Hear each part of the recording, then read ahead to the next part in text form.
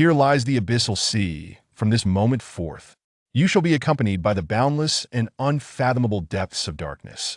You must either accept your fate and succumb to the depths, or confront your fears and triumph over the otherworldly entities that emerge from the abyss.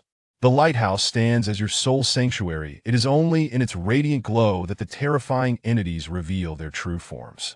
Beware. The horrific waves from the abyss will grow ever more ferocious before they engulf you entirely. You must take action. Upon a bed covered in mottled mildew, Lin Feng suddenly sat up with a start, gasping for breath, his pallor ghastly, and his expression fraught with tension. What on earth is that? Taking a deep breath, Lin Feng instinctively pressed a hand to his forehead, where fragmented and bizarre images began to flicker before his mind's eye. Raging black waters surged and flooded, waves engulfing every inch of land, dragging the entire world into the abyss. The anguished screams of countless souls pierced the heavens, ultimately swallowed whole, returning to silence. Simultaneously, the sun that once hung high in the sky vanished without a trace, replaced by an eternal, lightless night. That was the most authentic visage of apocalypse. Could this possibly be the world after death? Lin Feng's mental state was far from stable. He instinctively believed he was experiencing hallucinations, only to suddenly suspect he might have already perished. He was once a mere scholar, struggling even for basic sustenance, who had toiled tirelessly to become the proprietor of a small company worth millions. At a time when he was poised for great success, he was betrayed and falsely accused by his closest friend and girlfriend. Burdened with $1 million in debt and diagnosed with a terminal illness, he was left to await death in a dilapidated rental. All of this transpired within a mere 3 years. This rendered Lin Feng incapable of trusting anyone. Rising to his feet, Lin Feng's legs met the creaking floorboards. The scene before him was still beyond his expectations. The walls of the room were adorned with slippery seaweed, shimmering with a ghostly blue hue under the dim light. The air was thick with a briny, decaying scent, and besides the mournful sea breeze, he could almost hear the whispers of ancient deep-sea creatures. An antiquated copper lantern flickered, casting the only illumination in the room. Within the lantern, it appeared not to be flame, but rather a glowing stone. It was this very lantern that allowed Lin Feng to perceive his surroundings. Grasping the lantern, Lin Feng approached the nearest window. Standing before the rusted glass, he gazed outward. In an instant, his pupils constricted sharply. The scene before him was eerily identical to that of his dreams. A pitch-black night, sky devoid of any light, and the ink-black sea. These sights exuded an unsettling aura that sent shivers down his spine. He found himself atop a lighthouse deep within the ocean, the searchlight atop casting a brilliant beam. As the light slowly swept across the surface of the water, Lin Feng felt an unsettling sensation, as if something below was writhing. While examining the room, Lin Feng discovered a skull-engraved book and a purple fishing rod resting on the bedside table. Lighthouse Keeper's Log. 1. The 5th level of the lighthouse serves as the control and observation room, where you can maneuver the searchlight and monitor sea conditions. 2. The searchlight is immune to all damage, never extinguishing, so there is no need for excessive concern. 3. In the abyss. Dark currents swirl. Only a powerful light can unveil the horrifying entities lurking beneath the surface. 4. Beyond danger. The abyss harbors endless rare treasures, provided you can salvage them. 5. Terrifying entities from the abyss may ascend your lighthouse at any moment. Thus you cannot afford a moment's respite. 6. This peculiar, immobile vessel requires certain crew members to help withstand the dreadful onslaught, otherwise you shall know no rest. 7. Absolutely do not enter the abyss. Absolutely do not enter the abyss. Absolutely do not enter the abyss. Lin Feng picked up the fishing rod once more. In the next moment, relevant information materialized before his eyes. Name: the Hunter Grade. Purple, a potential reward from elite monsters in the highest tier dungeons. It functions identically to a regular fishing rod, but lacks durability, meaning you can endlessly procure resources from the abyss. Just as Lin Feng scrutinized the details of this item, the logbook began to tremble of its own accord. Instantly alert, Lin Feng stepped back, his expression taut with apprehension. In the next moment, the logbook abruptly opened, emanating a crimson glow. Above the logbook, lines of vivid red text appeared in the air. Are you weary of your mundane existence? Come and revel in this divine carnival. Here, your body shall remain forever vigorous, halting the march of time, though this does not guarantee a longer life. Each individual will receive this logbook and a random item at the outset, ensuring that this journey will be anything but equitable. Do not take pride in acquiring a powerful item. It signifies that you have caught the attention of a terrifying deity from the abyss. Note: important items possess grades, rank from lowest to highest. White, green, blue, purple, red. Then, the book inexplicably closed itself. Simultaneously, a light screen appeared before Lin Feng. Items equipment channel synthesis desperate to uncover the unfolding events. Lin Feng unhesitatingly opened the channel, which was buzzing with fervent exchanges. He had anticipated discussions about what had transpired. However, he was taken aback as the messages predominantly boasted of initial items and inquired what others had received. A blue-grade baseball bat? Isn't this weapon magnificent? What the hell, a dog influencer? How is it that another initial item is a blue quality?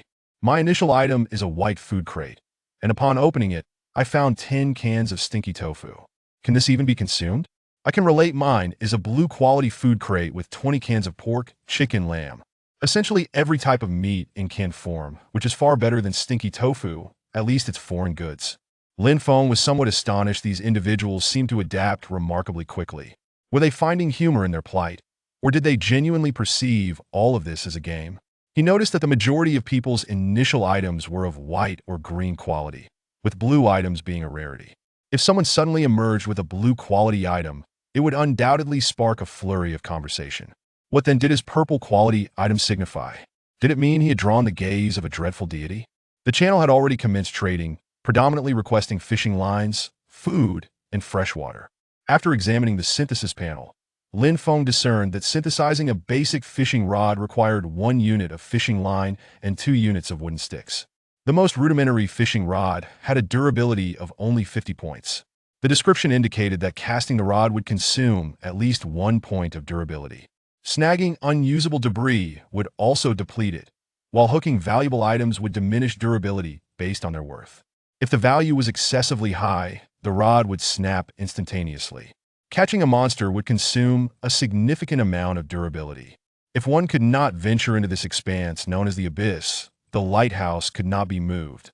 It seemed that fishing was the sole means of acquiring survival resources. After all, the logbook had mentioned that beneath the abyssal surface lay countless treasures. Wooden sticks, being the most basic of materials, were readily available in the room. However, fishing line was categorized as a white-grade resource in the inventory. Acquiring it would depend on fortune. Lin Feng instantaneously grasped the value of the fishing rod in his possession. No wonder a rod without any enhancements would be of purple quality. Excitement gradually stirred within him. In contrast to others, Lin Feng possessed a unique advantage. He had no family, no friends. Here, he would not be tethered by any ties. Moreover, his ailment had been miraculously cured. Was this not a form of freedom, a new opportunity? Without hesitation, Lin Feng cast his first line from the 4th floor of the lighthouse, the very position he occupied now. He was exceedingly cautious. Even before casting, he had preemptively tied the fishing rod to the bed using a makeshift rope fashioned from bedsheets. After all, should his hand slip unexpectedly, he risked losing everything. Chapter 2: The Soul Sanctuary. Within mere minutes of casting his line, Lin Feng felt a sudden weight in his hand. Without a moment's hesitation, he summoned all his strength and yanked. With stick 1, though this stick had been drawn from the abyss. Surprisingly, it was remarkably dry. Lin Feng yearned to kindle a fire. The biting winds here were fierce, and the sea breeze lashed against his face like a blade, causing his entire body to tremble. However, this posed a significant dilemma. Initial resources were exceedingly scarce, and matches were sold one by one, demanding a price that satisfied the sellers. Lin Feng had learned about the circulating currency in the trading market, a currency known as abyss coins. The reason for its widespread acceptance was due to a panel prompt indicating that it could be used in the upcoming system shop to procure supplies. While fishing, Lin Feng frequently checked the channel information, gradually uncovering more pertinent details. Aside from the initial random items gifted, the lower levels beneath the lighthouse contained varying degrees of basic materials. There was even a basement submerged beneath the sea level. Yet, the prompt warned that one must be psychologically prepared before descending. For there lay unknown dangers. Soon, Lin Feng's personal attribute panel appeared before him. Attack value, 2. Health value, 15. Mental value, 10. Agility value, 2. Negative status resistance, 0. These were Lin Feng's own statistics. Rather unremarkable. Anyone have fishing line? I'll trade 10 wood sticks for it. I'll offer 1 abyss coin, just seeking a single fishing line. Stop shouting. Can someone mute everyone asking for fishing lines? It's utterly maddening. My trade messages are being buried. Exactly. Who would sell fishing lines at this moment? Use your brains, please. Anyone who sells is a fool, I tell you. Brothers, check the lighthouse. Flip through all the tables and cabinets. If you search meticulously enough, you'll surely find fishing lines. I found 5 units on the 4th level, but down below, I found 20 units directly. Indeed, based on my years of experience in survival games, such a game that forces you to stay at home from the start will undoubtedly provide necessary items. Otherwise, it would be unplayable. I just searched down there and found a whopping 45 units of fishing line. But I'm scared. I don't dare to go down. It's pitch black. The light from the lantern is dimmer than the vintage bulb at my grandmother's house. Little sister, listen to me, be brave. I have some food, and if you catch anything, I'll prioritize trading with you. The channel continued with fervent discussions. In the face of survival, all matters seemed trivial at this moment, as everyone was devising ways to endure. The foremost element of survival was, of course, the ability to acquire resources, specifically the capability to extract materials from the abyss. Yet, within this land devoid of solid ground, fishing remained the sole known method of procurement. The more Lin Feng observed, the more fortunate he felt. Otherwise, he too would be fretting over fishing lines at this moment. However, his unease grew. With the purple tier items at the outset, he could ascertain that he had caught the attention of some deity within the abyss. The Guardian's log had mentioned that some individuals receive favors from deities, but such attention was hardly a blessing. The abyssal deities do not engage in unprofitable transactions, and everything comes at a cost. I cast my line just now and don't know what I hooked. It nearly dragged me in. My rod, which had 25 durability left, vanished into thin air. Such a heartache. I'm devastated. Seriously, does it need stating? Either you've hooked something valuable, and your rod isn't durable enough to reel it in, or you've snagged a monster. Upon reading this, Lin Feng felt a wave of dread wash over him. Indeed, some objects were too heavy for him to haul up, and others were things he absolutely could not bring to the surface. At such times, cutting the line to preserve the rod became necessary. Lin Feng lacked a knife. In such a predicament, he could only use the rusted iron bars on the window to sever the fishing line. Fortunately, the fishing line on this rod, which boasted infinite durability, could regenerate. However, once removed, the line would disappear, dashing Lin Feng's hopes of selling it for profit. The relentless cold winds from the sea had begun to give him a headache. After a long while, Lin Feng took a deep breath and reluctantly closed the window to adjust his state of mind. This time, Lin Feng fished for approximately 3 hours, yielding only the 25 sticks before him and a 1-liter bottle of water, nothing more. He twisted open the bottle cap and gulped down the water, letting out a long sigh, feeling revitalized. Although the sticks held little value, their quantity could eventually be exchanged for fresh water and food. However, Lin Feng was unwilling to fish solely for the sake of subsistence. He aspired to acquire more valuable resources. Earlier, when the spotlight had swept across the fishing area, Lin Feng had caught sight of a golden chest floating on the water. Yet, its speed was astonishingly swift, and before he could react, the chest had vanished from sight. It seemed that some supplies occasionally drifted to the surface. He needed to stay vigilant. Lin Feng stretched his stiffened body and returned to the bedside. Truth be told, he was at a loss regarding how to survive long-term in this accursed place. Not only was there a dearth of supplies, but terrifying monsters could appear at any moment. Even being marooned on a deserted island, living as a modern-day Robinson Crusoe, would be preferable to residing in this damp lighthouse. The room was excessively cold and humid. Now was not the time to conserve resources. Falling ill would be a grave miscalculation. He resolved to trade tin with sticks for a single match. The transaction process was straightforward. Once the trade was confirmed, the wood sticks within the lighthouse vanished instantly, while the match appeared on the virtual screen. The match could be directly retrieved from the screen. Next, Lin Feng rubbed the wood sticks together to create some dry shavings, an excellent fire starter. The rusted bed frame provided sufficient friction, and after drying his hands, he effortlessly struck a spark with the match in no time. A warm flame flickered to life, the rising heat momentarily dispelling the chill that enveloped Lin Feng and alleviating the weight upon his heart.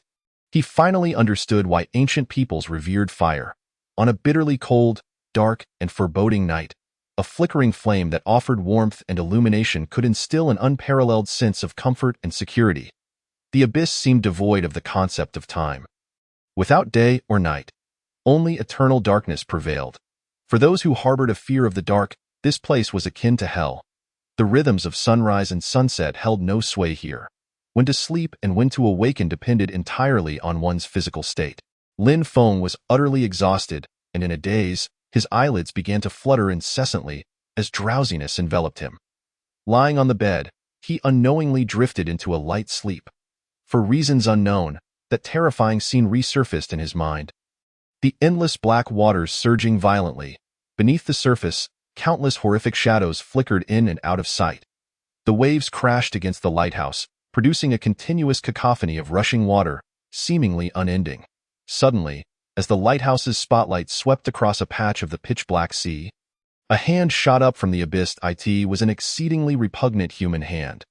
The flesh, long submerged, was grotesquely swollen, with nails entirely absent, the sickly green skin revealing a ghastly pallor underneath, exuding a nauseating stench that was almost palpable.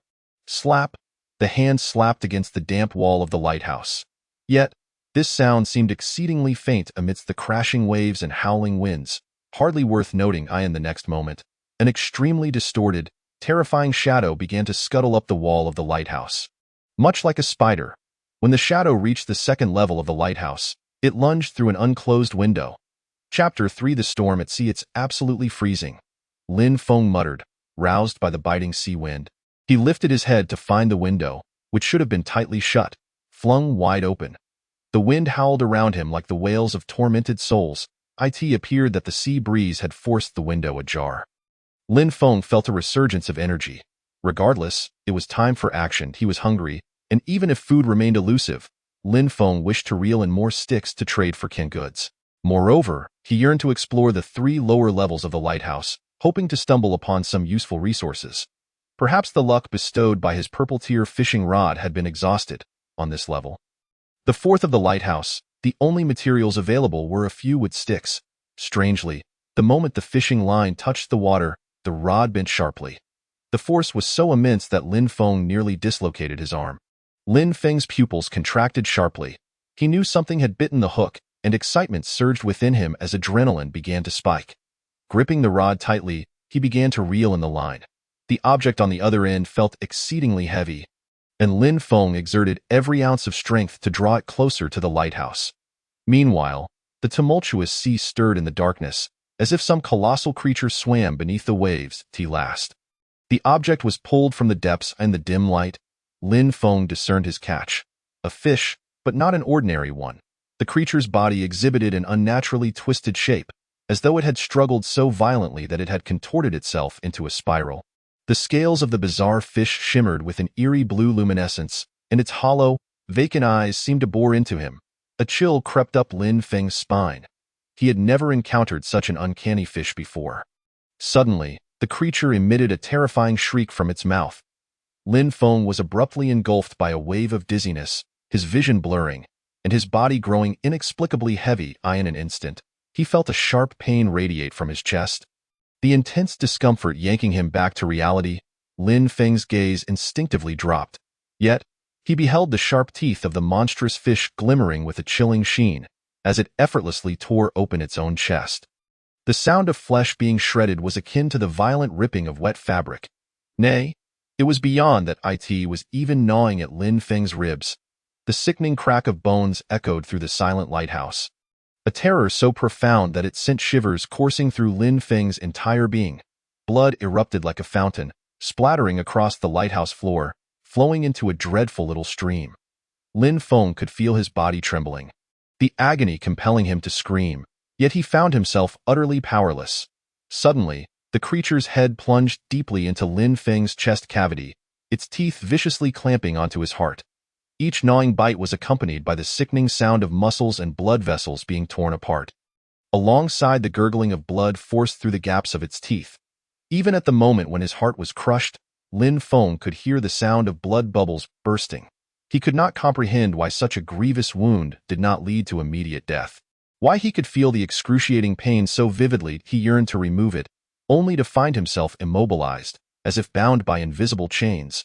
Gradually, Lin Feng's vision began to blur. Suddenly, Lin Feng's consciousness snapped back. He knelt on the ground, propping himself up with his hands, gasping for breath.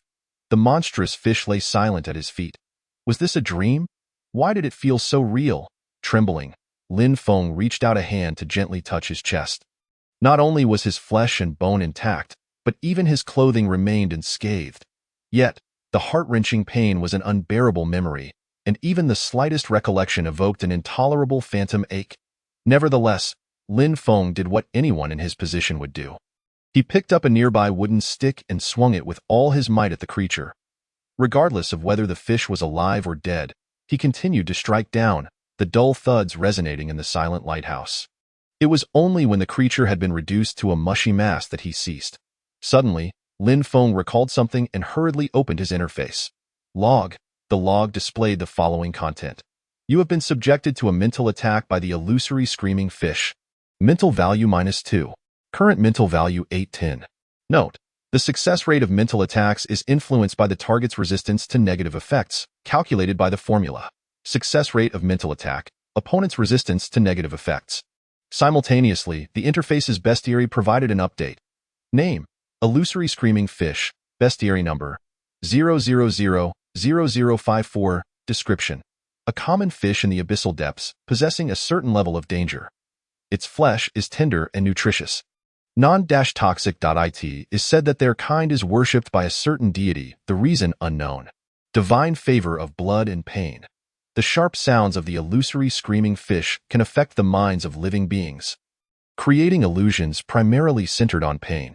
Success rate 3. Thankfully, the bestiary feature provided this information, alleviating Lin Feng's anxiety as he understood the cause of the hallucination, preventing him from indulging in wild thoughts, lest he believe he had encountered a ghost. Yet, to have a 3 success rate lead to such an encounter was exceedingly unfortunate. The bestiary number was still 7 digits long, indicating that the abyssal depths harbored an extraordinary multitude of monsters. Often, fear stems from the unknown. Since awakening, Lin Feng had been suppressing his terror, forcing himself to remain calm.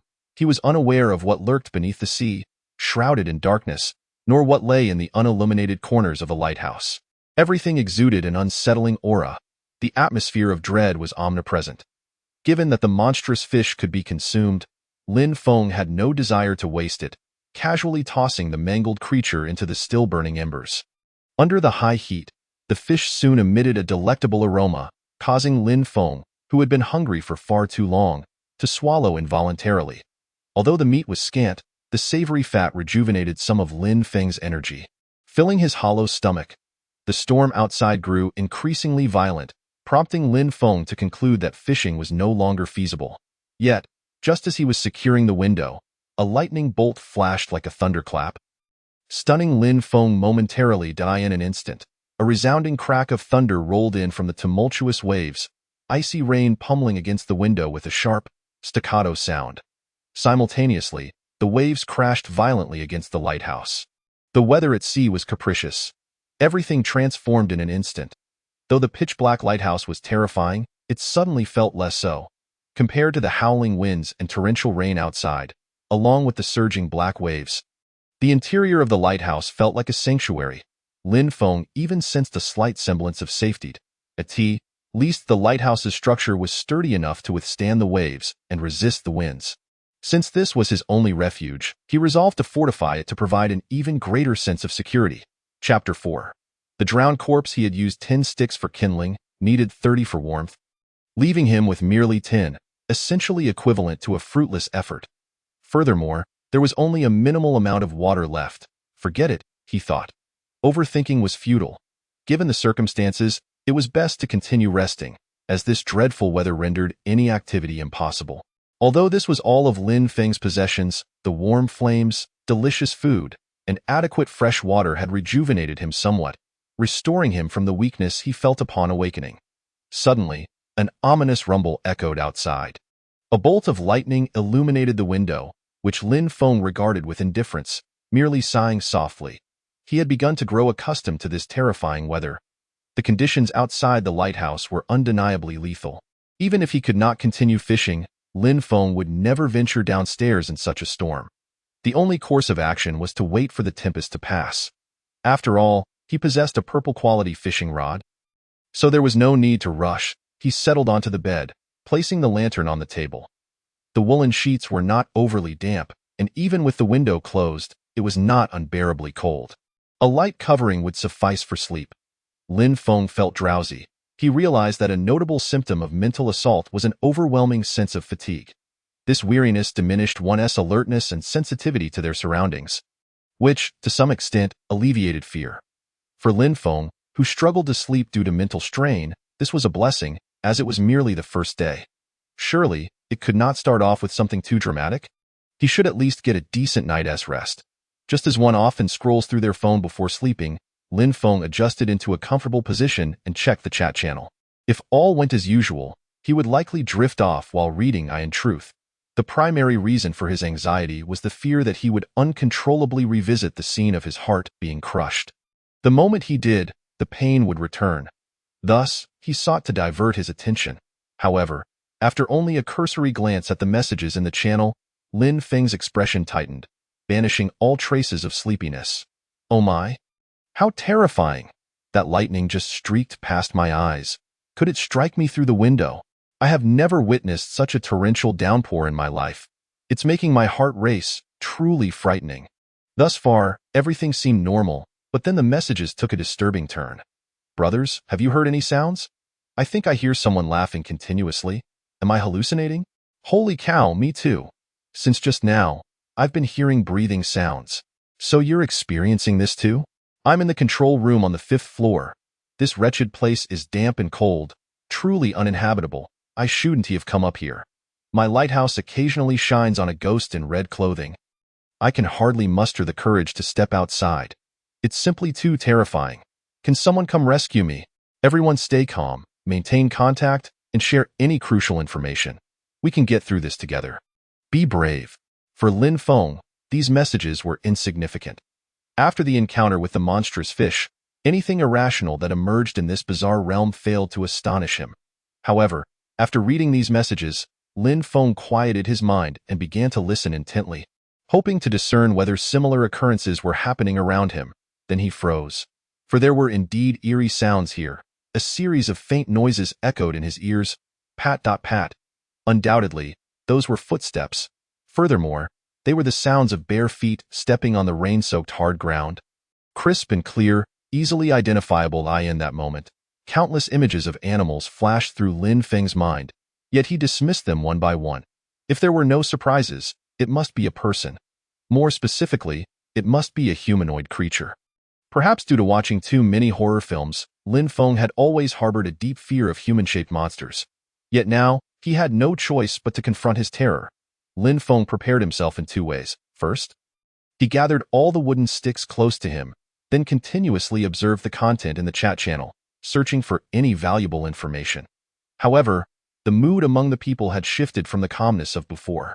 Countless individuals were pleading for help, frantically expressing their fears, and the collective anxiety amplified personal dread. Some were even writing farewell letters, pouring out messages of love for their wives and apologies to their parents. As an atmosphere of despair rapidly spread, I can't take it anymore. I've seen the monster. It's the zombie I fear the most.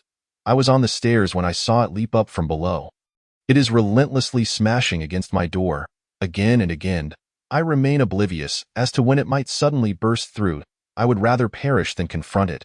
I deeply regret having watched such films in the past. My name is Lu Feng. Mom, Dad, I wonder if you can see me. Please do not worry about me. Just pretend I never existed. I am truly at my wit's end and can only take the leap. In my next life, I wish to be your child once more. The words left by this individual in the channel have turned into a discordant shade of gray in this context. The change in color of the text speaks volumes.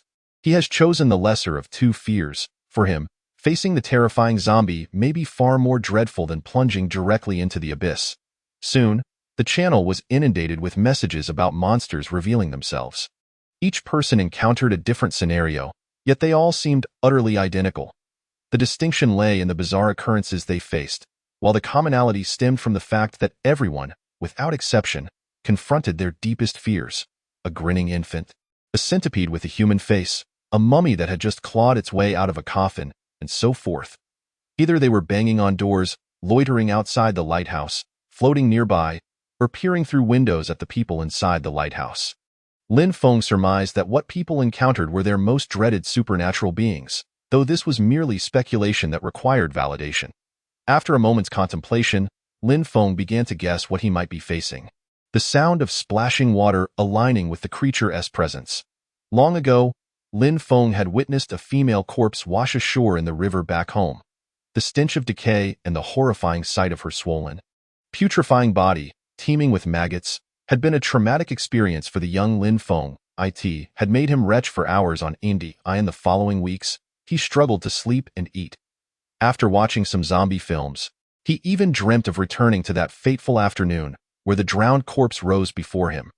From that moment on, the psychological shadow only deepened, and he found himself deliberately seeking out forensic textbooks to examine the bodies of drowning victims, hoping to overcome his trauma. Although those corpses were even more grotesque and horrifying, his mature disposition allowed him to view them with indifference. Yet, the memory of that summer afternoon in his youth would still send his heart racing. Indeed, childhood traumas can profoundly affect one's life. Subsequently, Lin Feng was reluctant to reside near bodies of water. He harbored a deep-seated fear of humanoid monsters, particularly those corpses that had drowned, swollen, and decayed.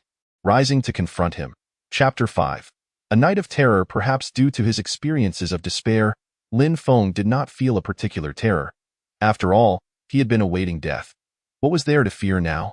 Besides, he had already brushed against death, and no matter how terrifying that monster may be, it could not inflict greater pain than having one's heart crushed. Whether this constitutes a self-deceptive consolation, he could not say. Nonetheless, he had no other choice. He could either leap into the abyss like the man before, or confront that accursed creature. Lin Feng chose to stand his ground. Having never learned any combat techniques and being of average physique, he was merely an ordinary person, armed only with a sudden surge of courage. In an instant, Lin Feng found that he could hear the footsteps of the malevolent spirit drawing near, as if it were a specter seeking to claim his life. This indicated that it was alarmingly close. Outside the lighthouse, a drowned corpse groped in the darkness, swaying its decayed form, ultimately halting before the door of the fourth floor. The relentless rain hammered down upon the swollen corpse, further exposing its grotesque visage and bloated body. The skin of the drowned seemed unable to withstand the pressure of the gases within, becoming as thin as parchment. The rain struck the slick surface, instantly penetrating it, causing bubbles and putrid liquid to erupt from the ruptured skin. The face of the drowned was severely distorted, with its nose and mouth grotesquely swollen. Rainwater flooded into these orifices, mingling with the decaying tissue, dripping from the chin, creating a scene most nauseating. Suddenly, as if receiving some grim directive, the drowned corpse lunged forward with alarming speed, forcefully crashing into the dilapidated wooden door. Lin Feng instantly became alert, clutching a wooden stick, his heart racing in trepidation, cold sweat trickling down his forehead. The inevitable had arrived. Engaging directly with that monster was unwise. Therefore, Lin Feng positioned himself at the edge of the door. He steeled himself, ready to strike with the wooden stick at the moment the door was breached. The space behind the door was an ideal ambush point. Even as he approached, he did his utmost to suppress his breathing, as though even the slightest sound might disturb the terrifying creature outside. However, when he was merely a meter away from the door, a single breath caused his expression to falter. The scent of that summer afternoon, unmistakably familiar. This was the nightmare he had endured for over a decade. That foul stench permeated the air, as if it were a tangible entity, invading his nostrils and assaulting his mind. He felt a wave of intense nausea wash over him. Lin Feng buried his head into the collar of his clothing, attempting to shield his mouth and nose, desperately inhaling the untainted air. Pressed against the doorframe, his heart pounded furiously, each beat threatening to trigger an earthquake within his chest. Upon reaching the designated spot, Lin Feng finally let out a breath of relief. This moment, he gripped the wooden stick tightly, his palms drenched with sweat, the stick feeling slick in the humid air. Outside, the impact of the drowned corpse grew increasingly violent, each collision causing the entire door to tremble, splintering wood flying in every direction. Through the faint light of the lantern, Lin Feng observed that the gap in the door was widening, signifying that this decrepit barrier could be breached at any moment. His nerves were at their breaking point. He fixed his gaze on the growing chasm, prepared to retaliate the instant the door was forced open. Finally, with a deafening crash, the door lock emitted a sound of utter despair, and the door collapsed with a resounding thud.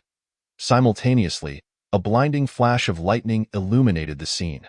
The figure of the drowned corpse was silhouetted in the brilliance. Its features grotesque, limbs swollen, exuding a nauseating stench, bearing an uncanny resemblance to the shadows of Lin Feng's childhood. There was no time to hesitate. As the door fell, Lin Feng swung the wooden stick with all his might towards the head of the drowned corpse. The tension reached its zenith. This attack, mingled with the sound of wind, bore an air of finality. In the next moment, the stick collided with the corpse's head, producing a dull thud. Astonishingly, the head of the drowned corpse flew off, and its body crumpled to the ground in an instant. In the blink of an eye, the terrifying figure vanished before Lin Feng's very eyes. Not only did its corpse disappear, but even the splattered fluids evaporated, erasing all evidence of its existence. Lin Feng gasped for breath, utterly bewildered by the events that had transpired. Was he experiencing yet another illusion, akin to before? With this thought, he instinctively distanced himself from the doorway. Ensuring there were no unforeseen circumstances, Lin Feng opened the panel, checking for any updates in the log. The log displayed a brief message. You have slain the initial tester, acquiring a refined dagger, white wanda. Concurrently, the panel's encyclopedia updated with new content. Lin Feng quickly accessed it to examine the pertinent information. Name: Initial tester. ID: 0000000. Health points. Attack power. Agility. Skills. Traits. Death upon impact. Description: The initial tester aids the weak in seeking early liberation. Perhaps one day, you will regret not having been killed by it. Is the initial trial truly representative of each person's greatest fear? Lin Feng exhaled deeply, relieved that the dreadful crisis had finally passed. Although it was merely a swing of a stick, he felt utterly drained. The aftermath of the adrenaline surge left him feeling unwell. Outside the lighthouse, the tempest continued unabated. Without the door, the biting wind, mixed with icy raindrops, stung Lin Feng's cheeks. He was compelled to find a sheltered spot to contemplate his next move. However, when he turned his gaze back to the door, a new panel materialized before him, the crimson text glaringly vivid. Kid, do you wish for this door to be your source of security? No. In the abyss, true security can never exist. Daily repair attempts for door and windows. 1-1. Repair cost. 1 abyss coin. Fortunately, the cost was minimal. Without hesitation, Lin Feng sold all of his wooden sticks and the remaining half bottle of water. He exchanged them for 1 abyss coin, and no matter what, he was unwilling to endure the onslaught of the storm. After clicking to repair, the image of the door began to blur, appearing as though it had transformed into a mosaic. Just 2 seconds later, the door reappeared as if by magic. Chapter 6. The Spread of Fear. Name: Frost Blade. Grade: White. Description: A blade imbued with intense cold. Short in distance yet exceedingly agile. Upon striking, it momentarily stuns the enemy. On the ground lay a dagger, a drop from the drowned corpse. Its blade resembled ice, and as Lin Feng placed his hand above it, he could feel the chilling aura emanating. Regardless, this was a reward for the brave. At the very least, Lin Feng now possessed a respectable weapon. The only thing Lin Feng could do now was wait for the storm to subside, then resume fishing or descend to explore the rooms below. At this moment, he sat on the bed, still shaken, perusing the channel information. The overwhelming majority of individuals found themselves in a state akin to his own. Gripped by sheer terror, some reacted with a frenzied punch born of panic, while others carelessly hurled objects in the general direction of the threat. In any case, the crisis was unexpectedly averted. It was certain that these monsters had struck simultaneously. Their eerie sounds deliberately conjured to create an atmosphere of extreme dread. Given that their defining characteristic was their demise upon human assault, even a mere spit could vanquish them.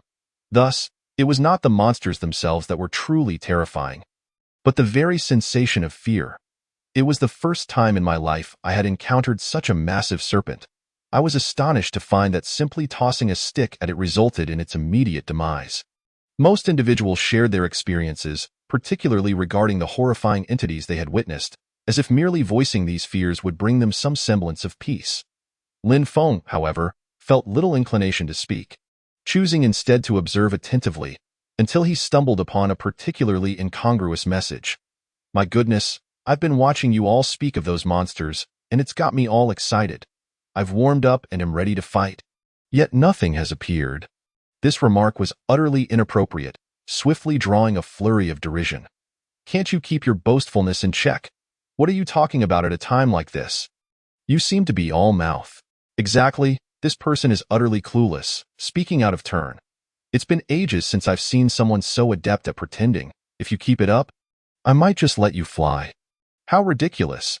Hoping to engage with such creatures. Spare us the jest. Do you have any idea how terrifying they are? All right, buddy, no one here is interested in your theatrics. Though this comment seemed to seek attention, how could anyone approach such horrifying matters with such a mindset? Nevertheless, the individual did not respond to the mockery, which led Lin Feng to suspect that he might not be jesting after all. This recollection prompted Lin Feng to revisit his initial conjecture. With a sense of curiosity, he sent out a message to validate his thoughts. "Are you exceptionally bold, unafraid of anything?" Lin Feng had anticipated that the individual would not reply. His message was merely a casual inquiry. Yet, within 10 seconds, a response arrived. "Indeed, fortune tellers have long claimed that my fate is particularly robust. I've never feared the supernatural, and as a child, I would take a group of kids to the cemetery to play at night." "And what is your mental fortitude?" Lin Feng inquired further. 33 points, slightly above average. "Ah, so it is." Sitting on his bed, Lin Feng nodded. Ever since his financial ruin, his mental state had been poor, which explained his current limit of only 10 points. He had not expected, however, that this revelation would send the others into a frenzy. 33 points? Good heavens, how can it be that high? I only have 15 points. Does that even qualify as slightly above? That's a whole double for me. I'm amazed.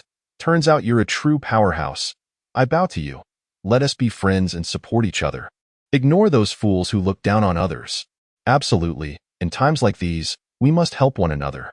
The individual offered this final remark with a sense of camaraderie, but the conversation soon shifted elsewhere, leaving that topic behind. Although the brief interlude passed quickly, another matter soon sparked widespread discussion. Have you all noticed that our initial attack power is uniformly 2 points, and our initial health is 15 points? Yet only the mental fortitude varies among us? Indeed, what happens if it reaches 0?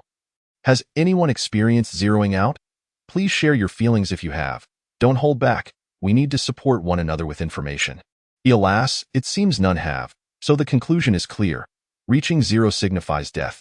Following this, yet another wave of discussion arose regarding the loot dropped by monsters. That creature seems to consistently drop a white quality item. Mine was a white beverage crate, and I found 4 bottles of milk inside. I downed one immediately. I was parched. Big guy, spare me a bottle. I'll trade all my belongings for it. I have a white quality cut-resistant glove and 10 wooden sticks. I'm dying of thirst. I'll offer 1 yuan coin. I can fix the door. Let me trade first. By the way, whatever you do, don't drink that rainwater. It's toxic, a lesson from those who come before. Observing these messages gradually eased Lin Feng's inner turmoil. I still can't quite believe what has transpired. It feels like a dream. Outside, the storm raged on, the sounds of waves crashing beneath the lighthouse echoing rhythmically. At this moment, Lin Feng regained a bit of his energy. He lay on his side on the bed, fixating blankly on the window, murmuring to himself intermittently. His thoughts were a chaotic whirlwind. He was uncertain if he could survive. Even if he could cling to life, how long could he endure in such a terrifying place? The window before him was shrouded in darkness, and approximately every 30 seconds, a blinding white light would cut through. or a sudden flash of lightning would streak across the sky, momentarily illuminating the expanse. This cycle continued. Lin Feng could not recall how he eventually fell asleep, only that he was roused once more by the cold, the darkness outside unchanged. The days of seeing the sun had vanished. But the silver lining was that the dreadful storm had finally ceased. Lin Feng stood by the window, just as the spotlight's glow swept across, revealing a sea that lay calm, devoid of even the slightest ripple. Resembling still water, not even a hint of sea breeze stirred. This seemed to herald the end of the crisis, though it could also signify a prelude to another impending storm. As Lin Feng turned back, he noticed that the Guardian's journal had opened once more on its own, a crimson glow forming letters above the pages, identical to the previous scene. Within a single day, you must descend to the first level beneath the lighthouse. There, you shall confront your destiny. Otherwise, this lighthouse shall be dragged into the abyss. What? My destiny? Never mind, it's just as well. I was preparing to head down anyway. Lin Feng stretched his limbs and opened the door. Before him lay two rusted, precarious iron staircases leading to the observation room at the top and the next level below. The edges of these treacherous stairs lacked railings, and a slight misstep could send one plummeting into the abyss. Moreover, having just rained, the damp steps were exceedingly slippery. Lin Feng gingerly held the lantern, keeping close to the lighthouse's inner wall, each step down taken with utmost caution. Chapter 7. Exploring the eerie lighthouse before him stood the imposing door to the third-floor room of the lighthouse. With a forceful push, the door creaked open, and in an instant, a cloud of dust billowed forth, filling Lin Feng's nostrils with the musty scent of decay and wood. This indicated that the room was well sealed, remaining quite dry. Instinctively, Lin Feng felt this was a suitable place for habitation. However, the Guardian's journal had advised residing on the fourth floor.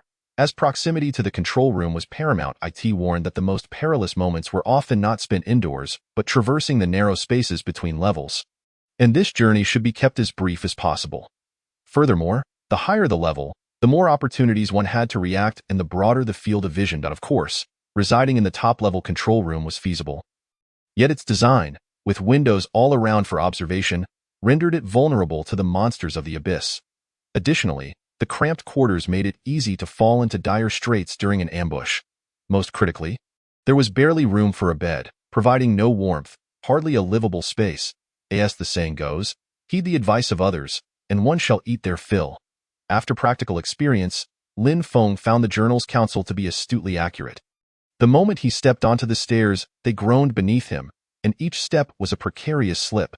As he descended, Lin Feng resolved in his mind that these stairs were best avoided when possible. What should have been a mere dozen steps took him 2 minutes to navigate. Upon reaching the bottom, his palms were slick with sweat. This passage was undeniably hazardous. It was easy to imagine that frequenting such a place would inevitably lead to a fall. Many had likely perished due to such missteps, not to mention the risk of being ambushed by monsters while on the stairs. Just the thought sent shivers down his spine. Holding the lantern in his left hand and gripping a dagger tightly with his right, Lin Feng entered the unfamiliar room. He could not guarantee that this space was safe at this moment. All he could do was exercise extreme caution, preparing for any unforeseen circumstances. The layout of the room bore a striking resemblance to that of the fourth floor. Everywhere he looked were antiquated relics, many of which exuded a distinctly medieval European aesthetic, though some items appeared to be of more modern origin. After a brief survey, Lin Feng dismissed any potential dangers within the room and began scavenging for supplies. First, he gathered the 10 wooden sticks scattered about. He then continued to rummage through the chaotic assortment of debris. Most items were merely frayed ropes that crumbled at a touch, alongside wooden furniture that was more fragile than biscuits. With a slight effort, he pried open a dilapidated drawer, and to his delight, found something inside. Fishing line, a substantial bundle of it. The panel indicated a total of 20 units. This was likely the initial supply that every lighthouse possessed. Such fishing line ensured that each individual could gather resources during the challenging early stages. Yet, few were brave enough to descend and scavenge for supplies at present, resulting in high prices for this commodity on the channels. Ultimately, everyone would have to make a choice: wait for death or muster the courage to search. Receiving the request for the Guardian's log is certainly not a solitary endeavor. The fishing line holds no immediate value for Lin Feng. However, it can be exchanged for abyss coins.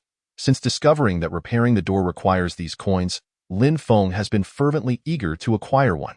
With swift movements, he stowed the item into the pocket of his modern-style jacket, which boasts deep pockets. He had never purchased this jacket. It was simply found adorning him upon awakening in this bizarre world.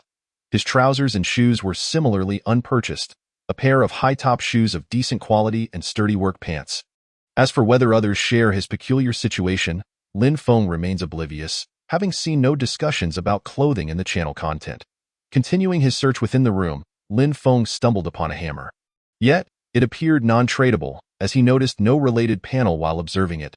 Sure enough, upon grasping the hammer, its head promptly fell off with a clatter to the ground. This tool was indeed useless. The wooden handle was exceedingly fragile, and a firm squeeze sent splinters scattering across the floor. Nevertheless, the fallen hammerhead bore information. Inferior iron, a synthetic material, can be smelted into refined iron. Thus, the exploration of the third-floor room concluded, yielding 20 units of fishing line, 10 units of wooden sticks, and 1 unit of inferior iron. Next, he proceeded to the second floor of the lighthouse. Here, he was perilously close to the water's surface, and Lin Feng cautiously descended the seemingly unstable staircase. Upon reaching the second floor, an unsettling sensation washed over him. The door was ajar. Either the drowned corpse had opened it, or other creatures lurked within. This thought tightened Lin Feng's nerves as he tentatively crossed the threshold. A prickling sensation coursed through him as he beheld a cluster of ghostly blue flames at the far end of the room, reminiscent of will-o'-the-wisps. Stunned into inaction, Lin Feng remained immobilized for a moment, yet the flames showed no sign of movement. Resolute, he decided to muster his courage to confront this new world, refusing to be cowed by it. He tread lightly, approaching with caution. To his surprise, he found that the source of the eerie light was a candle flickering with blue flames, positioned ominously atop a desk. Name: Abyss Candle. Type: Item: Grade: White. Description: a blue candle that burns eternally. While it remains within the lighthouse, your mental value cannot be restored through sleep. The candlelight is not considered a normal light source. What a worthless item this is. No wonder my mental value hasn't recovered. It's because of this. What purpose does it serve? Why is it classified as a white-grade item? Why must it appear in my abode, causing me to waste my rest? Lin Feng muttered his grievances. Yet, he suddenly felt foolish for speaking to a mere candle. Perhaps solitude had driven him to such absurdity. He dismissed the thought. After all, he was alone in this space, free to act as he pleased. Initially inclined to discard the candle, Lin Feng reconsidered and decided to list it instead, pricing it at 5 abyss coins. If it exists, there must be a reason for its presence. Perhaps someone might need it. If it doesn't sell, he could always lower the price, and if that failed, simply dispose of it. To his astonishment, mere seconds after listing the item, he received a message. Friend, could you lower the price a bit? What? Could it be that someone genuinely wishes to purchase this trinket? In disbelief, Lin Feng paused his search to engage in conversation. Curiosity piqued. To him, even exchanging it for a wooden stick would be a profit. Yet what could possibly compel someone to pay a premium for such an item, given its obvious drawbacks? How many abyss coins do you have? Lin Feng inquired. 3. 3. Such a substantial amount. What a windfall. Lin Feng instinctively grinned. Why have you stopped replying? I also have 2 cans of meat. I could offer those as well. Would you consider selling it to me? If that doesn't work, I can wait a couple of days until I gather enough abyss coins for the transaction. Please don't sell the candle to anyone else. If others make a higher offer, I will surpass it. Unexpectedly, the other party seemed quite anxious, sending Lin Feng 2 more messages in quick succession, seemingly desperate to ensure he saw them. This only heightened Lin Feng's curiosity. Chapter 8. The Mysterious Cause of Death. All right, I can hold on to it for you until you have enough money. But why do you want this candle? Lin Feng directly asked. The other party appeared unreserved, responding within half a minute. I have accepted the blessing of the god of eternal night, severing ties with the light.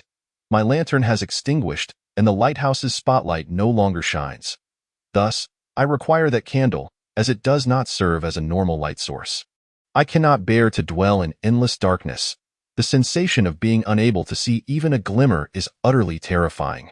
Upon reading this, Lin Feng felt momentarily dazed. Can you still see the light on the panel? Lin Feng continued. Yes, it is the only thing I can see, for it too is not a typical light source, visible only to me. I am currently fishing while browsing the channel. Then I saw your trade request. I simply lack sufficient abyss coins. I see. What is this god of eternal night? Without hesitation, as the other party was willing to divulge information, Lin Feng pressed on, eager to glean any useful insights. He increasingly perceived this deity as formidable. The lighthouse's spotlight illuminates the abyss, while the lantern's light reveals the interior of the lighthouse. Both are crucial. Setting aside other thoughts, without any source of light, he would not dare ascend the staircase outside, no matter how brave he might feel. This realization clarified why the other party desired the candle so desperately. Furthermore, Lin Feng found himself less inclined to sell it, pondering what he might do if he encountered this troublesome deity himself. Haven't you ventured to the next level down, specifically, the level beneath the sea? The first floor of the lighthouse contains a passage to the basement. That book should have prompted you to go there, where you may encounter a deity attracted by your presence. Upon reading this, Lin Feng recalled the guardian's log that had instructed him to descend to the lighthouse's basement. This revelation filled him with trepidation. Gazing at the flickering blue flame of the candle, he silently prayed that he would not find himself in need of it. What benefits did this deity grant you in exchange for such a price? Lin Feng continued his inquiry. The benefits are numerous. I am now several times stronger than before, but I cannot disclose specifics. This is a pact between me and the deity. The other party replied. All right, I understand. I will hold on to it for you until you gather the necessary coins. Lin Feng closed the panel and resumed his exploration of this level. Aside from the candle, the only remaining item was a wooden stick, so he resolved to continue his descent. Just then, Lin Feng received another private message. You should hurry. I feel time is running short. It seems a long while has passed since I opened the Guardian's log. Reading this message sent a jolt through Lin Feng's mind. A long time? Surely he hadn't slept for long. After all, he had only just awakened to find the log opened. Who knows when it had been flipped? Clearly, the other party was earnest in wanting the candle, perhaps even more concerned for Lin Feng's safety than he was for himself. With little time to ponder, he noted the lack of a clock in this dismal place, leaving him unaware of how much time remained. Lin Feng no longer hesitated. He grasped his lantern and continued down the stairs. The first-level staircase was nearly at the same elevation as the water's surface, and it was hard to fathom how this lighthouse was built directly above the ocean. However, Lin Feng had no intention of jumping down to investigate. Before him lay a narrow platform, just wide enough for one to stand, yet precarious. A slight misstep could lead one into the abyss. Though anxious, Lin Feng remained vigilant, slowly pushing open the door. The cylindrical lighthouse expanded in size as he descended, with the first level being the most spacious, perhaps due to frequent battering by waves. This level was particularly damp, with water stains covering the floor. Lin Feng instinctively took 2 steps forward, but upon gazing ahead, he froze once more. Before him lay a skeletal remains, a skeleton leaning silently against a decayed chair. A flintlock rifle at its side, a gaping hole marred its skull. This was the first time Lin Feng had encountered a skeleton up close, and an inexplicable fear gripped him.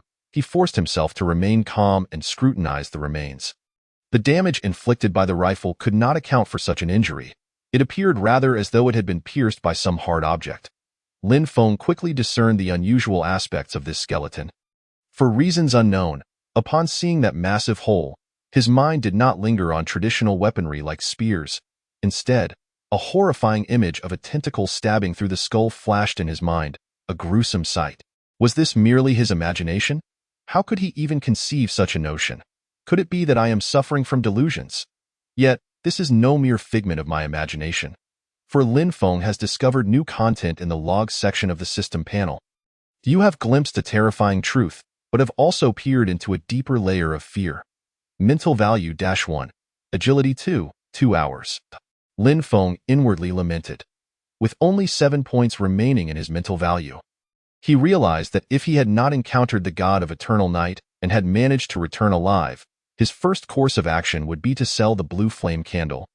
For its side effects were too severe. What about the firearm? Lin Feng shifted his attention to the weapon on the ground, yet no panel appeared before him. Disappointment washed over him, indicating it bore no value. Indeed, As he lightly kicked the gun, it shattered into 7 or 8 pieces. Name: the mysterious and eerie remains of death. Type: corpse. Attributes: shadow of death. If you reside in the same place as this corpse for over 48 hours, you will immediately lose 5 mental points. Additionally, it will undergo a resurrection check with a 30 chance of revival. Description: its death seems to herald ominous portents. Even as mere bones, it may still hold some significance. To Lin Feng's surprise, although the firearm was not an item, this skeleton turned out to be one. Moreover, the negative effects of this item were indeed dreadful, deducting 5 mental points and potentially reviving itself. No, it must be discarded at once. However, just as Lin Feng grasped the skeleton, he suddenly recalled something and halted his actions. He promptly listed the skeleton in the marketplace, pricing it at 3 abyss coins. Lin Feng's plan was to list it and then swiftly dispose of the skeleton into the abyss. If someone purchased it within those fleeting seconds, he would profit. If not, it mattered little. The blue candle could linger a bit longer in his lighthouse while he assessed the situation. Yet, this terrifying skeleton, which could revive at any moment, had to be thrown away immediately. Unexpectedly, within mere seconds of being listed, the skeleton was purchased. It vanished before Lin Feng's eyes, and his account instantly reflected an addition of 3 abyss coins. Unlike the previous buyer of the candle, this new purchaser could complete the transaction directly at the seller's price, bypassing any bargaining. Brother, do you have any more? I am the one who bought your skeleton, and I truly desire this item. Do you have other skeletons? I will buy them all. Whatever quantity you have, I will take, and I can even offer more. Lin Feng even received private messages from the buyer. Had he lost his mind, or was the world gone mad? What could possibly be worth 3 abyss coins? To buy a skeleton that might resurrect at any moment. Chapter 9. The lighthouse's basement. Lin Feng was undoubtedly curious, but he had no time to engage in idle chatter or further inquire about the buyer's motives. He needed to hasten towards the entrance to the lighthouse basement to confront his so-called fate below. Otherwise, his lighthouse could be dragged into the abyss at any moment. Unbeknownst to him, this led the buyer to misunderstand Lin Feng's intentions, assuming he had more skeletons but was unwilling to sell. The buyer thought Lin Feng's silence was merely a business tactic and continued to bombard him with private messages. Brother, let us speak plainly. I can guess you're quite curious about why I want these skeletons, and I don't intend to keep it from you. I aim to offer these bones as a sacrifice to my master for rewards, preferably human bones, and the more tragic the death, the better. The greater the suffering endured in life, the more effective the sacrifice. You will find no use for these bones. Let me offer them to my master, and I can share some rewards with you. The buyer's words alleviated Lin Feng's confusion. Indeed, there was nothing incomprehensible. Every seemingly absurd occurrence has its underlying reasons.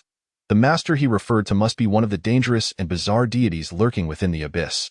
Although Lin Feng had not thoroughly examined the channel content upon awakening, the term deity had appeared with increasing frequency. He remained focused on searching for the entrance, only occasionally glancing at the panel information. Yet, the buyer seemed determined to believe Lin Feng possessed more skeletons, relentlessly sending messages, even resorting to insults. The barrage of messages left Lin Feng bewildered, with 6 out of 10 words misspelled. He genuinely felt this individual had lost his sanity. And if he were standing before him, he would likely tear Lin Feng apart without hesitation, subsequently offering his remains to his master for rewards. Of course, to secure better rewards, he would surely strive to inflict more pain while Lin Feng was still alive. What manner of beings were these gods? Each one more absurd than the last. Sigh. What kind of character would I encounter? After witnessing the experiences of these 2 buyers, Lin Feng began to worry about his own fate. Was it impossible to survive outside the influence of the deities? Must one inevitably engage with the abyssal gods? After a thorough search, Lin Feng finally discovered a peculiar wooden board beneath a table. And with a forceful lift, he revealed a pitch-black opening. Bringing the lantern closer, he discerned dust-laden stairs below, appearing as though they had not been trodden for ages. Taking a deep breath, Lin Feng gripped the lantern in one hand and a dagger in the other. Venturing into the unknown, the staircase seemed interminable, and Lin Feng was reluctant to linger, as his mind would inevitably wander. Thoughts of the abyssal waters suddenly rising to inundate the first level and flood this basement plagued him. The Tower Keeper's journal had spoken truly. In the abyss, there was scarcely a moment that offered a sense of security. After what felt like 2 or 3 minutes of descent, Lin Feng finally beheld the scene within the basement. Countless barrels emitting a musty odor surrounded him, resembling a storage warehouse or a wine cellar. A narrow path lay ahead, compelling Lin Feng to press on until he encountered an exceedingly dilapidated, rusted yet still intact iron door. He tentatively pushed against it, and the door creaked open slowly, revealing another profoundly dark space, even more impenetrable than before. The moment Lin Feng stepped inside, he realized that the range illuminated by his lantern had diminished by nearly half. Instantly, tension coursed through his body. Darkness signifies the unknown. The unknown breeds fear. This wretched place masterfully amplified the unease brought by darkness, ever awakening the primal fears buried deep within one's soul. The silence was oppressive. He could not hear the sound of the sea breeze or the waves, as if trapped in an utterly sealed chamber. Lin Feng could even hear his own heartbeat, each step resonating clearly, and should any creature lurk nearby, he would be utterly exposed. At this moment, even the slightest sound from a falling object could instill terror. Yet, retreat was no longer an option. He could only forge ahead. Gradually, the light from the lantern diminished further, barely illuminating a few inches around him, as the darkness seemed to possess a life of its own, compressing the lantern's glow inward. Suddenly, a crisp sound echoed beside Lin Feng, causing his body to tense, and his arm instinctively thrust the dagger forward. However, he encountered something solid. The sensation was not flesh. Nevertheless, Lin Feng remained cautious and peered ahead. Through the feeble light, he discerned an object it appeared to be an iron cage. The sound had emanated from the lantern colliding with the cage. Lin Feng felt a shiver run down his spine as he drew closer, only to behold a truly horrifying sight. The cage was not particularly large, resembling an ancient instrument of punishment for offenders. What astonished Lin Feng was that within the cage lay a complete skeleton. Just as Lin Feng's attention fell upon the skeleton, hoping to glean information from the panel, the bones suddenly sprang to life, crashing violently against the iron bars. This unexpected turn of events startled Lin Feng, who instinctively retreated a large step. What on earth was this? He beheld a skull tightly pressed against the bars of the cage, clearly trapped inside and unable to escape. Just as Lin Feng pondered whether to strike, the surroundings began to shift dramatically. A resplendent light burst forth, dispelling the darkness and leaving Lin Feng, accustomed to the blackness, momentarily disoriented. He had no choice but to squint. The scene before him transformed in a dazzling array of colors. Suddenly, the melodic notes of a flute filled the art. As Lin Feng struggled to open his eyes, he found himself rendered speechless by the astonishing spectacle around him. The room's decor emerged with the spreading light. The opulent walls were adorned with exquisite murals. The floor was covered in soft, Persian-style carpets, each inch exuding a sense of nobility. Heavy curtains in the distance were drawn aside, revealing a magnificent window frame inlaid with jewels. Rays of sunlight streamed through, bathing the room in warmth and tranquility. Flames danced in the fireplace, crackling as dry wood burned, dispelling all chill without a hint of stifling heat. Before Lin Feng lay an immense throne, enveloped in soft velvet, with golden armrests that gleamed resplendently. Atop it stood a divine statue of a stunningly beautiful maiden. Could this be yet another illusion?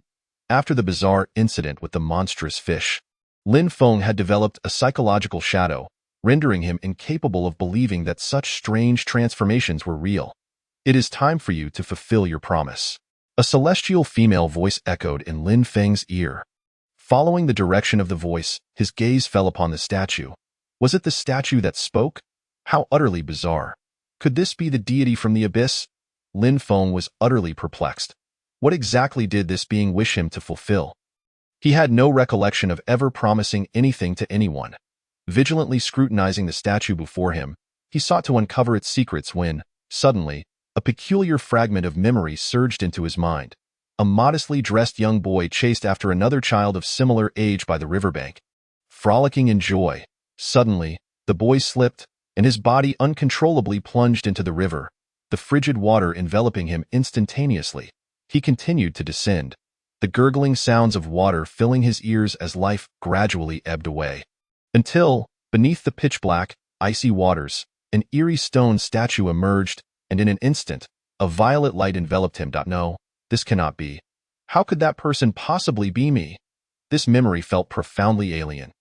Yet the scene before the plunge into the water was all too familiar to Lin Feng. An indelible part of his past.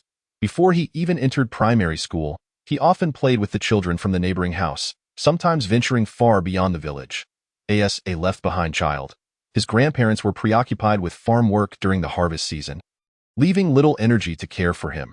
Until one fateful afternoon, they raced to see who could return home first.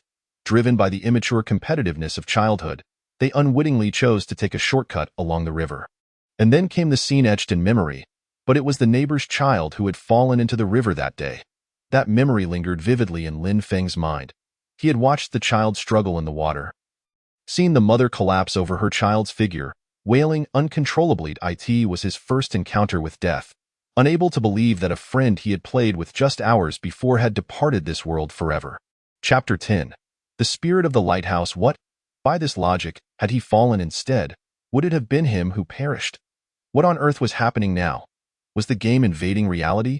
And previously, how had they been able to enter his world? Realizing that the entity could communicate with him, Lin Feng attempted to engage in dialogue, hoping to glean some useful information. It is time for you to fulfill your promise. The voice remained devoid of emotion, merely repeating this phrase. Very well, if you have a purpose, then state it plainly. Moreover, I do not recall making any promise to you. Lin Feng shook his head, unwilling to acknowledge the matter. However, this deity was indeed unexpected. After all, he had encountered some extraordinarily formidable deities, and in comparison, this one appeared relatively benign. It is time for you to fulfill your promise. The ethereal voice reverberated in his ears, reiterating this ambiguous statement, resembling nothing more than a mere recording device. Suddenly, that strange sensation surged again, and once more, the image of the boy in the water flooded Lin Feng's mind. I must survive, no matter what.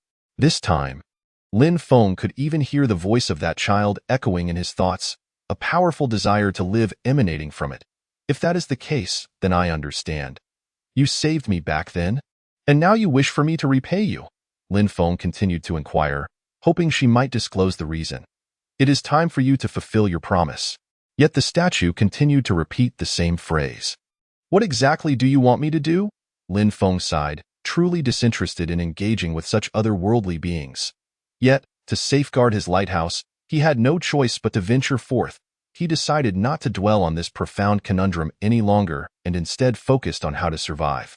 Before long, another fragment of memory surged into Lin Feng's mind. He beheld tumultuous waves as several pirate ships hastened towards a small island. A group of burly men with bushy beards, their appearances coarse, leapt from the ships in a frenzied rush. They sprinted madly towards a small pool of water, kneeling fervently as they began to worship. Their attire was not unfamiliar to Lin Feng. Pirates, ruthless marauders who survived by plundering ships at sea. Great God of the abyss, please forgive our transgressions and lift the curses that plague us.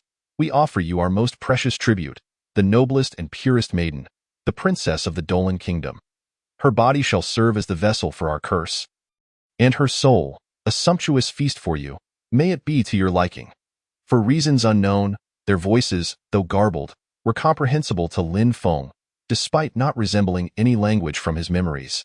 Just as they finished speaking, two men stumbled forward, carrying a cage containing a stunning silver-haired maiden who thrashed desperately within, bound and gagged. Her efforts were in vain. The pirate captain signaled, and without hesitation, the two men rushed to the edge of the pool, gritting their teeth as they hoisted the cage and swiftly cast it into the water. Beneath the seemingly shallow pool lay an abyss, and the beautiful silver-haired girl sank without a chance to cry for help. She continued to struggle in her dying throes, but no one could rescue her in such dire circumstances. Gradually, her movements ceased, and she descended into the boundless depths alongside the cage that confined her. At that moment, the scene abruptly shifted. A skull collided violently with the iron cage. This was the very scene that had startled Lin Feng moments ago. Yet upon closer inspection, the rusty cage bore an identical size and design to the one that had imprisoned the exquisite silver-haired maiden. Lin Feng was taken aback, realizing that the deity intended to convey that the fearsome skull was indeed the sacrificed girl. How strange. Matters were becoming increasingly perplexing. It is time for you to fulfill your promise. The ethereal voice resounded once more, but this time, the surrounding scene shattered and crumbled, the melodious strains of a harp abruptly ceasing. When Lin Feng opened his eyes again, he found himself back. At that moment, he was face to face with the remains within the cage. The figure made no movement, merely lying against the bars, intently gazing at Lin Feng's face. What a pitiable child! Upon learning of the girl's tragic fate, Lin Feng felt a deep sympathy for her. Her demise was utterly despairing and terrifying. The contract has been signed, and the spirit system has been unlocked. Just as Lin Feng contemplated whether to attempt opening the cage, a prompt echoed from the panel. He quickly opened it to examine the details. The spirit is a unique existence that will aid you in defending the lighthouse, probing for dangers, ensuring your safety, issuing early warnings, and combating invaders. Its primary purpose is to prevent you from being ambushed in your slumber. Employing a spirit requires a corresponding payment. Upon reaching this point, Lin Feng suddenly recalled a line from the keeper's log. This special, immobile vessel requires certain unique crew members to help withstand the dire impacts. Otherwise, you shall never find respite. So, the spirit was indeed what the log referred to as the crew. Indeed, being alone, he dared not even sleep, for who knew when those abyssal monsters might emerge? Not a moment's peace could he find. Lin Feng clicked on the spirit section and immediately saw the relevant information. Spirit possessed, 1. Name, cursed skeleton, type, spirit, rarity, white attack, defense, agility, employment cost, none, skills, rapid thrust, // traits, 1. Lifetime free. Employing this spirit incurs no costs now or in the future. 2. Cursed existence. This spirit will die immediately when its health reaches 0 and cannot be revived in any manner. 3. Curse spreading. When the spirit dies, the contractor will die alongside it. You must now share the curse with her. Is this skeleton the promise that the deity wishes me to fulfill? She is cursed, and the curse will affect me, which means this deity is compelling me to protect this little skeleton? Lin Feng understood the panel at a glance. He had not voluntarily entered into any contract with the little skeleton. It seemed the deity had forced him into this agreement. Now, Lin Feng finally comprehended what the deity desired from him. How to put it, while it was absurd and bizarre, it was far more agreeable than the outlandish demands of the peculiar deities he had encountered previously. Can you understand my words? Lin Feng approached with his lantern, eager to gauge the little skeleton's reaction. I have heard those vile pirates claim that you are the princess of the Dolan kingdom, so I shall call you Little Dolan. To Lin Feng's astonishment, the moment he uttered the words Doran, the small skeleton perched upon the iron cage suddenly shifted. At last, it exhibited some form of response. Subsequently, the little skeleton bent down and retrieved a sharp sword from within the cage. Relentlessly hacking at the bars that confined it, the cage, having long succumbed to decay from prolonged exposure to water, could not withstand such assault and was instantly shattered. However, upon emerging from the cage, the little skeleton's movements abruptly froze, reverting to its previous dazed expression. Lin Feng widened his eyes in disbelief. This was clearly a skeletal sword saint. Was this truly a being that required protection? Chapter 11. Is someone outside? Lin Feng noticed new content appearing on the panel. The newly added section was titled Deity. Upon opening it, he discovered a shop containing various items. Corrupt magic sword, green 500 abyss coins or 2 eyes of fear. Basic recovery potion, white 40 abyss coins or 1 eye of fear. Among the remaining items were various foods, including cake, canned goods, and furniture such as sofas and stools. There were a total of 10 items. Most of the food in the shop provided bonuses, such as temporarily enhancing mental recovery speed or increasing life point limits by 1 for an hour, but none offered permanent enhancements. Furthermore, the prices were steep, starting at a minimum of 20 abyss coins. For mere sustenance, it would be more prudent to purchase from the channel shop. Additionally, one could use Eyes of Fear as a substitute for abyss coins. Upon examining the compendium and learning what the Eyes of Fear truly were, he resolved to retract his earlier statements. This deity was anything but ordinary. It was equally peculiar. As the name implies, the Eyes of Fear were, in fact, the eyes of living beings, frozen in the moment of their utmost terror. In the realm of the abyss, aside from its own kind, there seemed to be no other creatures capable of experiencing such fear. To obtain these eyes, one would need to slay another being at the very instant of their peak terror, thus reaping this macabre trophy. Curiously, many of the deities sought various parts from humans, clearly encouraging acts of mutual slaughter. Yet, every individual resided in solitary lighthouses amidst the vast sea, making it illogical for people to encounter one another offline. Lin Feng continued to explore the panel and discovered that the shop could refresh. Colorless, 85, white, 5 green, 4 de blue, 0.999, purple, 0.001, special items, 5 da. Remarkably, the probabilities of refreshing items were thoughtfully provided. It appeared that the essence of this game relied not only on strength but also on luck. The first refresh is free. These items were either useless or exorbitantly priced. So he decided to refresh and see if there were any items suitable for his current circumstances. This time, the refresh yielded primarily food and furniture. However, interestingly, Lin Feng managed to acquire 2 special items in a single refresh. It seemed that special items lacked a rarity designation. A free voucher, special item upon purchase, randomly sets the price of one item in the current shop list to 0. Price, 0.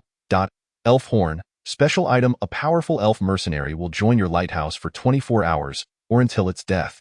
In note, this elf has a chance to steal your resources.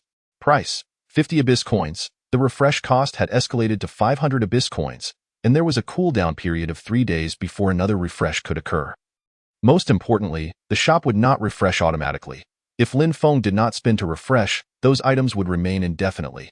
Thus, despite the seemingly favorable odds, acquiring good items was no simple task.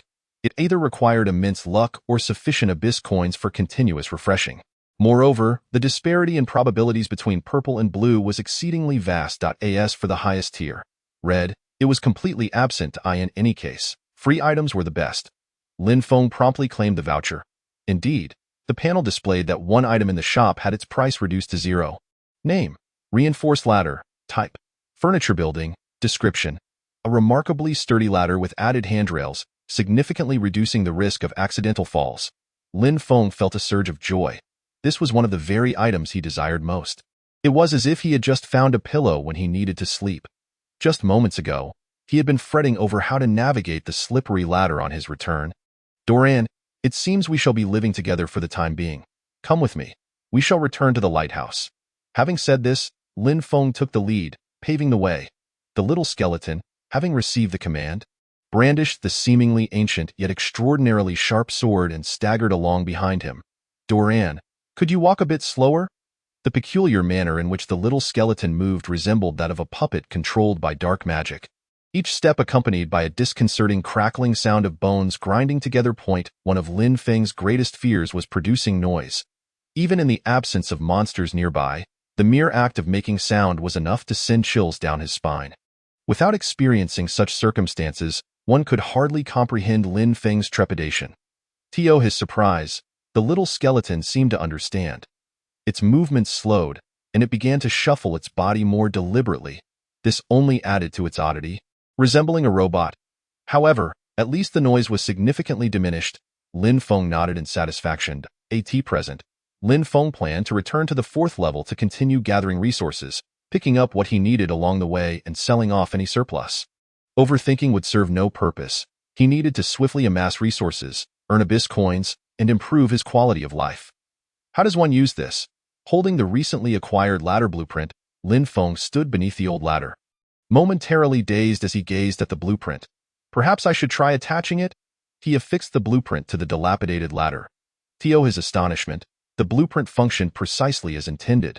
Before Lin Feng could fully process the transformation, the ladder before him abruptly morphed into a robust, elegantly hued marble staircase, perfectly aligned with the lighthouse, offering an exceptionally stable footing.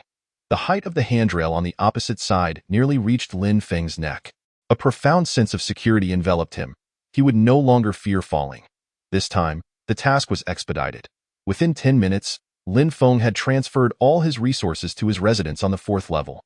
The little skeleton trailed behind him like a devoted shadow. Observing this little skeleton, Lin Feng found himself devoid of any feelings of aversion or fear. He had begun to accept and grow accustomed to her presence. With the little skeleton by his side, they could look out for one another. Most importantly, this little skeleton provided Lin Feng with the invaluable sense of security he so desperately lacked. While fishing, Lin Feng's heart was fraught with anxiety. Every 2 to 3 minutes, he felt compelled to glance back, even though the darkness behind him revealed nothing. Yet, he could not help but look. Ever since he learned that those terrifying entities could ascend the lighthouse at any moment, Lin Feng found no peace. Even with the door shut, his mind would race with unsettling thoughts. He would speculate whether those nightmarish creatures might possess some arcane abilities to silently breach the door and slip inside. Such worries were not unfounded. Lin Feng had encountered accounts on the channel recounting bizarre incidents. One individual claimed to have spent an abyss coin to repair his door and, after fishing for a while, turned around only to discover the door had been broken, all while he had heard not a single suspicious sound throughout. He even expressed his disbelief at still being alive. Many dismissed his story as mere fabrications for amusement, with a chorus of mockery and derision directed at him, and few believed his claims. Yet, it was not entirely unjust to criticize those who did not heed his warning. There were indeed many who derived pleasure from frightening others, and such individuals had become the bane of the channel. Many struggled to comprehend the self-serving nature of such actions, leading to a murky atmosphere where truth and falsehood were indistinguishable. Moreover, the logic behind this incident was perplexing. After all, how could one survive if the door was broken? The horrifying entities that crawled from the abyss were drawn to humans. It was inconceivable that they would merely attack the door without taking lives. Most believed that monsters must first breach the door, producing noise that would alert people in advance. The vast majority agreed that this was simply the game's rules. It could be said that people only believed what they wished to believe. If doors could be destroyed silently, it would spell disaster for all. This would mean that no one could fish in peace, could not lie down to rest, and could not afford to be distracted, but would have to remain vigilant at all times, monitoring the door, and not just the door. There were windows to consider as well as for Lin Feng himself. He leaned towards believing in the worst-case scenario. Chapter 12. Return to the lighthouse once again in familiar surroundings. With the same window in sight, Lin Feng cast his line into the water, resuming his far from leisurely fishing routine. Doran, keep an eye out for me. Strange sounds have been troubling me. Even without Lin Feng saying this, Doran understood what to do. After all, the lighthouse spirit was meant for such tasks. Nevertheless, it felt reassuring to vocalize it, as having a companion made all the difference. The unsettling solitude and fear dissipated significantly. The first catch proved fortuitous, reeling in a coin. However, before Lin Feng could grasp it, the coin vanished. Simultaneously, new content appeared in the log. 1 abyss coin has been added to your account. This was indeed abyss coins. Lin Feng's balance rose to 4 coins. Fishing could yield money. This is an auspicious start that bolsters Lin Feng's confidence. Today, he is certain to catch something substantial. To be frank, the lighthouse is exceedingly dull. Confined to this small space, there is nowhere to go.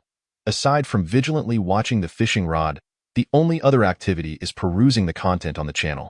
Initially, the individual who sought the candle returned to purchase it once more, this time equipped with 5 abyss coins. Without hesitation, Lin Feng completed the transaction, increasing his balance to 9 coins. At that moment, he felt a wave of relief, grateful that he had not encountered that peculiar deity, and thankful that he need not utilize the candle eye in truth. Had it not been for the candle's interference with his mental recovery, Lin Feng would not have been so eager to part with its for the buyer. He must have other means to restore his mental state besides resting, but that was of no concern to Lin Feng. Subsequently, Lin Feng inadvertently struck up a conversation with an acquaintance, the very person who had previously been mocked for his desire to confront a monster. The exchange commenced when the individual inquired if Lin Feng had any rope or hay available for trade.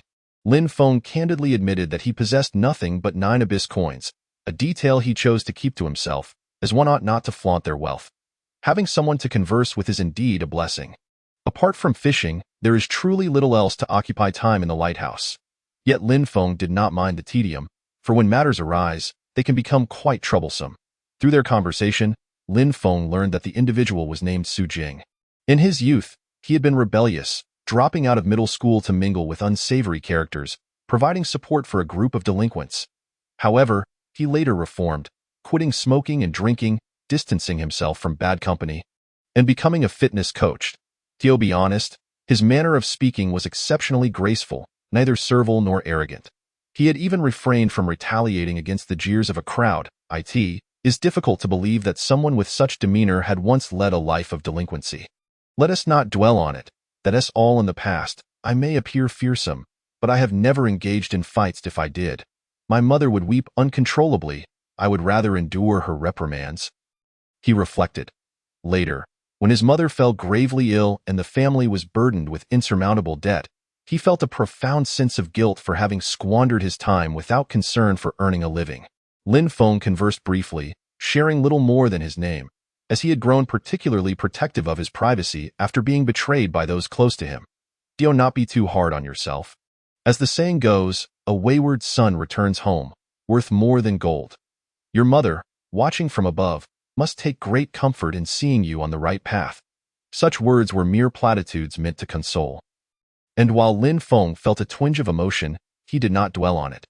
Hearing Su Jing's story, he even felt a hint of aversion, for as a diligent student, Lin Feng had faced bullying from youth influenced by society.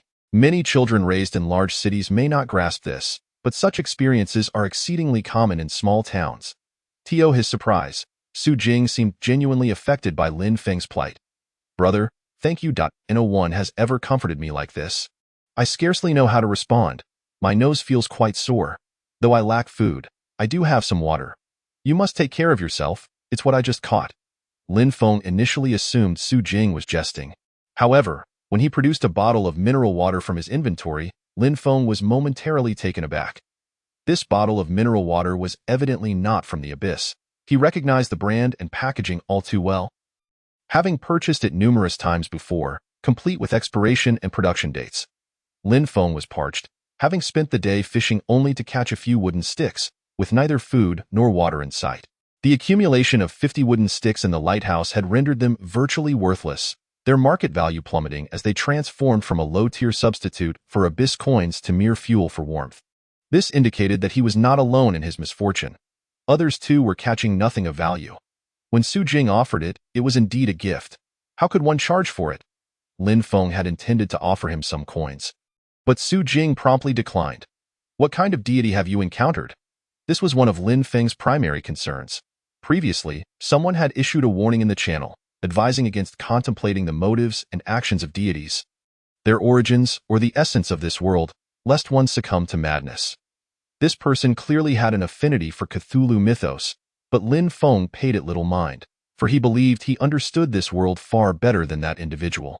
Everyone interprets the world through their unique lens. I encountered a most bizarre shadow that urged me to forsake my humanity, abandon the lighthouse, and immerse myself in the abyss, promising me greater power to hunt others. However, Lin Feng did not perceive it as a deity and had no intention of complying. He cursed it and departed. Upon reading these messages, Lin Feng furrowed his brow. "Does your panel display the new content, deity? Moreover, did it retaliate after you rejected it?"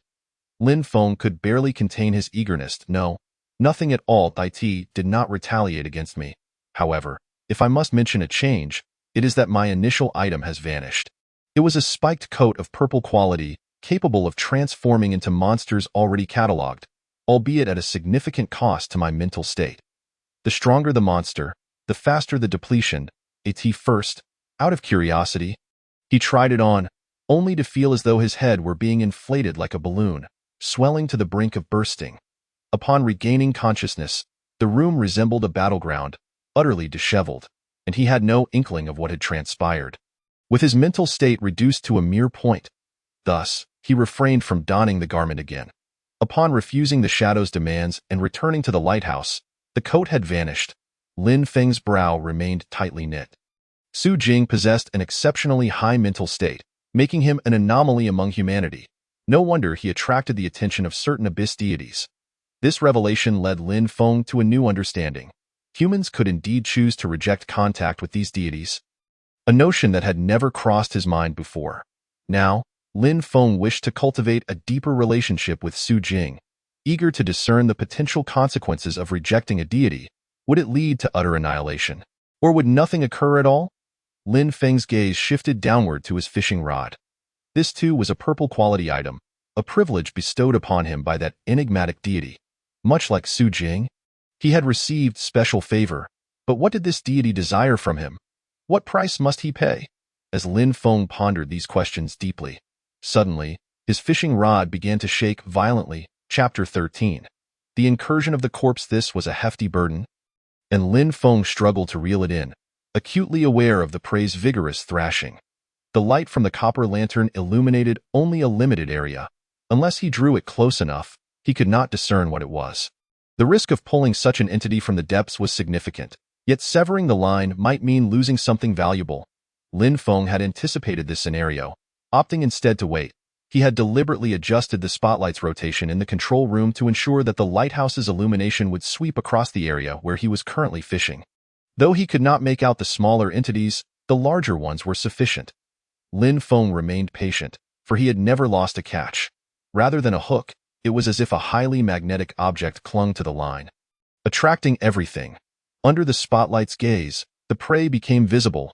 A terrifyingly familiar shadow loomed before Lin Feng. As he suspected, it was not a good omen. What a grotesque corpse! How unfortunate that it had returned. Lin Feng had long been prepared for such an occurrence. Without a moment's hesitation, he swiftly severed the fishing line. The moment the burden lifted from his hands, he immediately reeled in the rod. It was indeed ill-fated to catch such an entity. Fortunately, the durability of this rod was infinite. Catching a corpse would not cause it to wear down, or else he would incur significant losses. At this moment, Lin Feng dared not let his guard down. This was no ordinary corpse. It was a moving body. He distinctly felt it thrashing just moments ago. True to his instincts, when the lighthouse's light passed over the area again, Lin Feng was astonished to see a peculiar corpse clinging to the lighthouse wall like a gecko, slowly ascending. "Dolan, may I borrow your sword?" Lin Feng scanned his surroundings, his gaze landing on the long sword in the small skeleton's grasp, the best weapon available at that moment. Noticing that the small skeleton did not react, Lin Feng cautiously reached out to touch the sword, applying a slight tug. Yet the small skeleton would not relinquish its grip, as if the sword were fused to its hand. "Well, little Dolan is surprisingly strong. I had thought a skeletal form without muscle would lack force." Though he did not achieve his goal, he felt a sense of joy. At least Dolan was not a fragile pile of bones. However, when the lighthouse's light illuminated the area once more, the corpse that had been clinging to the wall had vanished. Lin Feng's brow furrowed deeply, beads of sweat forming on his forehead. Since that corpse sought to climb, it surely would not voluntarily retreat to the abyss. It intended to come inside and find him. Indeed, it must have entered through the window. Lin Feng had suspected this when he first descended to the second floor and noticed the window ajar, and now his theory was confirmed. If these eerie and terrifying creatures could adhere to walls like geckos, it posed a significant problem. In such a case, the most perilous location was not the door, but rather the window through which he was currently fishing. The glass window and wooden door offered entirely different levels of protection. The latter can at least withstand an onslaught, while the former shatters with a single blow. Perhaps I will eventually find props to reinforce the windows and doors, akin to this sturdy new staircase outside. At that moment, Dolan, who had been standing beside Lin Feng in a stupor since the beginning, suddenly drew her long sword, adopting an aggressive stance that startled Lin Feng. Yet, in the next instant, she turned and strode toward the front door. This further corroborated Lin Feng's suspicion that the corpse must have entered through the second-floor window. Dolan sensed the presence of an intruder within the lighthouse. "Dolan, do not act alone," Lin Feng hastily called out, attempting to halt her. There existed a peculiar pact between them. If anything were to befall her, he would inevitably meet the same fate. However, Dolan showed no inclination to heed Lin Feng's words, resolutely forging ahead with an urgent pace. As if determined not to relent until the intruder was vanquished, "Dolan, stop! Stay by my side." Lin Feng hurriedly pursued her, striving to prevent her reckless advance.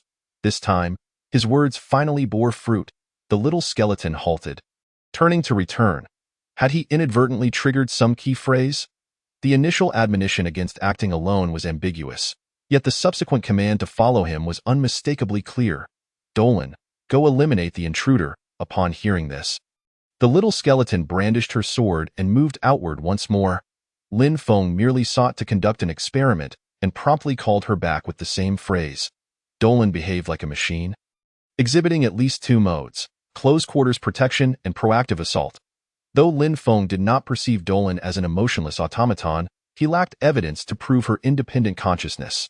Regarding how to confront this intruder, Lin Feng's strategy was unremarkable. He would first probe the foe and then adapt as necessary. Although a dagger would inflict greater damage and slow the enemy, its range was regrettably limited. The primary tenet of combat was to ensure safety first, avoiding close encounters with monsters. If distance could be established, it must be maintained. This time, Lin Feng was mentally prepared, fully aware that this enemy would prove far more formidable than the previous drowned corpse. The latter was indeed terrifying and had made a grand entrance, but it succumbed immediately to attacks, owing to its unique mechanics. It was merely a tool of fear employed by the abyss. This, however, was entirely different. Lin Feng and Dolan stood on the fourth step, anxiously awaiting the appearance of the unwelcome guest. Before long, a slight disturbance echoed through the darkness. That grotesque entity, swaying as it moved, finally materialized. The dim glow of the copper lantern revealed a body with its abdomen completely hollowed out, a mere spine connecting the lower half. On its skeletal head rested a pirate hat, one leg clad in a tattered boot, while the other was festooned with parasitic shells. Its arms, however, were grotesquely muscular. Thus, this was not the swollen corpse Lin Feng had initially envisioned, but rather one with inherently robust limbs. The creature's gait appeared chaotic, yet the sounds it emitted were alarmingly faint. One would hardly notice without keen attention. Were it not for Lin Feng's serendipitous encounter, he would remain oblivious to its entry into his lighthouse. If it had charged directly at the door, that would have been fortunate. What if it possessed intelligence, lurking in the control room to ambush him, or breaking in while he slept, caught unawares? Each scenario presented its own peril. Dolan, prepare yourself. Wait for my signal before you engage. Without regard for whether the little skeleton comprehended him, Lin Feng gripped his wooden club, assuming an offensive posture.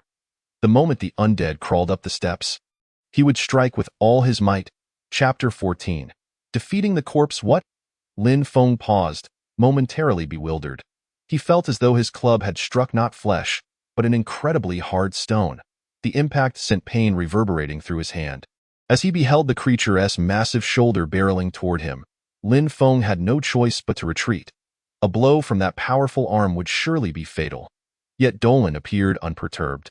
In a flash, she unsheathed her long sword and with remarkable speed, dashed to the creature's side. She then swiftly aimed a strike at its head. The first blow was deflected by its arm with a resounding clang, momentarily halting Dolan, who seemed to stagger from the recoil. The second strike, however, landed squarely on the creature's neck, sending a shower of bone fragments cascading, splattering Lin Feng. Although the damage appeared minimal, it failed to sever the head. Strangely, Dolan's third strike cleanly severed the creature's right arm. The dismembered limb sailed over the railing, plummeting into the abyss.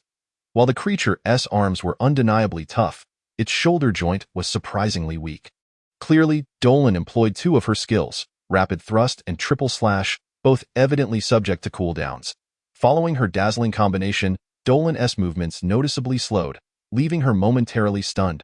The creature's left arm was already poised to strike Dolan. Lin Feng could not afford to hesitate any longer. Gripping his dagger, he charged forward.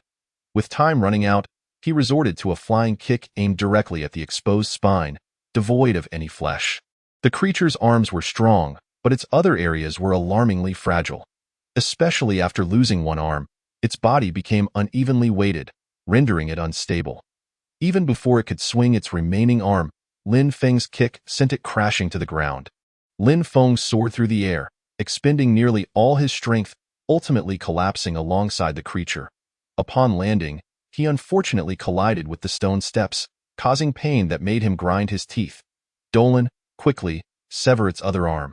Dolan, understanding the urgency, though slowed significantly, pressed on despite the creature's now cumbersome and swollen limb hindering its recovery. However, without her skills, Dolan's damage was markedly diminished, and she struggled to sever the undead's arm. After several strikes, the limb was finally cleaved off, leaving the creature standing only on its skeletal legs. It writhed on the ground like a maggot, having conceded defeat the moment it fell. After a series of relentless slashes from Dolan, the creature finally lay still. Lin Feng exhaled a long sigh of relief. This encounter had been perilous. Without Dolan, facing such a monster would have been far more daunting.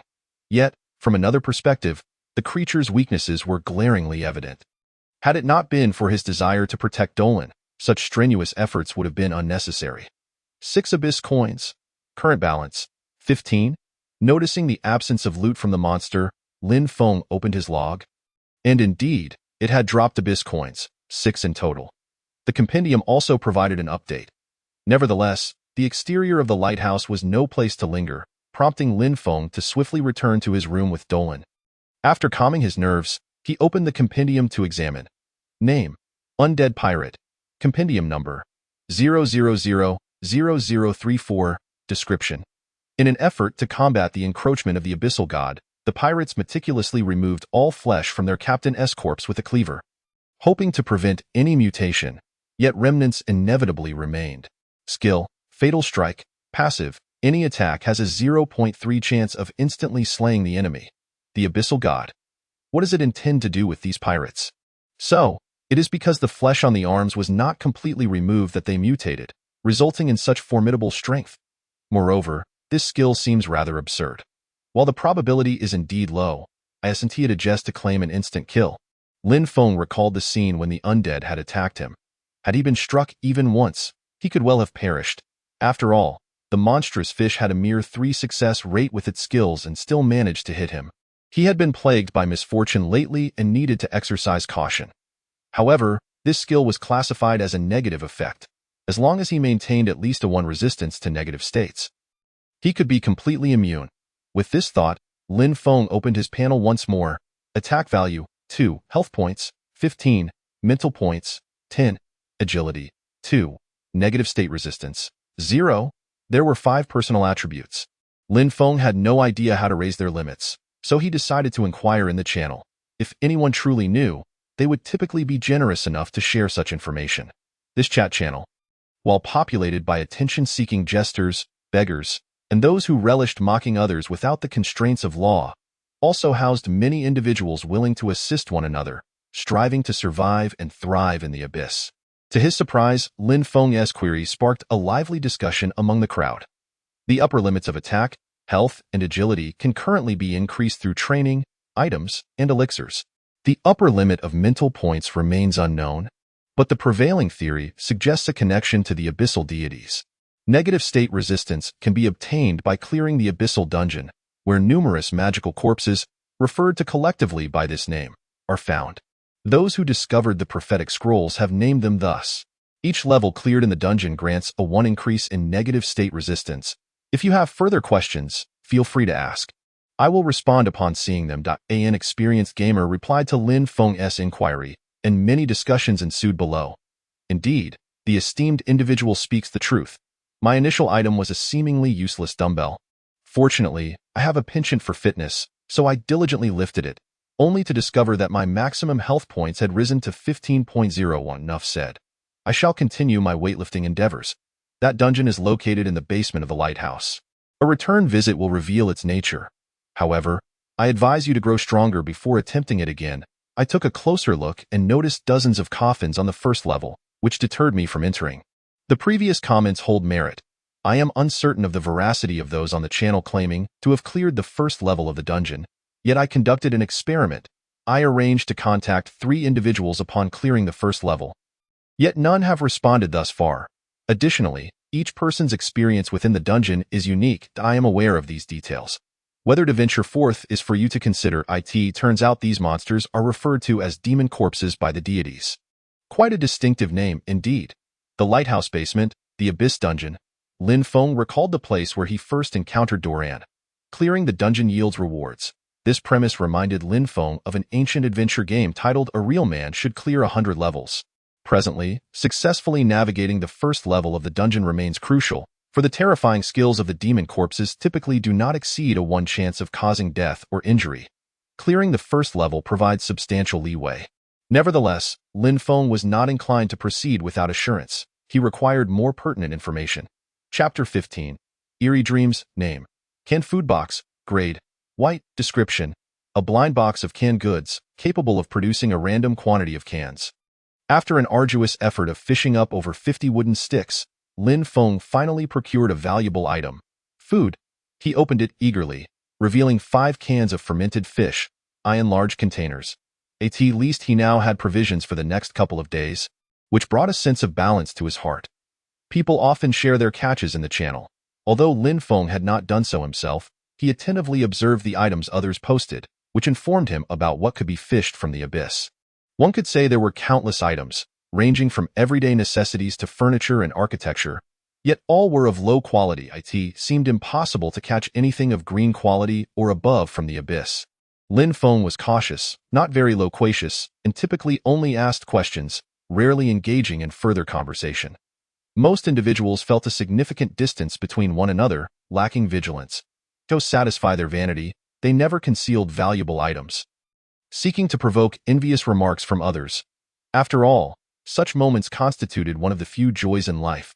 At this moment, Lin Feng placed an entire fish head into his mouth, relishing its crisp and sweet flavor.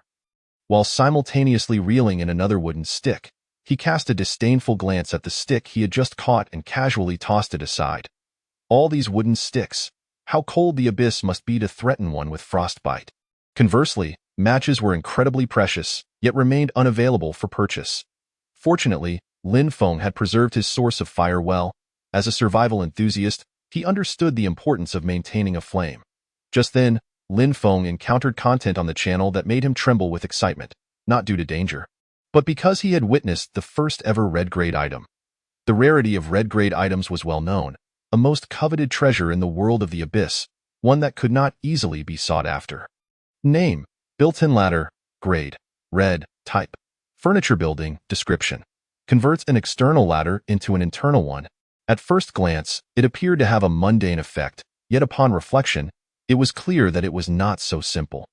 The Tower Guardian's journal had stated that the most perilous locations were often not indoors, but rather in the gaps between the various floors of the lighthouse.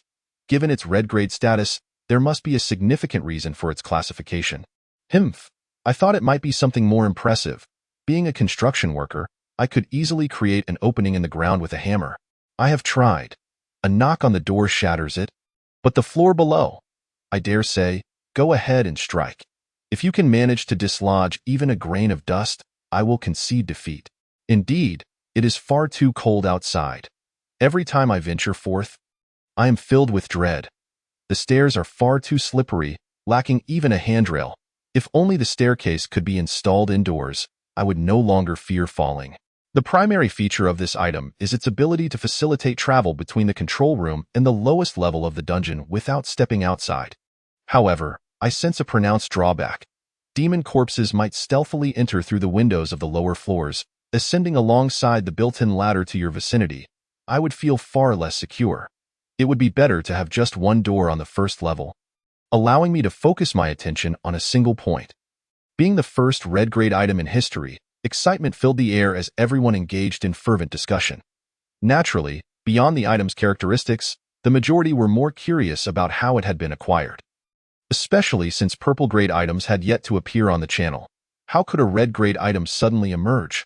However, once the individual had boasted, they fell silent, seemingly content to let others merely gaze upon it. Lin Feng harbored his own thoughts regarding this. Acquiring a high-level item in such circumstances was nearly impossible. Thus, it was highly probable that it had been obtained from the deities of the abyss. Growing somewhat weary of fishing, Lin Feng began performing push-ups on the ground. Exercising was also a means of enhancing attributes, albeit with minimal equipment, rendering the effort rather inefficient.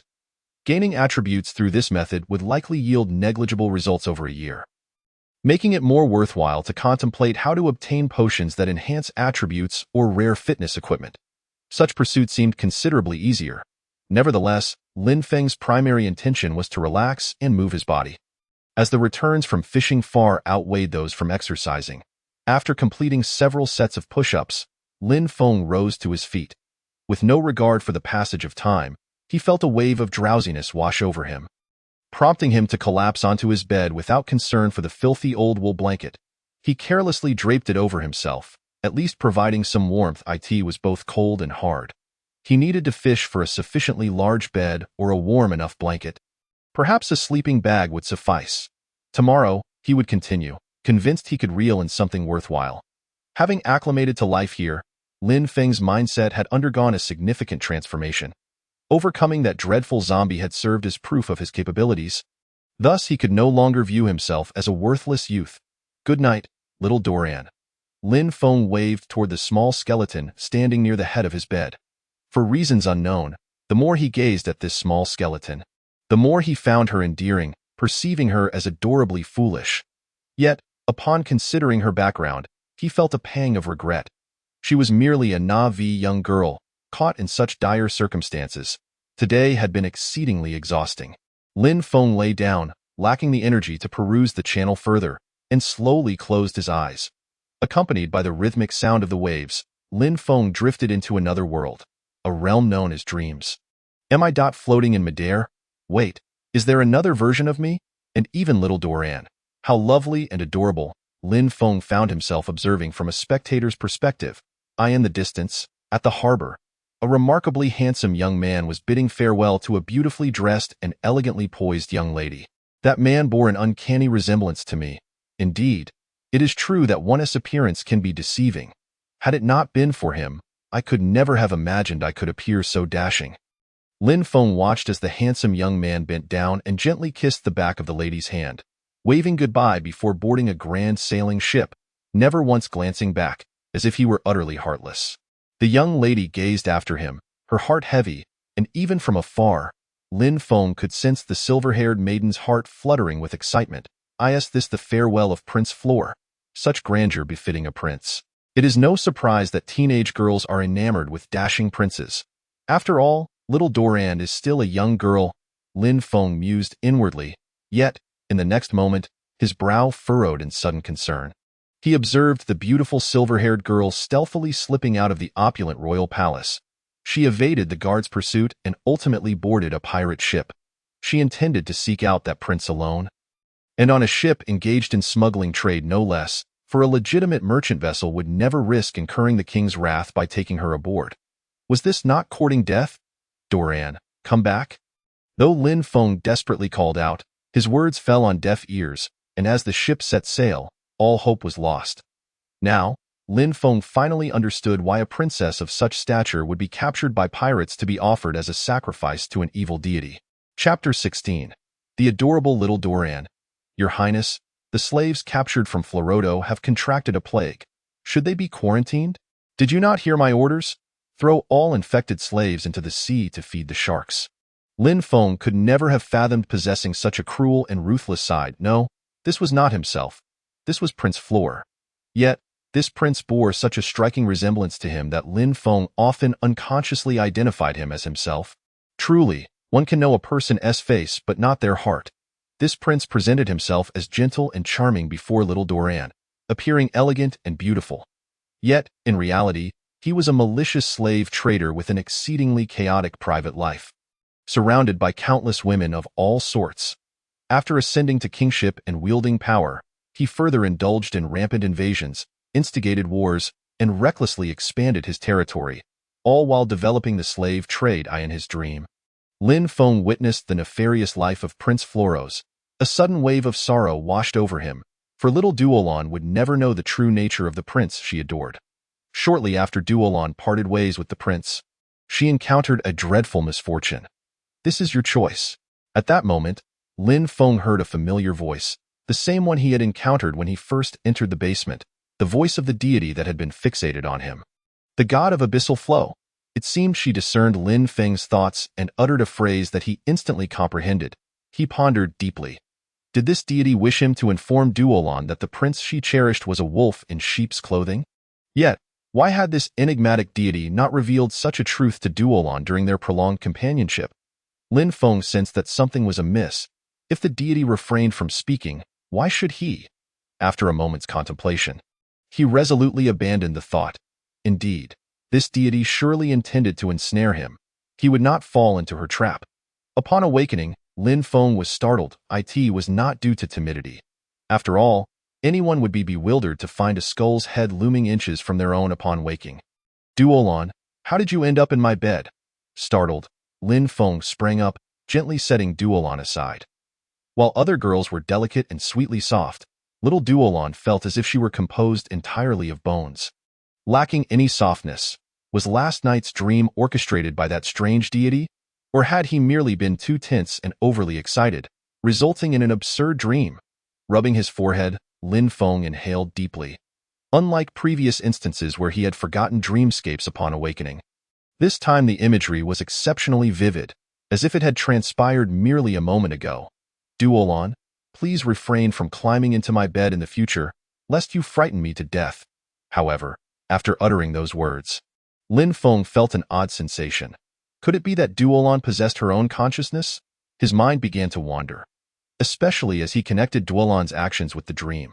Was there a possibility that little Duolon, upon recognizing the resemblance between him and the prince, experienced a fluttering heart and thus sought to invade his space? At this thought, Lin Feng's cheeks flushed. Yet, he quickly deemed such notions as foolish. No wonder it was said that adolescent boys were prone to daydreaming. Although he felt he had outgrown his teenage years, he was not quite at the age of a mature man. Was he? Gazing at the diminutive skull before him, Lin Feng chuckled at his own absurdity. Seems I've indulged a bit too much in canned fish, Duolon, if you truly can comprehend my words. Please give a little turn or nod to let me know. Lin Feng continued to observe Duolon's state, yet the little skull remained as unresponsive as before. Stay by my side and protect me. As soon as Lin Feng uttered those words, the little skull wobbled over and came to a halt beside him, appearing as if in a daze. She could understand that phrase. Subsequently, Lin Feng lay flat on the ground. I've fallen. I need Duolon's embrace to rise. With half-closed eyes, Lin Feng stealthily observed the little skull's response, but after a long while, she still showed no reaction. Well, regardless of whether she possesses consciousness or not. Even if she is merely a robot, little Duolon remains my friend. Lin Feng stood up, stretched his body, and warmed up a bit. Approaching the window, he surveyed the sea conditions. One of the best pieces of news upon waking. There were no wretched corpses clinging to the walls of his lighthouse. After confirming that there were no unusual occurrences, he cast his line into the water, commencing his fishing for the day, though luck remained as it always had. Lin Feng came to a stark realization. This ordinary fishing rod could not possibly yield anything of value. It wasn't that there were no fish, rather, his rod was inadequate. To catch something worthwhile, he needed a special rod. The pressing question was where to acquire one.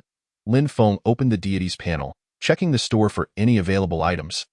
Ensuring he hadn't overlooked any valuable goods, to his surprise, he discovered new content added. The deity had issued several tasks. Confront the abyss.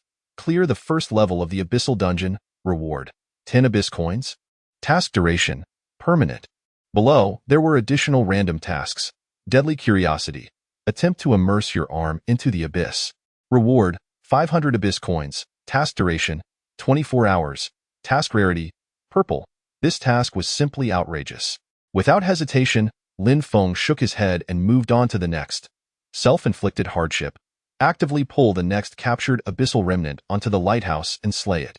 Reward: 1 point to mental capacity limit. Task duration: 24 hours. Task rarity: blue.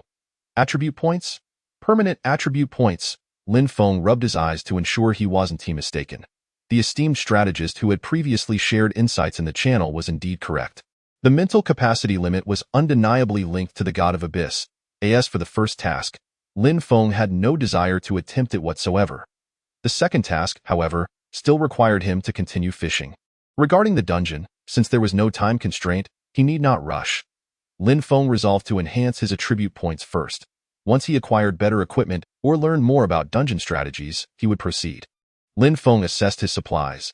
He now possessed 600 units of wooden sticks, conveniently organized into 6 piles of 100 each. What remained were a few cans of fish and half a bottle of water. Sustenance and heating supplies. These were the essentials. Additionally, there were some basic materials. Fishing line, 40 units. Inferior iron, 1 unit. Iron wire, 2 units. Bricks, 9 units. Fibers, 10 units. Lin Feng chose not to sell these items, as he was no longer in need of abyss coins, opting instead to stockpile them. Chapter 17. The threat within the coffin engaging with the deity brought evident benefits. However, Lin Feng instinctively felt a degree of resistance. Convinced that nothing comes without a price, if possible, he aimed to distance himself from the deity. Yet, Lin Feng was not overly optimistic about this. The current arrangement was acceptable. The issuance of tasks and the opening of the store were indeed beneficial to him. As for little Duolon, It was difficult to categorize her influence as wholly negative or positive. Though he had developed a significant vulnerability, the advantages Duolon afforded him were manifold. Most importantly, Lin Feng had grown accustomed to having a companion. If he were to return to a solitary existence, he feared he would descend into madness. Had he unwittingly fallen into the trap of the god of abyss?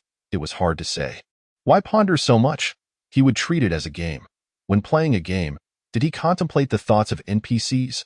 Moreover, even if he couldn't help but reflect, he could always do so after satisfying his hunger. Lin Feng forcefully tore open a can, and with a satisfying pop, the aroma of oil filled his nostrils, prompting him to indulge heartily. Though the reward was a single attribute point, he certainly would not risk everything for such a trifling gain. As he begrudgingly discarded the wooden stick he had just caught, he reminded himself to be prepared to abandon any task at a moment's notice. He must not allow greed to lead him into dire straits. Yet, was there truly a difference between pulling something up and not? After all, when he had previously caught a corpse, even after severing the fishing line, it had still crawled up from the abyss. However, upon further reflection, allowing these abyssal remnants to ascend was preferable to dragging them directly into his room for a confrontation. At least this way, he could prepare in advance. Just as he was contemplating this, a gust of wind swept through. After taking a few bites, a briny chill surged through the lighthouse window, sending a shiver down Lin Feng's spine. In an instant, the atmosphere grew desolate and despairing. Lin Feng was suddenly reminded of the past, feeling a wave of melancholy wash over him. He felt isolated, accompanied only by his own loneliness, with the path ahead shrouded in uncertainty. Memories of departed loved ones surfaced, causing Lin Feng to tremble. The world lost all meaning to him. What, then, was the purpose of my existence? An overwhelming sadness enveloped him. His throat tightened, and his nose tinged with sorrow as a wave of grief surged through him. In that moment, the terrifying abyss seemed to offer a remedy for his suffering. Perhaps leaving quietly would be for the best. Lin Feng's body began to move forward slowly, as if beckoned by an unseen force. With each step he took, his heart found a measure of tranquility, while the unbearable pain within him diminished. Suddenly, a bony hand crossed in front of Lin Feng's chest. A powerful force yanked him back, causing him to fall to the ground, where he landed on an old injury from a previous stumble. The sudden pain jolted Lin Feng back to reality, and he looked up in disbelief at the window right before him. Filled with trepidation, he had almost succumbed to a moment of madness, but thankfully, little Duolon had pulled him back. How could he have entertained such thoughts of self-destruction? It felt as if a magnifying glass had amplified his sadness and despair to an unbearable degree, leading him to the brink of utter hopelessness. Wait, what was that? As Lin Feng rose from his slumber, he was abruptly startled by the sight before him. A peculiar coffin ominously materialized in his line of vision. Even more unsettling was the fact that fishing line was entangled around the coffin's body, circling it in endless loops. Judging solely by the scene before him, it was undeniable that this coffin had been drawn in by his own hand. Yet, Lin Feng swore to the heavens that he had never encountered it before. Setting aside the absence of any memory of having caught it, the sheer size of the object made it implausible that he could have drawn it up by mere strength alone. He pinched his shoulder tightly, feeling an unusual soreness, his arms devoid of any strength. It was inconceivable that such discomfort arose without reason. Clearly, he must have engaged in some vigorous activity. Could it truly be that he had pulled it up himself? But just moments ago, he had been consuming food. Perhaps Duolon knew what had transpired, yet she was unable to articulate it, rendering any inquiry futile. Regardless, trouble had arrived as expected. The notion of leading a tranquil life atop the lighthouse was simply unattainable. Lin Feng scrutinized the coffin meticulously, attempting to unveil its secrets. The edges of the coffin were jagged, with wood shavings and fragments scattered nearby. Through the gaps of the coffin, he discerned faint traces of a sinister red-black liquid seeping forth. The bottom of the coffin was encrusted with dark green moss and some unidentified black fungi. This was decidedly amiss. Lin Feng stepped back, distancing himself from the coffin, and rubbed his eyes vigorously. Was he once again succumbing to hallucinations? Upon re-examining the scene, the eerie coffin remained still, yet now more of the dark red liquid oozed forth. The viscous liquid dripped onto the ground, pooling into a mass. The bizarre circumstances that had unfolded earlier were likely linked to this coffin. Lin Feng had no desire to open it and wished to cast it away instead, to approach or to refrain. This dilemma lingered in Lin Feng's mind. He opted to observe Duolan's demeanor. She stood there, still in a daze, swaying slightly, indicating that she did not perceive the coffin as a threat. Lin Feng opened the interface to review the relevant information. Do you feel an overwhelming sense of dread? Mental value -1. Unexpectedly, he was met with adverse news from the log. Lin Feng had not feared the terrifying undead, yet the uncanny coffin stirred an unsettling anxiety within him. After all, he was well aware of the actions an undead could take and possessed the capacity to confront them. However, he was entirely ignorant of the coffin's purpose. Fortunately, he still had a compendium to consult. Name: Coffin of the Cursed Corpse. Type: Item: Rarity. Green. Description: Legend has it that a gravely ill king, desiring to resurrect after death and reign once more, opened an ancient tomb, lying within the enchanted coffin, becoming the first sacrifice. Note: Forbidden for the living to use. The interface revealed that this was indeed an item, and a green quality one at that. Nonetheless, Lin Feng felt that the owner of this item was not himself, for it was evident that someone resided within. The viscous red-black liquid continued to flow incessantly. The owner of the coffin was currently lying inside. Lin Feng casually tossed a wooden stick towards it, the sharp sound echoing throughout the room as the stick was deflected aside by the coffin. Just as Lin Feng believed nothing further would transpire, the coffin suddenly began to tremble violently. Duolan, previously in a stupor, swiftly drew her long blade, assuming a defensive stance. Clearly, the situation had escalated to an alarming degree. According to the interface's contents, there must be a being inside, though it could no longer be referred to as human. The emergence of some form of transformation was highly likely, possibly a zombification. In light of this, there was no need to contemplate anything else. Lin Feng had to prepare for yet another confrontation. He was eager to witness the nature of the creature that had instilled such despair and unease within him. Chapter 18. The eerie shadow of the coffin continued to shake with increasing intensity. Yet the entity within struggled to push open the lid. Lin Feng's expression grew increasingly tense. What could it possibly be? Could it be another fearsome undead? Utilizing the faint light from his lantern, Lin Feng noticed that the red-black liquid seeping from the coffin was accumulating. The air was thick with a pungent metallic scent. Suddenly, the lid sprang open, and a shadowy figure leaped into the air. Heading straight for Duolan, Lin Feng's complexion paled. This was dire. He had prepared to evade, yet the creature was not targeting him. Why was it aiming for Duolan? With no time for contemplation, Lin Feng swiftly reacted, gripping his dagger and lunging forward. The sensation of soft flesh met his hand, and as the dark figure howled in pain, it retreated and leaped out of the window. Lin Feng hurriedly pursued to investigate but found no trace of it. He quickly checked the interface, which displayed no new information or entries regarding the monster. It seemed that unless he could clearly see it, he would be unable to record any information. This was Lin Feng's greatest fear. The monster should not voluntarily leave his lighthouse. If it chose to conceal itself and wait for an opportunity to ambush him, it would pose a significant threat.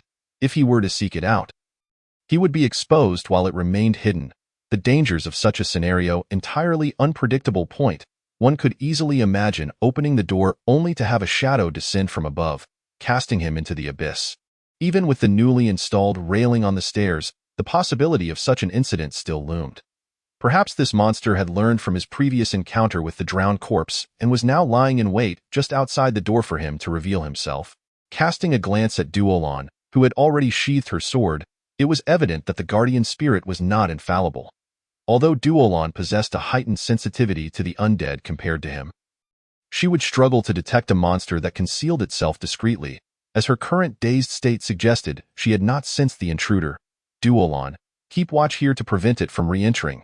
I need to step outside and assess the situation. Lin Feng steeled himself, approaching the door and gently opening it. The damp, cold sea breeze rushed into the room, stinging his cheeks painfully. Even in discomfort, he could not afford to relent. He tossed a wooden stick outside as a precautionary measure. But there was no response. Just as Lin Feng contemplated whether to venture out, a sudden cacophony erupted behind him. Having spent prolonged periods in darkness, Lin Feng's auditory senses were exceptionally acute. This sound was undoubtedly not produced by Duolon. The unique sound of her skeletal movements was unmistakable. Realizing this, Lin Feng's heart raced. He had no time to close the door and dashed back, only to find Duolon striking at something in the darkness. Lin Feng was well acquainted with Duolon's combat skills, a classic thrust followed by a 3-hit combo, after which her skills would enter cooldown, leaving her momentarily dazed. Duolon could only unleash one fierce assault, but if she missed, the consequences could be dire. It was clear that such a scenario had unfolded this time, as the sound indicated that Duolon's strikes had all missed their target. The crisp clanging resonated as her sword struck the ground. As Lin Feng charged forward with his dagger, he witnessed a shadow vaulting over the window, disappearing in an instant. The creature that had emerged from the coffin had fled once more.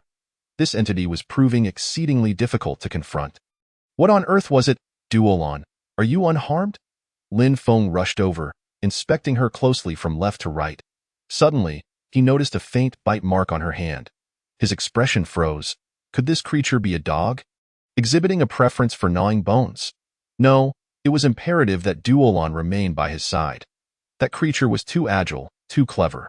Not only did it flee, but it also evaded attacks. Its behavior was entirely unlike that of other undead he had encountered, which had solely focused on assaulting him. This adversary was far beyond what Duolon could handle alone. All signs indicated that this foe was exceptionally formidable. Thus, Lin Feng resolved not to take the initiative. In addition to fearing a surprise attack, the fact that this undead could climb walls made capturing it impossible. Even if it did not hide and simply perched on the wall, what could he do? He lacked ranged capabilities. However, the primary target of the undead should be humans, should it not? This marked its second attack on Duolon, and the timing was impeccable, striking while Lin Feng was absent. Lin Feng's gaze fell upon Duolon. He would have to take a calculated risk. Duolon, stay here. He positioned Duolon by the window, ensuring she was at a safe distance from it. Meanwhile, Lin Feng took the lantern and stepped away. Once he had created enough distance, he set the lantern down, crouched low, and stealthily returned, concealing himself beside the window. Pressing his ear against the wall, he listened intently to the sounds outside. Suddenly, a faint noise reached Lin Feng's ears. It was the sound of something striking the wall. His heart surged with excitement. Success! He had lured it, but it was not yet time to strike. From the sound, it was evident that the undead had not yet scaled the window and was still climbing up. Clearly, it had seen the light moving away and was lying in wait to ambush. The next moment, Lin Feng noticed that Duolon had also moved, having detected the approaching intruder. The lantern had been placed too far away, and Lin Feng's vision was nearly nullified. He could only rely on sound to assess the situation. Whispers of movement echoed below. Lin Feng's ears perked up. It had finally arrived. With his dagger in hand, he struck out with precision, once again encountering that familiar texture. He had hit. This time, Lin Feng disregarded the potential for injury, as a singular thought consumed his mind. If this monster possessed any semblance of intelligence, it was undoubtedly on high alert. Therefore, it was imperative that he did not allow it to escape once more. Fortunately, the strength of this undead creature was not particularly formidable. Lin Feng swiftly pressed his body down upon it. Pinning it to the ground with determination, he thrust his dagger repeatedly. Simultaneously, Dolan, standing nearby, wielded her long sword with great speed, delivering swift, decisive blows. Lin Feng was not concerned about the possibility of Dolan accidentally harming him. After all, she was blind and did not require sight to engage in combat. Amidst their relentless assault, Lin Feng's attack suddenly struck the hard ground, producing a sharp, resonant sound. Upon vanquishing the undead, its body would dissipate. Signifying Lin Feng's successful conquest, a wave of relief washed over him. His already aching arm now throbbed painfully at the slightest movement. It seemed he would need to rest thoroughly. Chapter 19. The Eerie Truth. Name: Ancient Ghoul. Dexterity number: 0000036. Description: Ghouls typically feast on decaying flesh and bones, residing in eternal darkness within tombs. However, ancient ghouls have a peculiar penchant for fresh blood and meat. Due to their lackluster combat prowess, they often resort to inducing creatures to take their own lives to procure fresh sustenance. Despairing illusion provokes an intense suicidal urge in living beings. ineffective against entities with a mental value greater than 20. Upon viewing the information on the panel, Lin Feng's confusion was resolved. It was no wonder the ghoul had targeted Dolan. It merely sought to gnaw on bones. The creature's lack of effort in battle now made sense. It was genuinely weak, relying solely on the manipulation of others to procure corpses. This method of obtaining food was utterly unprecedented. The most unfortunate victim in this scenario was the king, who had believed he could resurrect and reclaim his kingdom after death, only to find his corpse served as a feast for the ghoul, a truly dramatic twist of fate. The ghoul had dropped a rather decent item. Name: fireplace blueprint. Type: furniture architecture. Rarity: white. Description: a cozy fireplace. Wood burns more efficiently, and the crackling sound of burning logs can ensure a restful sleep. This was a splendid find. Lin Feng had long desired a means to keep warm. However, when he retrieved the blueprint and adhered it to the wall as before, the anticipated scene did not unfold. He then opened the panel to investigate the issue. Crafting: 10 units of brick. To his surprise, bricks were required. He believed he had caught a few. After all, Lin Feng possessed an indestructible fishing rod, enabling him to fish continuously and amass numerous byproducts. Initially, he thought these items took up too much space and considered trading them for abyss coins, intending to purchase them again when necessary. However, he soon realized that the currency here differed from that outside. The commonality lay in the necessity of money to acquire goods, yet, in this realm, one could not simply purchase whatever they desired. As long as there were no significant side effects, Lin Feng would not sell. He approached the storage area to check his inventory. Bricks? 9 units. Unfortunately, he was precisely 1 brick short. Thus, the high cost of the blueprints in the deity shop was justified. They could be used directly without the need to gather materials. These bricks were quite cumbersome, and Lin Feng struggled to lift them, though it was peculiar that the effort required to catch them had been minimal. Perhaps this could explain one of Lin Feng's most perplexing questions. He might indeed possess the strength to haul the massive coffin. He realized he had been influenced by the skill of the ancient ghoul. The skill did not rely on a success probability. Any individual with a mental value below 20 would inevitably fall prey. Lin Feng's maximum mental value was a mere 10, reflecting on the bizarre events that had transpired. He felt he had overlooked some detail. There had to be a flaw in that sequence. Thus, Lin Feng began to meticulously recount the events, striving to overlook no minutiae. Suddenly, his body froze momentarily, and an expression of disbelief crossed his face. He realized precisely when he had hooked that coffin. An unsettling chill ran down his spine, for it was exceedingly peculiar. Indeed, it had occurred while he was consuming fish from a canned tea that moment. He had hooked a wooden stick, which he had disdainfully cast aside, irritated by the fact that he had been catching nothing but sticks. Therefore, that stick had actually been the coffin, as for Lin Feng's trepidation. Upon reflection, it became clear. Although it seemed he had effortlessly navigated the crisis and the ghoul was not particularly powerful, he understood that had Dolan not been present in the lighthouse, he would have leaped into the abyss the moment the ghoul appeared. And none of the subsequent events would have transpired. This incident underscored just how vital the tower's spirit truly was.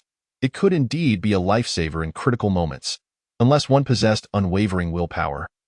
An exceptionally optimistic mindset, or a mental value exceeding 20, they would inevitably succumb to the ghoul's temptation and plunge into the abyss. Individuals like Lin Feng, who had experienced the tumultuous highs and lows of life, would undoubtedly find such temptation unbearable. Lin Feng checked his panel information. Attack value: 2. Health value: 15. Mental value: 11. Agility value: 2. Negative status resistance: 0. Excellent. Killing the ghoul constituted a completed task for Lin Feng, granting him an increase in his maximum mental value in any game. Attribute values are of paramount importance. Moreover, it appeared that gaining attribute points in this world was exceedingly challenging. The inflation of values was virtually non-existent. The only attribute that could be significantly widened was mental value. Lin Feng surmised that since quality could not create a substantial gap, he must leverage quantity to widen the disparity. This meant he needed to possess a sufficient number of tower spirits to safeguard his home, which would require robust economic support. There was a plethora of discussions regarding the hiring prices of tower spirits in the channel. Employment was calculated by the day. Once activated, a tower spirit would guard one's home for 24 hours. The cost was steep: Through others' comments, it became apparent that a tower spirit was essentially a card.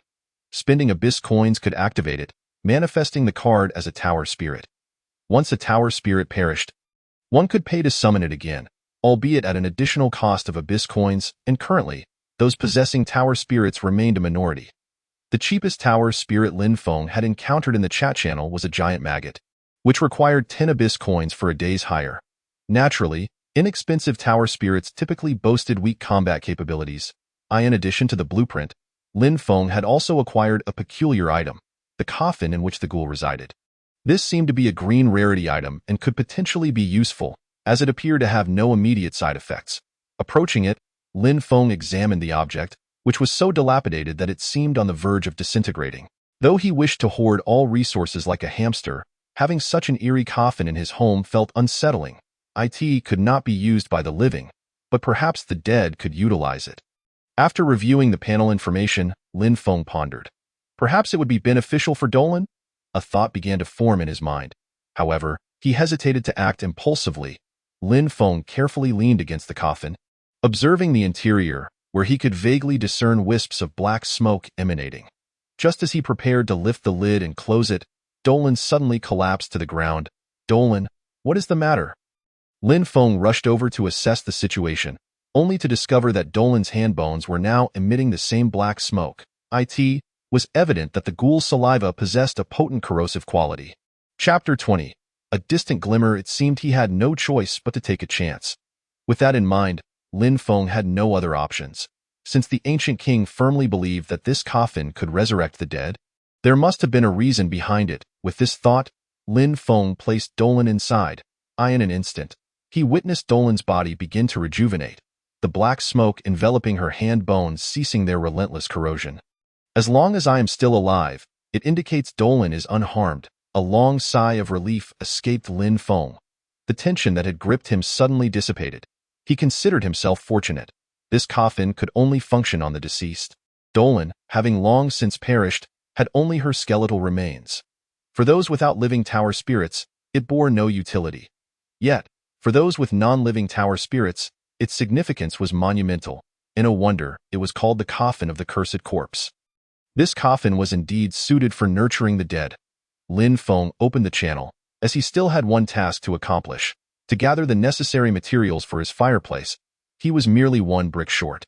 Eager to experience the warmth and the crackling sound of the burning wood in the fireplace, Lin Feng suddenly noticed someone selling an item. Small healing potion, white, tower spirit exclusive.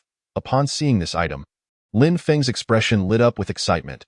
While it may hold little value for others, for him, this item was worth its weight in gold, and he was determined to acquire it. The seller had priced it at 5 abyss coins, and it appeared to have been on the market for several minutes. Most individuals lacked tower spirits, so who would pay such a high price? For others, 5 abyss coins were likely insignificant, but for Lin Feng, it was an invaluable opportunity. Skipping the haggling process to avoid unnecessary delays, Lin Feng promptly spent the 5 abyss coins to secure the potion. Basic items like bricks were relatively easy to procure. Contingent on the buyer's willingness to pay, Lin Feng reluctantly spent 1 abyss coin to purchase a unit of brick. He then proceeded to synthesize the fireplace. The fireplace before him was intriguing. Simply placing wood inside and closing the lid would ignite it automatically. The most peculiar aspect is that it lacks even a chimney. Moreover, it allows for instant adjustment of the switch, rendering it exceedingly convenient. Indeed, one cannot comprehend the phenomena of this world through the lens of real-world logic. Yet, this is quite favorable, as it spares Lin Feng a great deal of trouble. Casually adding a stick, the fireplace ignited instantly, casting a brilliant red glow upon his face, accompanied by an exhilarating wave of warmth. The sensation was truly delightful. Till last, Lin Feng could enjoy a restful sleep, for this wretched place was excessively damp and cold, and the fireplace provided significant comfort. By mentally counting, Lin Feng calculated the burning time of the stick, concluding that a single unit could blaze fiercely for approximately 10 minutes, remarkably durable. Achieving such an effect in the real world would be utterly impossible. How warm, with the fireplace, even fishing felt considerably more relaxed, enveloped by a comforting warmth. Suddenly, a slight rustle came from beside him. Lin Feng quickly retracted his fishing rod to inspect the situation. As he suspected, The coffin possessed regenerative properties, and Dolan's skeletal hand was already undergoing regeneration. Dolan lay within, the two inky black eye sockets of her skull seemingly fixated on him. It was a relief. Lin Feng had grown completely indifferent to Dolan. The former Lin Feng would never have imagined that one day he could touch someone's bones with such emotional calm. Life seemed to have returned to its proper course in an instant. For Lin Feng, the absence of intruders constituted the most blissful moments, and his own life was gradually improving. Yuan coin 20, Lin Feng could scarcely believe his eyes, judging by the feel of the lever. He initially thought it was yet another stick. To his astonishment, he had pulled up a full 20 yuan coins, clinking melodiously together in a delightful symphony. However, after a brief moment of excitement, Lin Feng deemed it rather ordinary. After all, compared to the ostentatious displays of luck from others, 20 yuan coins were not particularly impressive. Besides, he had been fishing for several days. Even in a card-drawing game, sheer frequency would eventually yield a prize. This fishing rod had granted him the ability to draw without loss. Today was full of surprises. First, he had narrowly escaped a significant crisis. With the fireplace and a coffin to aid Dolan's recovery, he had now fished up more yuan coins than his account balance. Yuan coin balance, 38, not bad. This amount was sufficient to purchase many items. Lin Feng had previously thought that those who fished up valuable items possessed insider knowledge, perhaps related to the abyssal deities they encountered or the superior fishing rods they wielded. However, after his own stroke of luck, Lin Feng began to believe the contents of the Tower Guardian's journal. It felt akin to playing the lottery. When one had never won, it seemed like a scam, but once one did win a grand prize, it only took once to be captivated for a lifetime. Suddenly, Lin Feng found a newfound interest in the monotonous task of fishing. Having never fished before, he finally understood why anglers were so addicted to this pursuit. Even if most of the time yielded nothing or just small fish and shrimp, once one caught something substantial, the joy could last for ages. Yet, just as Lin Feng cast his line again, something in the distance made his brow furrow. A faint light shimmered in the distance. This was exceedingly strange in the abyss, as Lin Feng had seen nothing luminous aside from the lighthouse. Judging by the distance, the light was still far away, yet Lin Feng could not ascertain whether it was merely passing by or seeking him. Upon noticing this, Lin Feng lost all desire to continue fishing, uncertain if this heralded a new crisis. Resolved, he promptly closed the window, choosing to observe the unfolding events.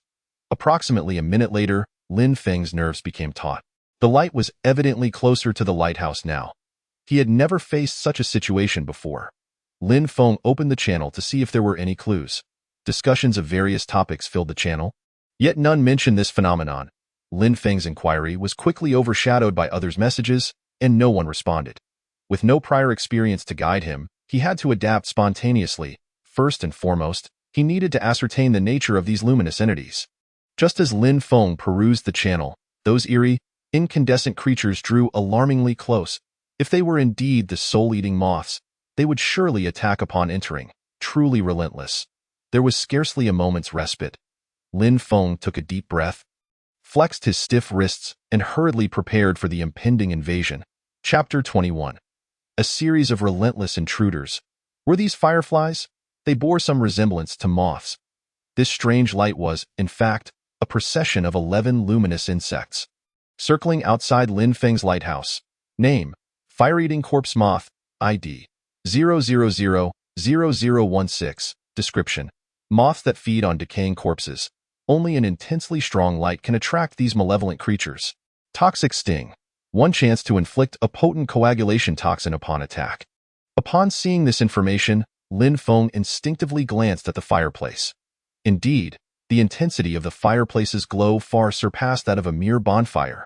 Clearly, it was the source of these unwelcome visitors. Coagulation toxin sounded ominous. Lin Feng immediately furrowed his brow. This was no trivial matter. A1 chance may seem low, but with a dozen of them, the probability of being struck was significant. Furthermore, with only a total of 15 health points, a single attack from these moths could spell disaster. In light of this, he resolved to extinguish the fire. Operating the fireplace was remarkably simple. A single press of the switch would turn it off. However, upon extinguishing the fireplace, the moths did not disperse. They continued to linger outside the window. Lin Feng's anxiety mounted. What were these moths up to? If they refused to leave, how could he continue fishing? Just as Lin Feng pondered strategies, one moth suddenly collided with the window, producing a sharp crack that shattered the tension within him. This was troublesome. Following suit, the remaining moths hurled themselves against the window. Dolan should be able to handle them. The coagulation toxin posed no threat to a skeleton. Clearly, Dolan would only fear corrosive toxins. Others held no significance for her. Given the current circumstances, Lin Feng could not take chances. Even a 1 probability could be catastrophic. The window appeared increasingly precarious, with cracks spreading across its surface. Resolving to avoid close contact with the moths, Lin Feng began to strategize. He had an abundance of throwable objects at home, namely, those piles of sticks. These diminutive moths likely had little defense. This could prove effective. With this thought, Lin Feng hurriedly gathered a stack of sticks and placed them against the wall for easy access. The window's defenses were surprisingly robust. However, this might also be due to the moth's weakness, as they lacked offensive power. Regardless, this afforded Lin Feng some time to prepare. Meanwhile, Dolan seemed to have fully recovered. Upon detecting the intruders, she emerged from the coffin, though she appeared somewhat altered. She had turned exceptionally pale, resembling porcelain more than bone. Lin Feng glanced at her panel information. Name, Cursed Skeleton. Type, Tower Spirit. Attack, Defense, Agility. Hiring cost, none. Skills, Rapid Thrust. // Traits, Lifelong Free. Cursed, Curse Spread. Buff, Defensive Form. Reduces damage from the next 10 attacks. At least 1 point of damage reduction. Duration, 6 hours. An additional bonus had appeared at the end. The corpse of the evil spirit was an excellent treasure, capable of healing Dolan while also providing extra benefits. However, based on Lin Feng's experience, this buff skill likely had a substantial cooldown. If each restoration granted a buff, it must be a purple quality item. Dolan turned, brandishing her longsword toward the window, fully entering a combat state. Meanwhile, Lin Feng readied another bundle of sticks, poised for action. With a crash, the glass shattered, and a swarm of moths surged in. This was the moment Lin Feng had been waiting for. He hurled the entire bundle of sticks in an instant. Then, without a backward glance, he dashed away, widening the distance. After all, Lin Feng could not throw very far. So when he first tossed the sticks, he was still relatively close to the window. Remarkably, the sticks proved extraordinarily effective. Not only did Lin Feng throw a large quantity, covering a wide area, but the moths had just rushed in, clustering together. This single throw obliterated half of them, as Lin Feng had anticipated. These small creatures possessed negligible defense. Upon being struck by the hard sticks, they fell instantly as he reached the next wall where he had positioned more sticks. He casually grabbed 3 and quickly turned back to assess the situation. Lin Feng exhaled in relief. Only 3 moths were now approaching him, while 3 remained with Dolan. Dolan was just unleashing her signature skill, Rapid Thrust. This skill was undeniably ferocious. With a speed so swift it was nearly imperceptible to the naked white eye in an instant. She pierced 1 moth, dispatching it with ease. Now, only 2 moths remained beside Dolan. Then comes Dolan's more classic triple strike. The damage is substantial, but the speed is somewhat lacking. Moreover, the targets are too small. The first strike misses. Lin Feng has no time to linger, immediately tossing the wooden stick and hastily moving to the next position. When he picks up the stick again and looks back, only 1 moth is flying towards him, as expected. When Lin Feng throws the stick with force once more, this moth is also crushed. Dolan has resolved her battle as well, emerging unscathed, with the buff providing 10 instances of damage reduction, none of which were utilized. Lin Feng furrows his brow as he checks the log. The moths have not dropped any items. At this moment, an unusual thought crosses Lin Feng's mind. He has encountered several instances of undead with a low success rate for their lethal skills. Does this mean he must forego using the fireplace to avoid attracting these moths? Indeed, this would prevent drawing the moth's attention. However, there are other undead with terrifying abilities, and this latent danger persists. Furthermore, an increasing number of people in the channel claim to have cleared the first layer of the Abyss dungeon. Initially, some dismissed it as a prank, but as more people spoke up, others began to treat the topic with seriousness. Many have shared their experiences, describing them as akin to reading a horror story. Yet, the actual success rate of the dungeon remains a mystery. It appears many have navigated through it unscathed, but one must remember that those who perish within the Abyss dungeon cannot communicate in the channel. Just as Lin Feng wavers, a disaster alert suddenly appears on the panel. 6-hour disaster imminent. Disaster intensity, 0.1. Disaster name, fire-eating moth. Suddenly, everyone unlocks the entry for this undead in their compendium and begins discussing it in the channel. Lin Feng reveals a knowing expression. It seems he has no choice but to venture forth. He wonders if he should be grateful for this disaster that has steeled his resolve. Chapter 22. Journey to the Abyss Dungeon compared to others. Lin Feng possesses an advantage that may or may not be considered significant. He can bring the tower spirit along to the Abyss Dungeon. However, if the tower spirit is killed inside, it cannot be revived, and the card will disappear permanently. Conversely, Lin Feng harbors no such concerns, as he will undoubtedly take Dolan with him. On one hand, Dolan bears a peculiar curse that renders her unrecoverable, affording no margin for error. The negative repercussions of bringing the tower spirit into the dungeon effectively vanish. On the other hand, Lin Feng cannot leave Dolan alone in the lighthouse. What would happen if invaders came while he was gone? Dolan cannot fend for herself. Since others have cleared the dungeon solo, it stands to reason that he should succeed with Dolan by his side. While confidence is crucial, thorough preparation is equally essential. This time, Lin Feng expended nearly all his Abyss coins. He purchased a pair of white-quality gloves and 4 potions for recovery, leaving only 3 Abyss coins for emergencies. These will be used for repairing doors and windows. Although Abyss coins are hard to earn, they seem to flow away effortlessly when spent. As for whether the gloves are worth 20 Abyss coins, Lin Feng cannot say for certain, but he is at least assured of their utility. Name: Climber. Grade: White. Description: greatly enhances grip strength. Can briefly adhere to walls, with a 2-minute cooldown. After equipping them, Lin Feng promptly tests their efficacy, leaping and slapping his hand against the wall. Successfully sticking to it only lasts about 3 seconds. They can be used to scale walls without handholds, though not very high, as he can only leverage once, and the skill indeed has a full 2-minute cooldown. Lin Feng then tests his grip strength and is surprised to find he can now hoist himself up with one hand, something he could not do even a single pull-up before. Satisfied with the trial, and with Dolan's buff still active, he secures the lantern at his waist and stows the potions in his pocket, thus feeling adequately prepared. Dolan, let us proceed. Lin Feng takes a deep breath, his heart fluttering with anxiety. What does this sensation resemble? If Lin Feng had to describe it, it feels somewhat akin to the morning of his college entrance examination. Tense to the point where even breathing feels laborious. Dolan raises no objections. Whenever Lin Feng instructs her to follow, she does so unwaveringly. He does not wish to remain cooped up in this room, but the outside world is perilously dangerous, requiring immense effort to venture out. For instance, this time, Lin Feng must probe the situation before cautiously stepping outside, remaining on high alert throughout. After all, it is not uncommon to unexpectedly encounter a zombie at the staircase corner. And indeed, he does. Lin Feng had just been contemplating the possibility of an accident when, in the next moment, he nearly collides with an uninvited guest. Fortunately, it is not an especially formidable undead, but yet another moth. Possibly the one Dolan failed to eliminate earlier, or perhaps it had simply not entered the lighthouse from the beginning. The benefit of remaining alert quickly manifests as Lin Feng swiftly reacts. Seizing the moth with his right hand and crushing it with tremendous grip strength. 1 Moth alone poses little threat. Without hesitation, Lin Feng hastens to lead Dolan down the stairs. This back and forth period is the most perilous. Finally, they reach the first floor of the lighthouse. It remains shrouded in darkness, with a damp odor lingering by the door.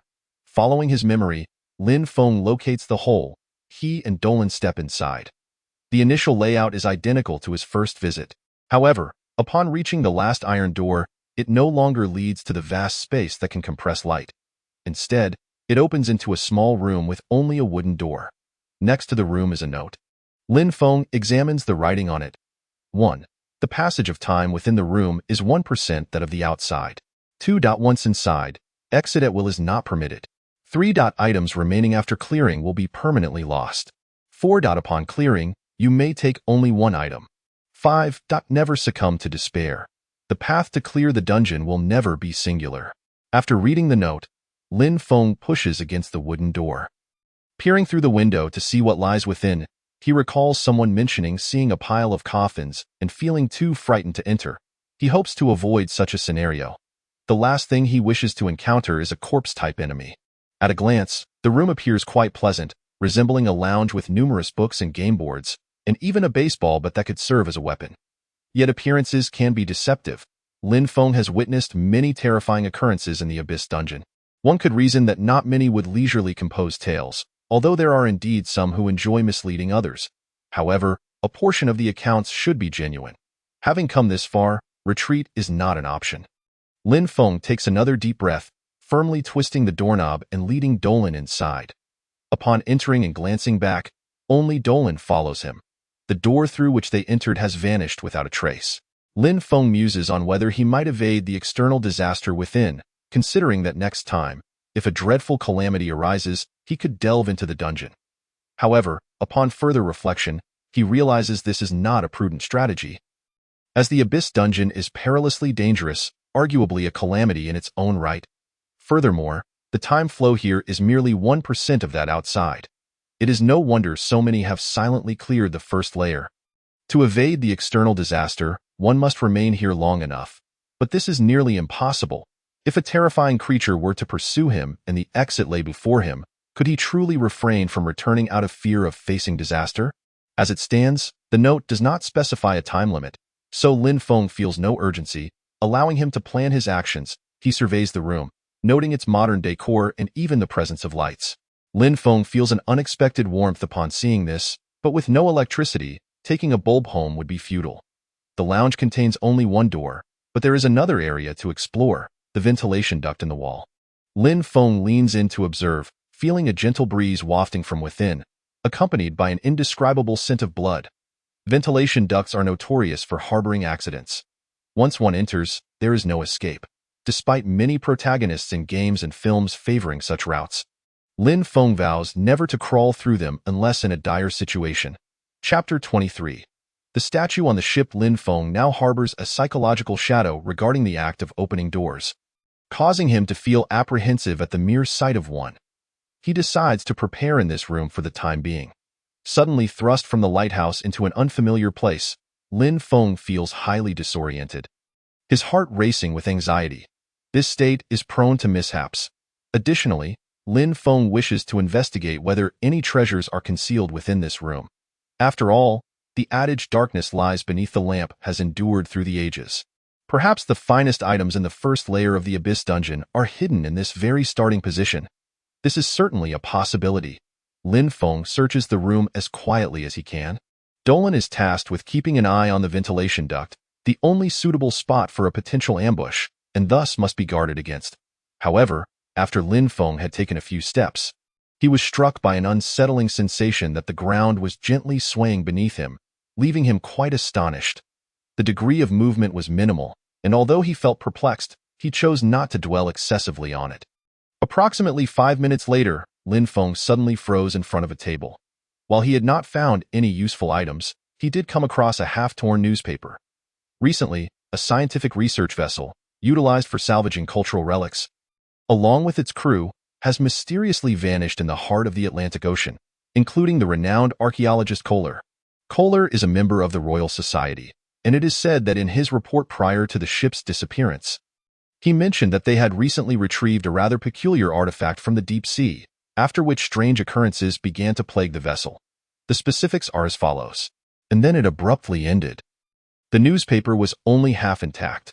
For reasons unknown, the content stirred an eerie feeling within Lin Feng. If he had to articulate it, he would say that the beginning and backdrop of this news had a distinctly uncanny flavor. More importantly, Lin Feng finally grasped why the ground felt so unsteady.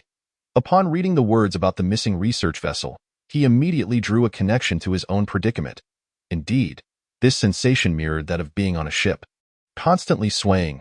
Could it be that the vessel mentioned in the newspaper was the very place he now occupied? Lin Feng had long braced himself for the dangers he might encounter. The tension he felt at this moment stemmed from having read numerous terrifying accounts of individuals trapped in the Abyss Dungeon. Compared to the lighthouse, the most notable characteristic of this place was not only the fear instilled by the monstrous remains, but also a terror that became increasingly unsettling upon deeper reflection. Subsequently, Lin Feng discovered a peculiar note. Only those who risk themselves in pursuit of the truth may reap substantial rewards. This item seemed to serve as both a clue and a riddle. In essence, it conveyed that obtaining truly valuable treasures was not a simple endeavor. One must venture into peril first. If that were the case, Lin Feng would prefer to forego it altogether. After all, his objective was crystal clear: to pass through this level and acquire the exceedingly precious one, resistance to negative effects, lest he be slain by those moths. Lin Feng had nearly scoured the entire room. Finding no further significance in continuing his exploration, there was nothing left of value. If there were no better items to be found, he resolved to take the white-quality baseball bat with him. After a brief pause, Lin Feng's anxiety began to subside, and he readied himself for the next step, opening the door with Dolan at his side. As was customary, he opened the door but refrained from stepping out immediately, opting instead to probe the surroundings first. After assessing the area, he observed that the narrow corridor was lined with a series of orderly doors. This appeared to be the living quarters for the crew. Approaching the nearest door, he attempted to open it. To his surprise, the door swung open with a gentle twist of the handle. Inside, he found 2 rows of neatly arranged bunks, each equipped with a storage locker overhead for the crew's personal belongings. It seemed this was quite a spacious vessel, accommodating a considerable number of individuals, nearly rivaling that of a cruise ship. The newspaper had stated that communication with the crew was lost, and the entire ship had vanished. What could have transpired aboard this vessel? From his observation, it was evidently large, and locating an exit would likely prove challenging. Lin Feng had already mentally prepared himself for this. Others had inquired about this matter. Yet the responses were always optimistic, suggesting that an exit could invariably be found. Otherwise, why would time here be slowed down 100-fold? Indeed, there was some truth to that. Hence, he decided to search each room meticulously. Leaving no potential corner overlooked, as Lin Feng opened the 7th room, he was suddenly startled to find a figure within. No, to be precise, it was a humanoid statue. This statue appeared remarkably lifelike, yet its posture was bizarre. With both hands gripping its own neck, the expression on its face grotesquely contorted, as if caught in the throes of death. Faced with such a sight, Lin Feng hesitated to enter the room for fear of missing something significant. Logically, the exit should not be so close to the starting point. Nevertheless, driven by the dread of overlooking something crucial, he steeled himself and ventured inside with Dolan. First, he prodded the statue with his baseball bat. Though it was hard, it did not seem to be made of stone. It resembled plaster more closely, as it obstructed the path. Lin Feng decided to topple it over to facilitate passage, preventing it from causing any hindrance. As expected, this room, like the others, contained nothing of importance, just some clothing and similar items. However, as Lin Feng and Dolan retraced their steps, he sensed something was amiss with the statue. He distinctly remembered placing it facing the wall. Yet now it was oriented towards the opposite side. Had he been too hasty and misremembered? The statue's ghastly visage unsettled him. To be frank, Lin Feng felt an overwhelming urge to raise his bat and shatter the statue. Yet he refrained from making a loud noise. Perhaps this statue was once one of the crew members, transformed into stone by some supernatural force. After all, he had never encountered anyone who would place such a large statue in a bedroom. Lin Feng resolved to vacate this room post-haste. However, as he opened the door to leave, he cast a final glance back. Indeed, the statue had shifted. This time, he was certain it had been facing the other way. Now, that grotesque face was directly confronting him. Lin Feng shut the door behind him, quickening his pace towards the next room. This place felt decidedly sinister. Yet, just as Lin Feng was about to open the next door, Dolan unexpectedly sprang into action, drawing her longsword and moving with an erratic gait towards a wall. This was decidedly peculiar. Dolan typically remained stationary if she did not follow him. Why was she suddenly interested in the wall? Could a monster be lurking behind it? As this thought crossed his mind, Lin Feng felt the hairs on the back of his neck stand on end. Strangely, however, Dolan did not seem to be reacting as if she had encountered an enemy. Her demeanor lacked aggression. In the midst of Lin Feng's contemplation, Dolan suddenly thrust her sword forward, and the wall crumbled before her. Lin Feng rushed over to investigate. What lay inside was a potion. Behind the broken wall rested a vial of liquid, instantly reminding Lin Feng of what he had heard on the channel earlier. Universal potion permanently increases attack, defense, agility by 1. Undoubtedly, this was the most prized possession within the first layer of the Abyss dungeon. Precisely what the note had alluded to. It was so valuable that it bore no rating. Perhaps its attributes could not be quantified by mere currency or other commodities. But how did Dolan know about it? Chapter 24. The Eerie Youth. Attack Value 3. Health Value 16. Mental Value 11. Agility Value 3. Negative Status Resistance 0. Upon acquiring the potion, Lin Feng consumed it without hesitation. The taste was peculiar and somewhat astringent, and after swallowing it, he felt as if he had gulped down a hefty draught of strong liquor, warmth radiating through his body. Fortunately, the panel did not deceive him. His attributes had indeed increased. Observing Dolan, who had returned to her previous state of bewilderment, Lin Feng felt a surge of astonishment, utterly baffled as to how Dolan had discovered this. This little skeleton continued to astonish him more and more. The facilities aboard this vessel were impeccably clean, as if someone had only recently inhabited the space. It appeared to be an office. The final room caught Lin Feng's attention. He noted the door was grand, and upon opening it, he found the interior to be quite impressive. There was only a small bed, but it boasted an enormous desk adorned with several potted plants. On the desk lay a conspicuous note. Those ignorant crew members insist on boarding the deck. Since they are determined to cause a ruckus, I have no choice but to seal the hatch. This method of providing clues resembled that of puzzle games. Was it hinting for him to proceed to the deck? After searching the office, Lin Feng departed and descended the ladder. Suddenly, he sensed something amiss. There was a noise behind him. Turning around, he was startled to find himself mere inches away from another statue. Where had it come from? He certainly hadn't seen it before. The statue bore a similarly grotesque expression, its arms bent as though broken, and the more he looked, the more unsettling it became. Moreover, it appeared to be clutching something in its hand. Lin Feng raised his baseball bat and struck at the statue's right hand. To his surprise, it was not as solid as he had anticipated. The statue's hand shattered instantly, and to his astonishment, it was holding a note. Kohler has been acting strangely. He avoids all of us and seems preoccupied with that bizarre artifact retrieved from the depths. Should we intervene? I feel there is something ominous about it. Vi, is it possible that the captain and Kohler intend to sacrifice all of us to an evil god? Have you heard the tales of the Atlantic's dark deity? That artifact inexplicably reminds me of it. This was a letter penned in remarkably tidy handwriting. Just then, Dolan descended the stairs. Lin Feng instructed her to proceed ahead while he walked backward. Suddenly, he turned around. Glancing back, he froze momentarily, for it was evident that the statue had shifted positions. There was no doubt that the statue was problematic.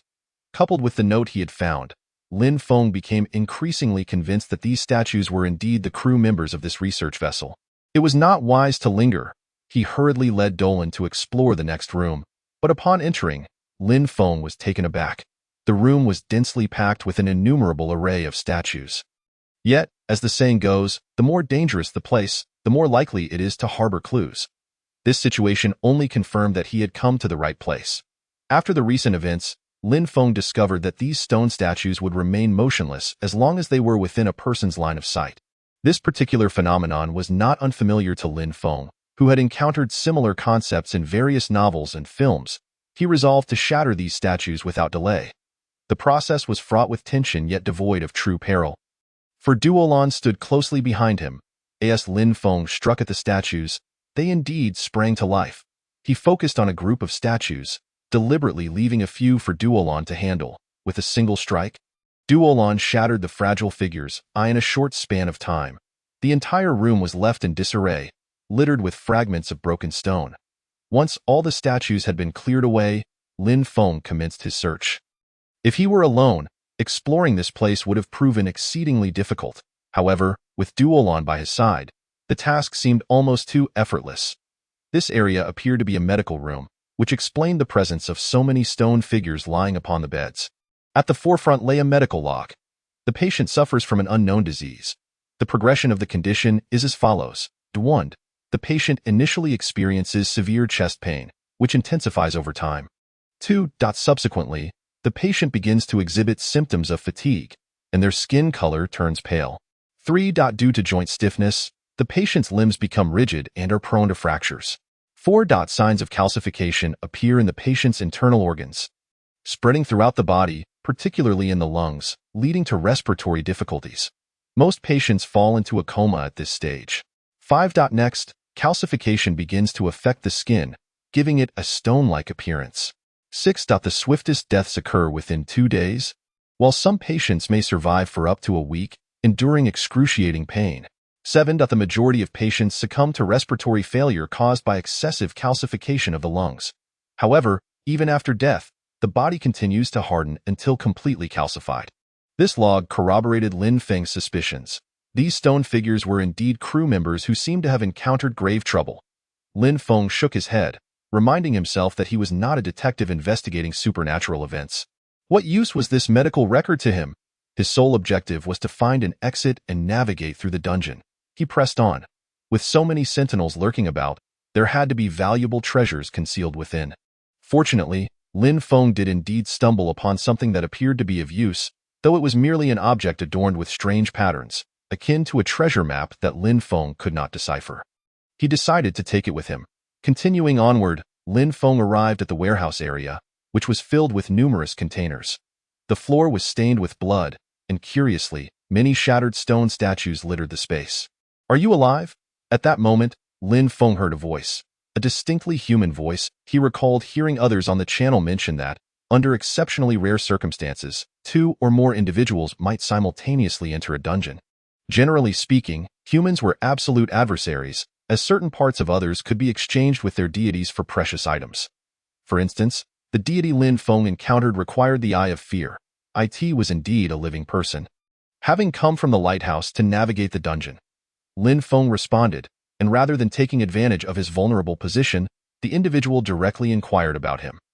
Thus, Lin Feng temporarily deemed this person a potential ally rather than a foe. Though he remained cautious, after replying, a young man with unremarkable features and short hair emerged from a container. Lin Feng noted that the young man's complexion appeared odd, slightly bluish, with discernible spots. "Where are you headed?" The stranger asked. "I'm looking for an exit, by the way. I saw a hint suggesting the deck. Do you know how to get there?"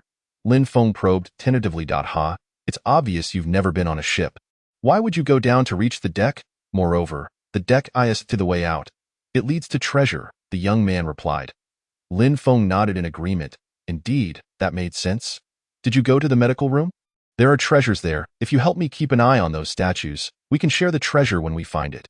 The young man finally expressed his intentions, seemingly eager to collaborate with Lin Feng. However, Lin Feng had just exited the medical room, where he had only encountered an object resembling a treasure map.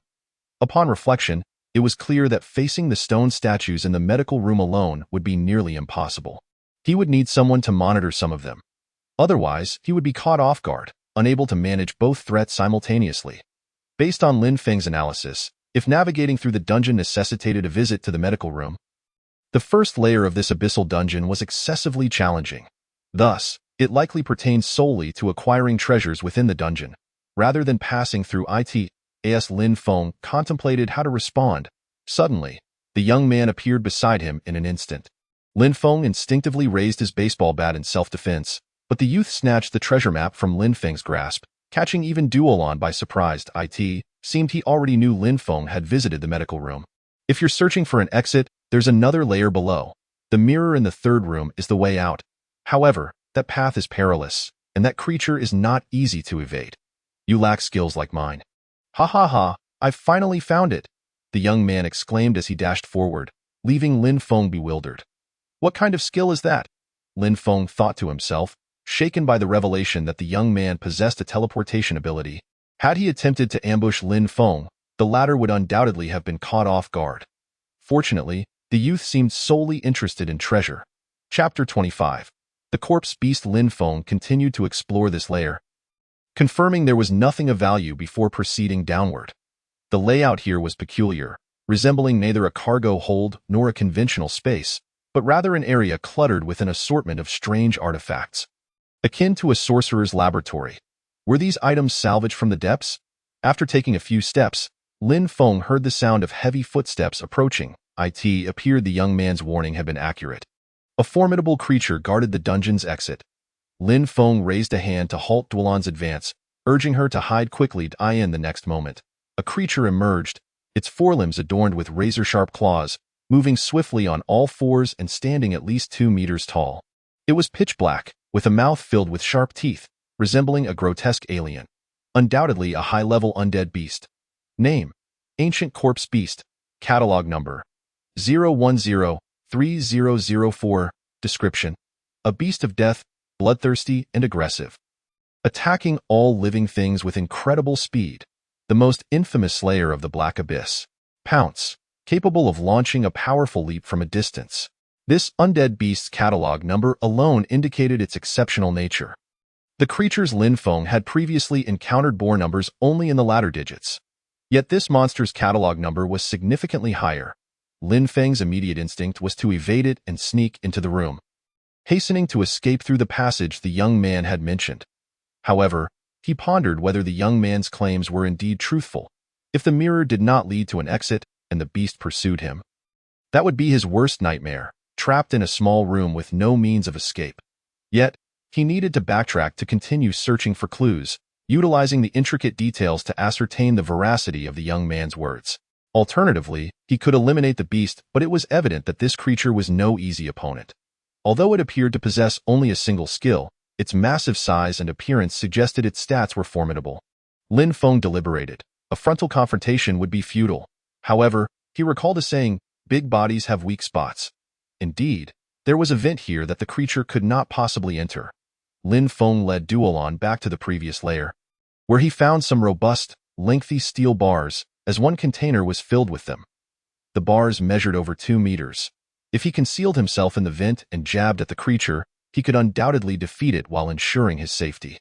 Though Lin Feng was not fond of crawling through such spaces, finding it clutch for protagonists to do so, he begrudgingly acknowledged the practicality of the situation. He located the nearest vent, practiced swiftly entering and exiting it, and once adequately prepared, descended to lure the terrifying corpse beast. Lin Feng deliberately struck the walls to create noise. Upon spotting Lin Feng, the beast's fur bristled in agitation. With a thunderous roar that echoed through the air, the beast entered a frenzied sprint, startling Lin Feng with its astonishing speed. Fortunately, he had chosen a position far enough away and had waited until it patrolled the outer edge before drawing its attention. Without further ado, Lin Feng flung aside his baseball bat, scooped up Duolon, and sprinted back. Feeling a rush of wind behind him, he instinctively leaped against the wall, one arm cradling Duolon while the other pressed against the surface. A resounding crash reverberated through the air as the beast collided with the wall. That was terrifying. Lin Feng thought to himself, realizing this was the kind of monster one would expect in the first layer of the abyssal dungeon. Perhaps this particular undead beast was designed to be avoided, never anticipating that someone would dare provoke it. As Lin Feng rounded the corner while holding Duolon, another thunderous crash echoed behind them.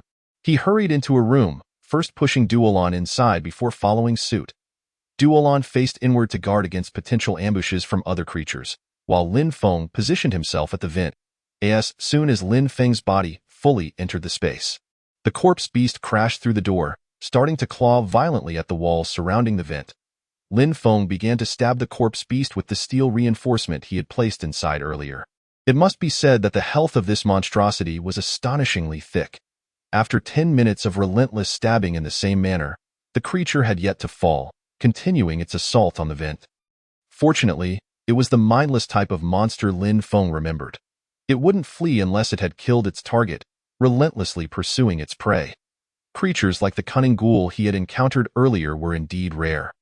It was possible that the ancient ghoul had resided in the coffin of the fierce corpse for too long, nourished by the coffin itself, which had made it more intelligent. With this thought, Lin Feng speculated that perhaps the coffin might have a similar effect on Doran, enabling her to become a tad more astute, since she exhibited the same trait.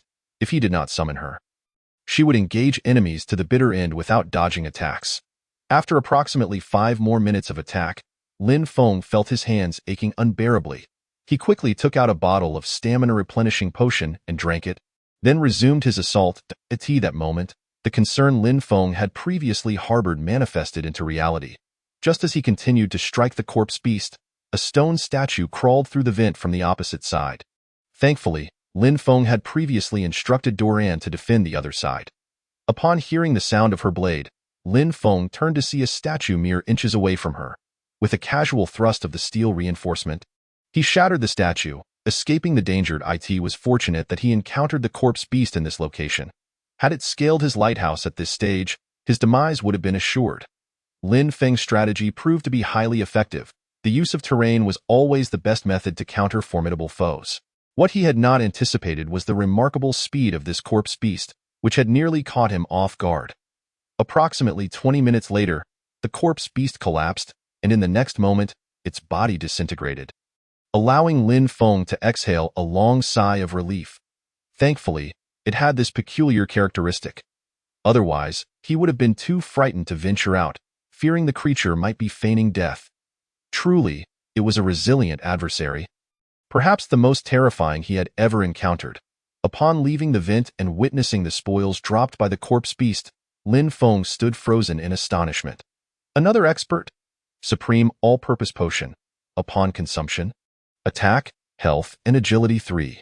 The potion was visually impressive. Encased in a golden bottle, Lin Feng seized the potion and downed it in one gulp, only to find that its potency was even greater than anticipated. A rush of vitality surged within him, nearly causing him to faint. Attack, 6, health, 19, mental, 11, agility, 6, negative status resistance, 0. It was still as unpleasant to taste as ever.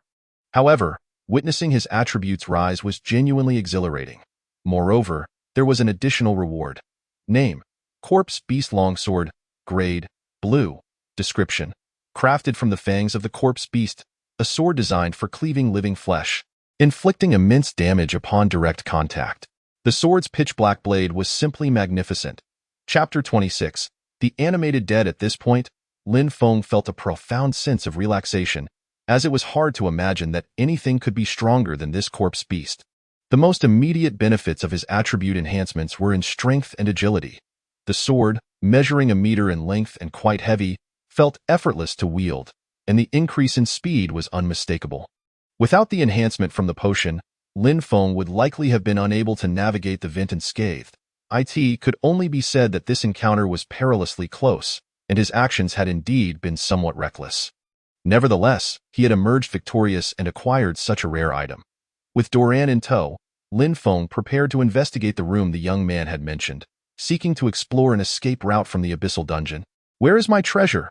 However, just as Lin Feng stepped out, he noticed the young man from earlier standing a short distance away in the corridor, his face twisted with rage. "The treasure. Perhaps I have taken it. Is it a vial of potion?"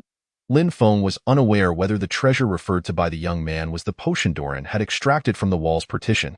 Yet in Lin Feng's mind, nothing could be more precious than that vial of potion, aside from the supreme potion dropped by the corpse beast. Where has it gone? Upon hearing the young man's words, Lin Feng realized trouble was brewing. He had already consumed the potion, and the young man was surely here to confront him. Witnessing Lin Feng's silence, the young man's expression twisted into one of sheer fury. Why? I have been here for over 40 days. All for the sake of finding the treasure. I nearly perished trying to uncover the path to the deck. I strained every nerve and resource to understand the events on this ship, to decipher Color S code and unmask his schemes. Everything I did was to pinpoint the treasure's location, yet in the end, it was all for naught. If that is the case, why didn't I leave this accursed place from the start? You damned thief, I shall slay you. The young man's emotions suddenly shattered. He unleashed a roar towards Lin Feng, his agitation palpable, slowly advancing towards him. Observing the young man's expression, Lin Feng furrowed his brow, not due to the words spoken, but because he sensed a faint odor of decay. This was decidedly amiss. Crack! The black magic sword sliced through the air, cleaving a deep gash into the young man's body, yet oddly, no blood flowed forth. Having learned from past experiences, Lin Feng was no longer naive. Coupled with his current agility, which overwhelmingly surpassed the young man's, a mere blink of an instant was sufficient to evade any surprise attack. You are already dead. Your body bears no blood, only the telltale spots of livor mortis. Creatures slain are always erased, leaving no trace behind. However, where I encountered you, I saw a significant pool of blood. So that must have been yours. Lin Feng boldly voiced his conjecture, the faint scent of decay emanating from the young man serving as compelling evidence. After all, this scent was a haunting shadow from Lin Feng's childhood. One he would never forget. What? No, impossible. You thief, cease your nonsense. How could I possibly be dead? You are the one who deserves to perish. The young man's body suddenly underwent a terrifying transformation as tendril-like vessels erupted from the wound. He leapt into the air, charging towards Lin Feng. It was as if he felt no pain at all, but he employed the familiar tactic of utilizing a blink skill after maintaining a certain distance to achieve an unexpected assault. However, for Lin Feng, that maneuver had lost its effectiveness. By positioning the long sword horizontally before him, he had nothing to fear from the impending collision. With a swift strike, the young man's form was cleaved in half by the terrifying black blade, rendering him silent forevermore. He had been here for over 40 days. Clearly, we did not arrive at the same time. Lin Feng considered that two individuals entering the same dungeon was not unusual. However, if several individuals sequentially attempted to conquer the same dungeon, it posed a problem. Those who came first would eliminate the monsters, making it far too easy for those who followed. If the earlier participants claimed the treasure, the later ones would end up with nothing. This was thus further evidence of the young man's demise. As Lin Feng pondered this, Doran unexpectedly took action on her own. She swayed over to the young man's corpse. Lin Feng turned to see the young man's eyes ablaze, only to transform into dark, hollow voids the next moment. Doran must have done something. Lin Feng promptly opened the relevant panel to investigate. Name, Curse Skeleton. Type, Tower Spirit. Attack, Defense, Agility. Hiring cost, none. Skills, Swift Thrust, Triple Slash. Traits, Lifelong Free, Cursed, Curse Spread. The most significant change was the transformation of defense and agility from 2. Doran's physique appeared noticeably more toned. Reflecting on previous events, did Doran also require the Eye of Terror? Lin Feng recalled that this divine entity was not an ordinary existence. The pirates within his dreams clearly regarded her as a malevolent deity. Yet, the definitions of good and evil gods were merely human constructs. For deities themselves, such distinctions held no meaning. They operated according to their own set of rules and did not exist for humanity's sake. If they were indifferent to humanity, then what could be said about good and evil? Lin Feng cast a contemplative glance at the corpse, realizing that indeed, humans and magic corpses were fundamentally different. Human corpses would not vanish like magic corpses. Lin Feng was unaware of what had transpired with the young man, or why he could continue to act in his cadaverous form after death. He also did not speculate why he had encountered him here. Lin Feng merely wished to leave this dreadful place as soon as possible. The young man had not deceived Lin Feng. Upon flipping the mirror, Lin Feng extended his hand to touch it and was immediately pulled in alongside Doran. When he regained his senses, Lin Feng found himself back at the lighthouse. Attack, 6, Health, 19, Mental, 11, Agility, 6, Negative Status Resistance, 1. His first impulse was to check his attributes. The negative status resistance had risen from 0 to 1, and there was a task completion notification granting him 10 Abyss coins. However, this was of little significance to Lin Feng. Lin Feng felt as though the events that had transpired were merely a dream. His passage through the dungeon had been astonishingly swift. Most areas of the ship remained unexplored, leaving him with a sense of bewilderment. Regardless, he was simply relieved to have returned. Presently, he no longer feared the moths. Chapter 27. The Lighthouse Catastrophe. At this moment, the public channel buzzed predominantly with discussions concerning the recent moth disaster. Lin Feng had ventured into the Abyss dungeon precisely to confront this calamity, and fortuitously, he had succeeded in his endeavor. While he had grown somewhat accustomed to these moths, he could not fathom a second line of defense should they invade en masse. However, he was not alone in his experiences. Many others had encountered these moths, and soon, strategies began to emerge. I conducted an experiment. On the second or third day, I caught a stove, and upon lighting it, I inadvertently attracted these moths, nearly scaring me to death. One participant recounted. Fortunately, I was in the control room at the time and had a sudden inspiration to extinguish the lighthouse's searchlight. I then snuffed out the torch, and to my surprise, it proved effective. The moths became disoriented, unable to discern walls from windows, and I managed to survive. That was merely luck. Without light, one would attract even more formidable and terrifying creatures, which only emerge in the absence of illumination. Another chimed in. As Lin Feng absorbed the conversation, he felt increasingly troubled by the multitude of complications presented. It seemed that every proposed solution was flawed. Initially, buoyed by a one resistance to negative effects, he had felt confident in overcoming this disaster.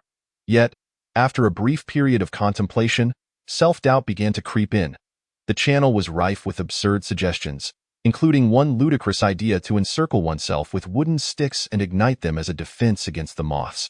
Would one truly roast themselves before even encountering the moths? Suddenly, as Lin Feng perused the channel, he heard Dorlin's voice. Dorlin was scurrying about the room. Lin Feng promptly grabbed a lantern and followed to investigate. What? How could there be a rat here? It was a massive black rodent. Dorlin was evidently unable to catch it, and the creature, startled, darted chaotically around the room. Lin Feng felt a surge of irritation. While the undead had always been a part of the rules in the Black Abyss, this creature seemed out of place, offering nothing but vexation.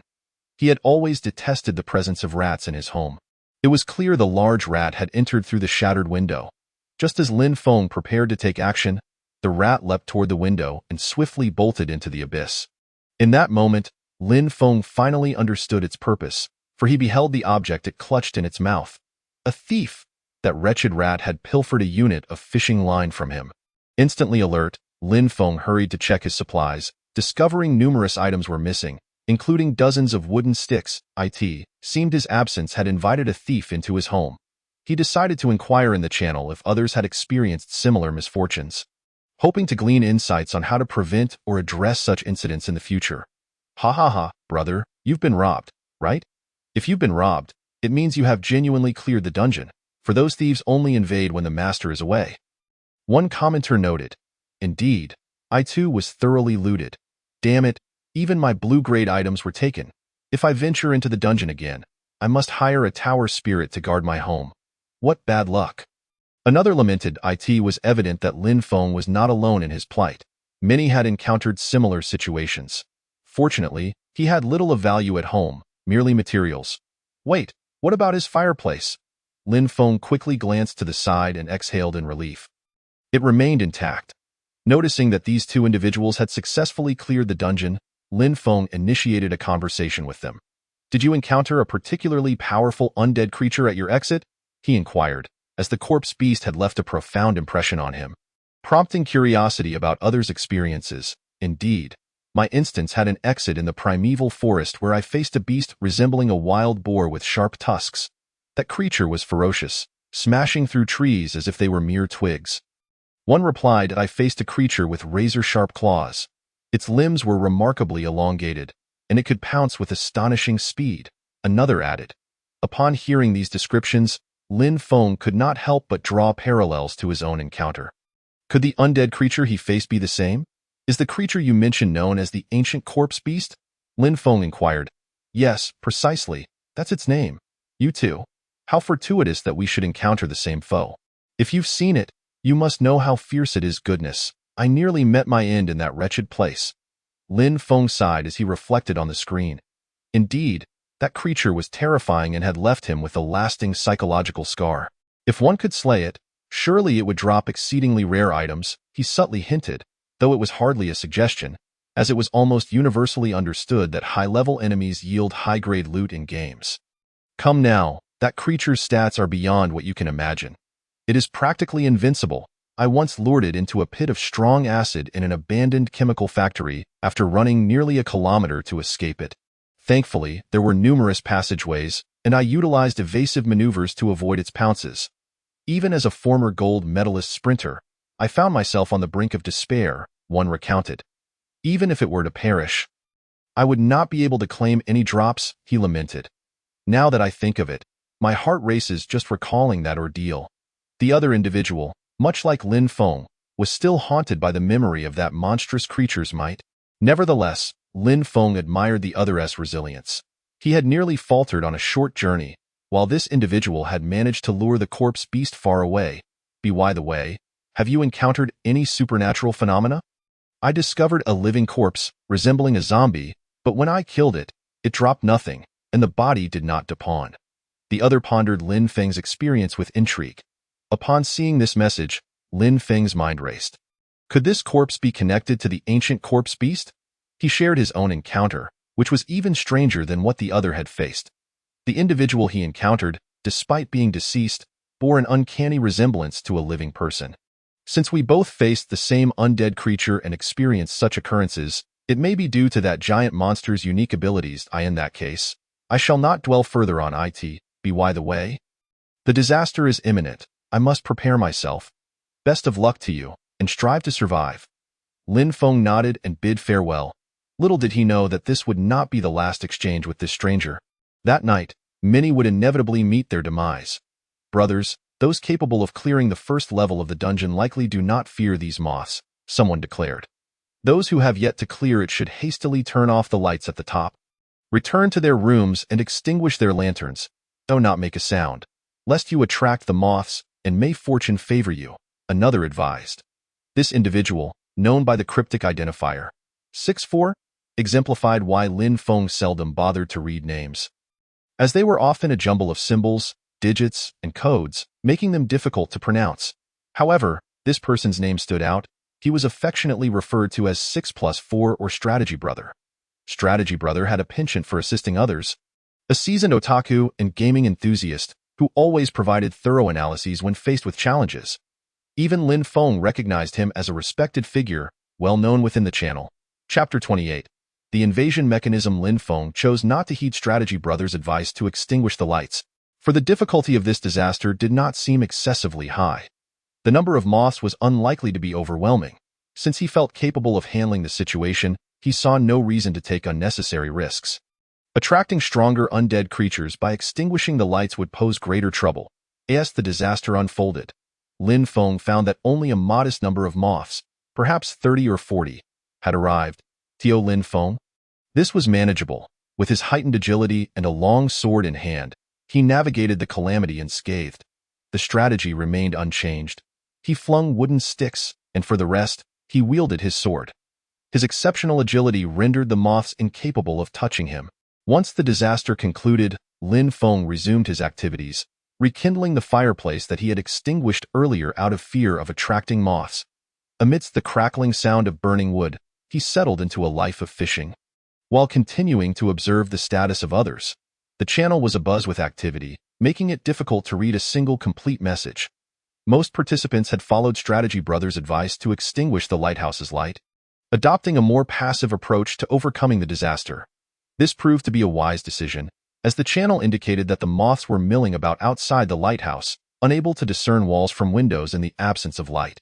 Meanwhile, since reigniting his fireplace, Lin Feng occasionally attracted a solitary moth. However, with only one, there was little threat. The only inconvenience was that he likely could not keep the fireplace lit while sleeping, lest his broken window remain perpetually exposed. What was this? Lin Feng's fishing endeavor yielded results. Each time he reeled in something he had never seen before, he approached with utmost caution. Name: sacrificial skull. Type: item. Description: an ancient tool used in place of living sacrifices to deceive deities. Crafted with exquisite detail, rarely does a deity remain unfooled. Does this item consider itself a fool, or does it regard the abyssal deity as one? Would the god of abyssal flow willingly allow me to deceive them? Lin Feng gazed at the nearly identical human head, stroking his chin in contemplation. It would be a pity to discard or sell this item, for those two eyes are exceedingly precious. As for whether they are the eyes of terror, the expression of the head is indeed grotesque, appearing quite fearful. Moreover, since this is a tool meant to deceive deities, it is inherently false. Why should one care whether it embodies the eyes of terror? However, while Lin Feng pondered, Dolan suddenly approached, and an identical occurrence transpired. The two eyes of the skull ignited spontaneously. Once again, Dolan's form visibly transformed. Dolan, this is... The Dolan before him appeared no different from before, save for her bones having become extraordinarily pale, as if polished. The most significant change was a shield that had materialized in her hand, adorned with medieval religious paintings. Dolan's attributes had once more shifted. Name: Curse Skeleton. Type: Tower Spirit. Attack: Defense: Agility. Hiring cost: none. Skills: Rapid Stab, // Defensive Stance. Traits: Lifetime free, cursed, curse spreading. Dolan's defense had increased by an entire. This delighted Lin Feng. Dolan's attributes already boasted sufficient offensive capabilities, but she could only strike once per encounter. With this shield, at least she would not be as passive. Whether this lifelike sacrificial object could deceive other deities remains uncertain, yet it is capable of deceiving Dolan. Perhaps that statement is not entirely accurate. In any case, Dolan is able to draw strength from it. By the way, is this thing truly not human? It is indeed an item designed to deceive deities. Lin Feng found himself somewhat skeptical. Since the remaining parts were of no use, he decided to sell it outright. After all, having such a thing in his room would be quite eerie. This time, Lin Feng learned his lesson and opened with a high price of 50 abyss coins, for he himself owned a deity shop. He was well aware of its value. Deceiving deities, surely this will have no repercussions? Right. My deity requires offerings of human ears for a lottery. Would this suffice, brother? Reply to me, let's negotiate a price. Do you have tongues? I need tongues. If it's genuine, I might accept that price. But this item is a fake, yet you're selling it for such a high price. Soon, Lin Feng received numerous private messages inquiring about the item. The majority found the price unsatisfactory. Selling such an item for 50 abyss coins was indeed rather steep. Yet, there were no comparable items available, at least not in this channel. Lin Feng's item was appearing for the first time. Hence, there was no reference price. Even if there were transaction records, the scant data could not substantiate anything. Thus, it could truly be deemed a valuable but unsellable object. Lin Feng was not lacking in abyss coins. If no one purchased it, he would simply leave it posted in the channel, for one could never tell when someone might buy it. He chose not to respond to anyone and resumed his fishing. Suddenly, new content appeared on the channel panel. Congratulations on passing the calamity. New content unlocked. The lighthouse can now move. Lighthouse battle unlocked. In lighthouse battle, when two lighthouses are sufficiently close, either side may construct a connection passage for a duel. The victor can claim one item from the vanquished, as well as the vanquished's corpse.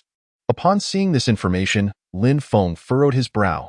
Truth be told, he felt no surprise at this new content. Rather, it imparted a sense of enlightenment. Just look at what those deities covet. The abyssal deity desires nothing but the parts of human bodies. Lin Feng immediately sensed a profound sense of crisis. While he could manage those monsters, who were rather foolish, facing an incursion from his own kind introduced too many variables. Anything could happen, and who knows what the outcome might be. Everyone should refrain from participating in this lighthouse battle. Treat it as if it does not exist. You must understand, if you invade others now, you will inevitably be invaded in turn. The strategy brother was indeed a chatterbox. In such circumstances, he would undoubtedly voice his opinions. Yet, human greed could not be quelled by mere words. Some echoed his sentiments, spouting lofty ideals, while others derisively mocked. Ha! I have long wished to slay all you repugnant individuals. Now the apostle of the Crimson God is ready to unleash carnage. Those who insulted me before, wait for me. Indeed, survival of the fittest has been the way of the world since time immemorial. You all have encountered those deities and know what they seek. What more is there to say? Whoever possesses the capability shall endure. Chapter 29 The Cost of Deceiving Deities. Lin Feng surveyed this new feature. Just 3 seconds after glancing at it, he sprang up from his makeshift wooden stool. What? Is it truly so outrageous? This invasion certainly warrants discussion. Typically, one could only engage in passive invasions. The panel provided prompts detailing such situations. Lighthouses generally remain in a state of mutual invisibility. Only when within 100 meters can they perceive one another. At a distance of 10 meters, either side may establish a connection passage. At that point, the lighthouses cease to move. Note: lighthouses remain undetectable when unoccupied. Of course, this was not the entirety of the content. This merely described the functionality for passive invasions. There were options for proactive random invasions, and even a feature to initiate targeted invasions by inputting the opponent's nickname. Currently, these options were all obscured, rendering them unusable. Lin Feng speculated that some special items might be required to effectuate a proactive invasion. Observing the channel, he noted that this new feature had rendered people nearly mute with fear. The rate of messages slowed significantly, especially among those who had previously engaged in incessant and vitriolic exchanges. They all fell silent. Indeed, people tend to avoid danger. However, now that animosities had been formed, untangling them would not be an easy task. Lin Feng had witnessed many quarrels escalate to the point where individuals wished to dismember their opponents. Now, the opportunity for revenge had conveniently presented itself. It seemed that a spectacle was inevitable. The strategy brother appeared unfazed, continuing to debate with those who disagreed with his views, cautioning them not to destroy everything for their selfish desires, and urging them not to become mere toys for the deities. Strangely, shortly after the introduction of this new feature, Lin Feng noticed that 50 Abyss coins had suddenly appeared in his account. Checking the private messages, he found over 100 new notifications. Among them were several recent messages. "Damn it, you are a fraud. That is a counterfeit. I was directly penalized, losing half my maximum health. Hurry up and refund my money. Compensate for my losses." Was this the buyer? Lin Feng found himself somewhat puzzled. Yet, he quickly comprehended what had transpired. It seemed the deity he encountered was unwilling to be deceived. However, the information about that item was not hidden from him. It was clearly priced, with all product details visible. The item was indeed a fake. How could the buyer blame Lin Feng for their own wishful thinking? Had Lin Feng purchased it, he would have marked up the price for resale. He would never engage in such a risky venture. Lin Feng chose to ignore the buyer, who issued an ultimate threat. "You better watch out. I've memorized your name. Just because I could afford 50 Abyss coins, do not presume I am easy to intimidate." Well, now he had made an enemy. But could a cooked duck fly away? Lin Feng had no intention of being a doormat in this world. There has never been a policy for unsatisfied customers to return products. Subsequently, Lin Feng departed the room with Dolan, ascending the stairs until they reached the topmost level of the lighthouse. Here lay the control room. Above was a remarkably peculiar searchlight, the very core of the lighthouse. Lin Feng indeed discovered new control buttons here. After some examination, the lighthouse began to move. It felt akin to being on a ship. Swaying gently, Lin Feng found himself somewhat unaccustomed to this sensation, feeling a bit seasick. Whether this was a good or bad sign remained uncertain. Should I remain stationary, or should I advance? Lin Feng took a deep breath. Before him lay this very question. If he did not advance, what purpose did this function serve? The waters surrounding him were shrouded in darkness, devoid of any resources. He could see no reason to linger here. Yet, if he were to proceed, where exactly should he go? He possessed no map, no compass, nor any reference points. Should the lighthouse venture into an unfamiliar and perilous territory, would that not spell great trouble for him? In such moments, Lin Feng would open the channel for guidance, believing that he was not the only one facing this choice. Indeed, it was not long before he received the answers he sought. The probability of fishing rare materials varies across different sea areas, as does the level of danger. There is also a chance of discovering some landmasses or islands. Although islands may contain resources, they are equally perilous. In the abyss, there exists no nautical chart, nor even a sense of direction, for the scenery is subject to constant change. Moreover, the longer one engages in fishing at a particular location, the lesser the rewards become, while the number of monstrous remnants increases. Of course, if one can contend with those intruders, the greater the number of remnants, the more substantial the rewards. This is one of the messages shared by the strategist.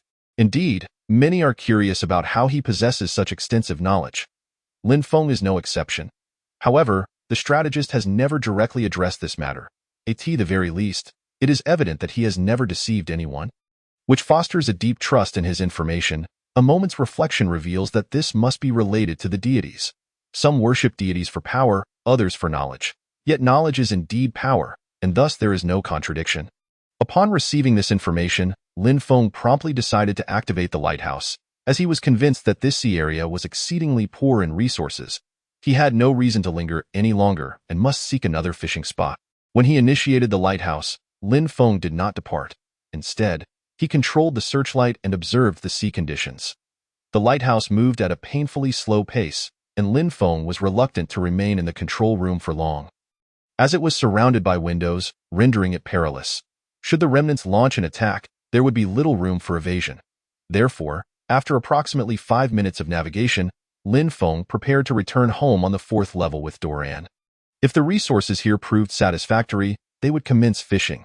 However, as soon as Lin Feng opened the door, a dark shadow lunged from above. Even though he was prepared and swiftly withdrew, the shadow seemed to pursue him. Entering the room, slap, Lin Feng felt a sharp impact against his chest, akin to a whip dipped in water. causing a searing pain to radiate through his side. He was ambushed by a monster in this perilous location. This was the singular thought occupying Lin Feng's mind at that moment. He quickly glanced upward, and it was evident that the creature was perched above the door, its tentacle-like appendage reaching in, leading Lin Feng to conclude that it was likely a tentacled monster of sorts. Gripping his long sword tightly, Lin Feng was aware that this blade possessed significant damage enhancement against unarmored flesh, specifically designed to combat such remnants. Indeed, as the dark shadow once again encroached into the room, Lin Feng swung his sword with force, cleaving the shadow in an instant. It was indeed a tentacle. Through the light of the lantern, Lin Feng beheld what lay on the ground. A remarkably thick octopus limb. Chapter 30. Journey to a new sea before long. The tentacles beneath Lin Feng's feet had accumulated to mountainous proportions. Dealing solely with this tentacled creature would have been manageable, but Doran, sensing danger, was eager to engage. Lin Feng was compelled to repeatedly pull her back, even when he commanded her to protect him closely.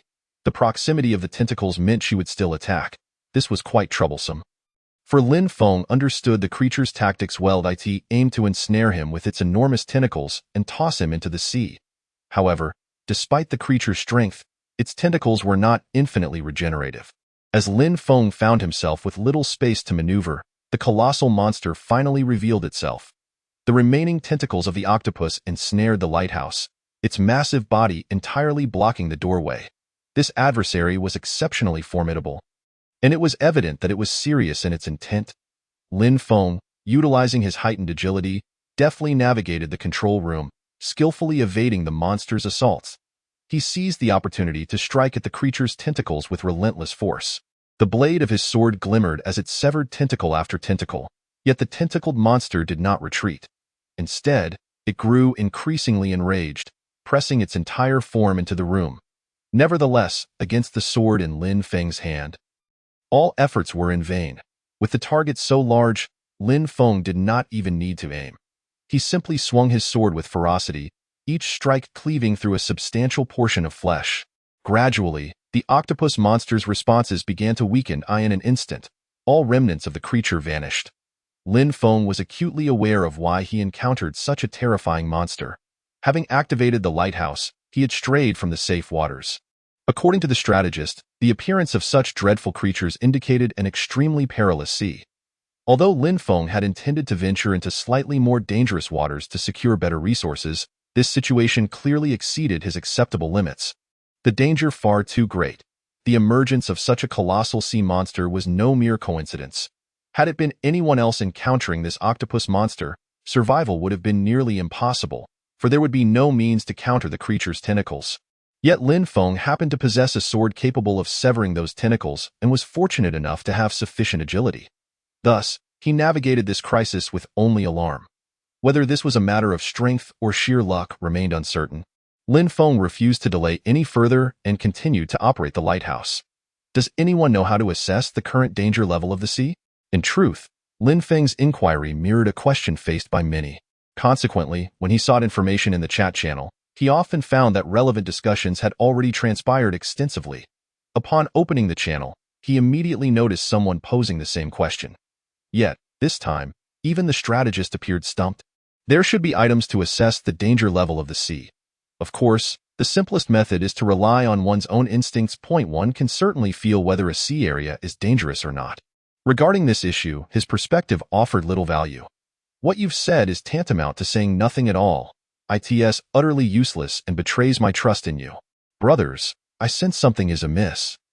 It feels as though my lighthouse has arrived in an exceedingly dangerous locale, and it seems monsters have infiltrated the lighthouse. I dare not venture to investigate.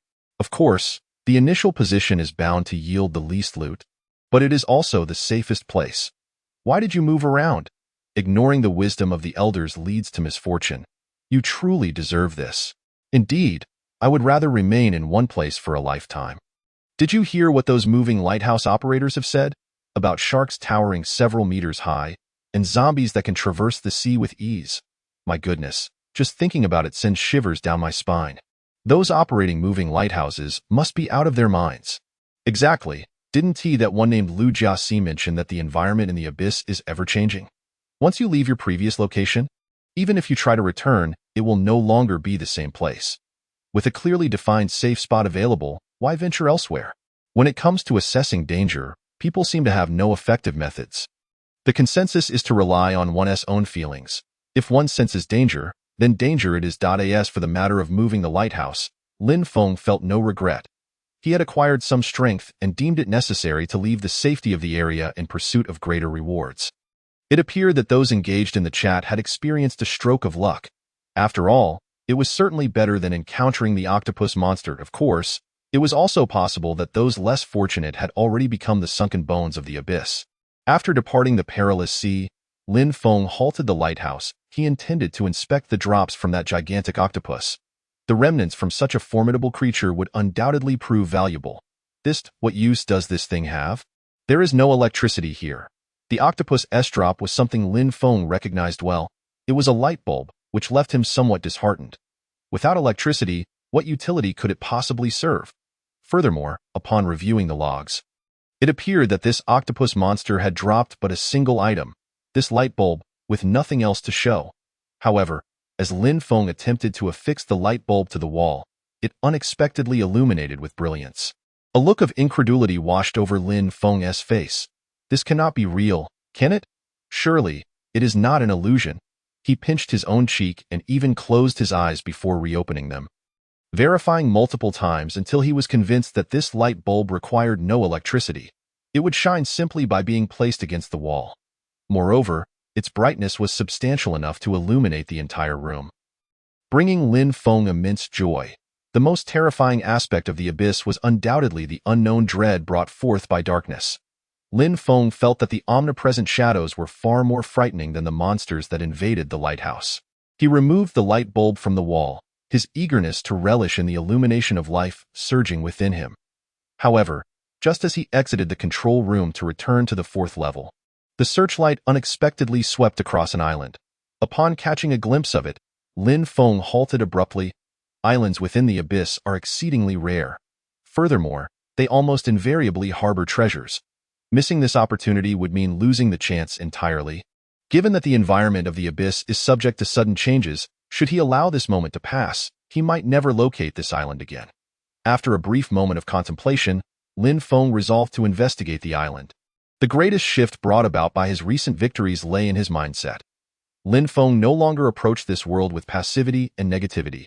Instead, he sought ways to enhance his strength and secure the utmost benefits. Previously, he believed it prudent to minimize risky endeavors, to cultivate strength quietly. Yet after experiencing the catastrophe of the moths, Lin Feng grasped a crucial truth. This world is exceedingly ruthless, offering no time for gradual growth. Each disaster is akin to an elimination round. Failing to grow stronger equates to a slow form of self-destruction.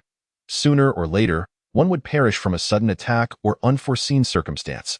Just as in this instance, had he not navigated through the first layer of the abyssal dungeon and bravely slain the corpse beasts to reap rewards, how could he possibly survive the onslaught of the octopus monster? Chapter 31. The graveyard. The island is vast. Lin Feng discovered that as long as one is sufficiently close to the island, a glass-like passage could be established between the lighthouse and the land. Assuming there are no unforeseen circumstances, the passage constructed during the invasion of other lighthouses should be of a similar nature. This resolves a troubling issue: how to reach the island without coming into contact with the waters of the abyss. Lin Feng had fixed the rotation range of the searchlight to a specific area ahead, facilitating his observation. Firstly, the island is adorned with pitch-black vegetation. This discovery is nothing short of astonishing. It is difficult to fathom how such flora can survive in these conditions. Or perhaps that inky substance can no longer be classified as plant life. Secondly, Lin Feng could only discern one side of the island, obscured by a dense canopy of trees, preventing a clear view of the overall situation. A towering mountain divides the island in two, its steepness deterring Lin Feng from attempting to scale it, as he planned to explore only the side facing him. Once prepared, Lin Feng set forth with Doran. This marks Lin Feng's first foray onto solid ground in quite some time, and he felt a momentary disorientation, an ephemeral sense of unreality. However, as he illuminated his path with a lantern, the scene before him filled him with astonishment. Beneath the dense foliage lay countless indistinguishable graves, the tombstones predominantly taking the form of crosses, evoking thoughts of horrific and sinister sacrifices.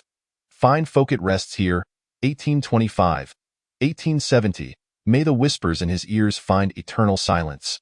In memory of Siga, 1838, 1851, a girl who never beheld the light, may she escape the demons and ascend to true paradise. Unnamed little girl and her kitten, may their friendship endure eternally. Finding solace in another realm. Xuan, unable to suppress his murderous urges, 1811, 1842, executed for the brutal slaying of two 4-year-old girls. Lin Feng casually read a few gravestones and noted a commonality. Each individual had evidently endured some form of psychological torment in life. Suddenly, a gust of sea breeze swept through, causing Lin Feng to shiver. Goosebumps erupted across his skin. Having grown accustomed to the lighthouse's shelter from the elements, being on land felt distinctly uncomfortable. The atmosphere was particularly eerie. The graves appeared especially chilling against the backdrop of the cold sea breeze and the distant crashing waves, presenting a tremendous strain on his psyche. You feel an overwhelming sense of dread? Mental value -1. Though Lin Feng's rational mind urged him not to succumb to fear, reminding him that these were merely graves, he could simply slay the undead should they rise, even if they all revived. His agility was high enough to flee with Doran in tow. Those undead would never catch him. Yet, the numerical values did not lie. In such an environment, unless one was devoid of fear, no one could endure it. Before long, Lin Feng began to feel the adverse effects of his diminishing mental value. His breathing became rapid, his mind clouded, and his limbs felt somewhat numbed and dampened. Given this, he decided to explore the periphery first. I must prepare before delving deeper. Lin Feng concluded that venturing into the heart of this forest was unwise. He suddenly recalled a crucial matter. Once inside, he would have no way of determining his direction. The sky bore no moon or stars, his lantern's glow was limited, and the dense trees obstructed his view.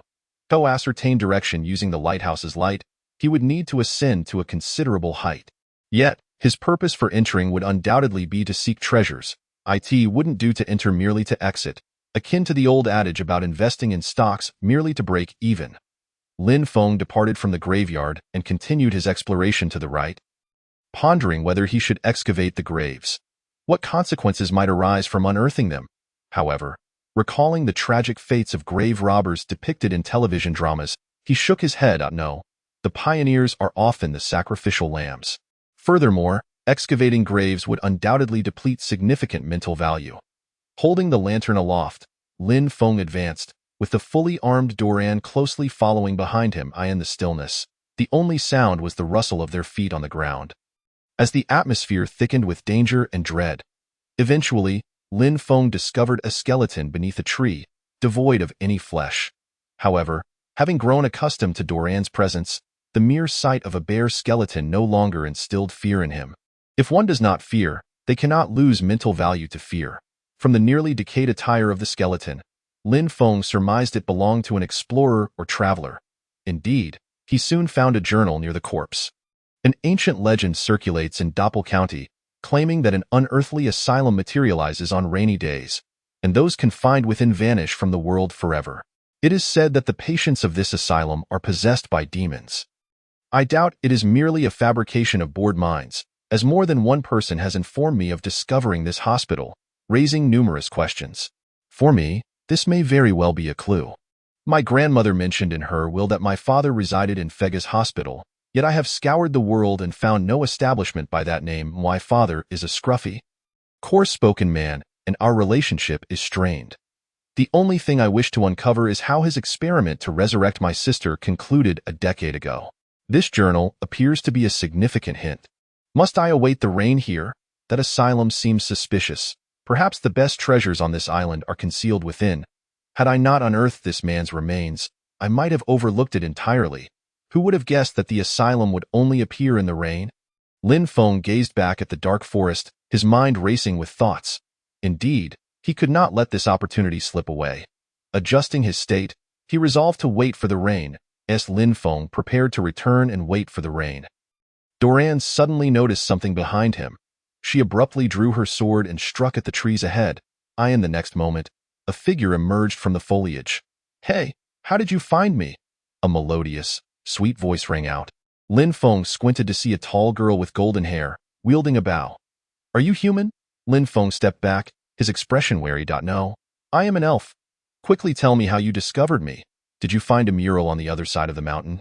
Decipher it to uncover a treasure map, and then locate a mine traversing the mountains and a diary hidden in the forest? Then, based on the diary, did you find a second treasure map? And from that, 4 torn pages, which you combined to acquire a third treasure map, ultimately leading you to my location? The torrent of words left Lin Feng bewildered, question marks floating above his head. What on earth was she talking about? Chapter 32. The chatterbox elf. No, I came up from this side of the island. Do you have a lot of money? Why do you need a treasure map to find me? Lin Feng shook his head, indicating his confusion. This was already the second time Doran had inexplicably led him to hidden treasures, yet her panel bore no indication of any skill related to discovering concealed treasures. I have no money, but I adore it. My name is Lana. I dwell in the illusionary forest. I came to this world in response to the call of the elf god to earn gems. Well, Lin Feng could hardly comprehend her words. He simply shook his head in response. What? You truly are a dullard. Now you understand, right? The girl suddenly radiated a brilliant light in an instant. Her entire form coalesced into a card. Lin Feng's panel displayed her information. Name: Elf Mercenary. Type: Tower Spirit. Rarity: Blue Attack. Defense: E Agility. Hiring cost: 1,000 Abyss Coins. Skills: Precision Shot, Night Vision, Eagle Eye, Teleportation. Traits: Greed. Thief. Lin Feng finally grasped it. This elf was a type of tower spirit, and a highly advanced one at that. Hiring her for a day would cost 1,000 Abyss Coins. Who could afford that? In the next moment, Lana transformed back from a card into the girl. Are you a follower of the elf god? This elven maiden resembled a question-asking machine, incessantly bombarding Lin Feng with nonsensical inquiries. No, I don't even know who the elf god is. Lin Feng shook his head again, unfamiliar with this deity. Since you are not a follower of the elf god, how could you possibly decode the secrets of the mural? The elf girl asked, her expression one of confusion. I told you. I stumbled upon you by chance. I have never seen any mural. Also, I must leave. Take care of yourself. This elf carried an exaggerated longbow. Her stats impressively high, and possessed the rather irritating skill of teleportation. It was clear she was not someone to be trifled with. Lin Feng had no desire to engage in conflict with her. Since she showed no inclination to oppose him, he decided to take his leave and part ways. Where are you going? The ethereal sprite behind him suddenly inquired. Home, Lin Feng replied in a tone devoid of emotion, deliberately increasing the distance between himself and the sprite, ready to make a swift exit at any moment. Do you not want me anymore? The words of the golden-haired sprite halted Lin Feng in his tracks. What was wrong with her? Her tone resembled that of a wronged wife. You do not belong to me, Lin Feng stated matter-of-factly, given that his tower spirit panel displayed only the information of Dolan. What was this sprite's intention? You have never even touched me. How could I belong to you? Suddenly, Lana rushed over, transforming into a card that floated before Lin Feng's eyes. However, her words sounded rather peculiar. Is it enough if I just touch it? With that, Lin Feng gently pinched the card between his fingers. So, this was how it worked. Indeed, in the next moment, Lin Feng noticed a new entry on his tower spirit panel, and the lighthouse log was updated in sync. Was it truly this simple? Lin Feng found himself inexplicably endowed with a new tower spirit. It felt as if it had been given to him for free. Which was quite absurd.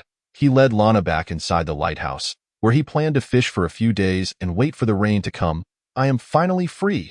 That dark place was certainly no dwelling for a sprite. What is this thing called? It is so incredibly warm. This place is far more comfortable than a treehouse. It's simply paradise. Hey, keep that skeleton away from me. Sprites absolutely detest necromancy as it is an affront to life. Since returning to the lighthouse, Lin Feng had been silently fishing, while Lana, a chatterbox, spoke endlessly. Do you think I possess such ability? Necromancy. Lin Feng replied without turning around.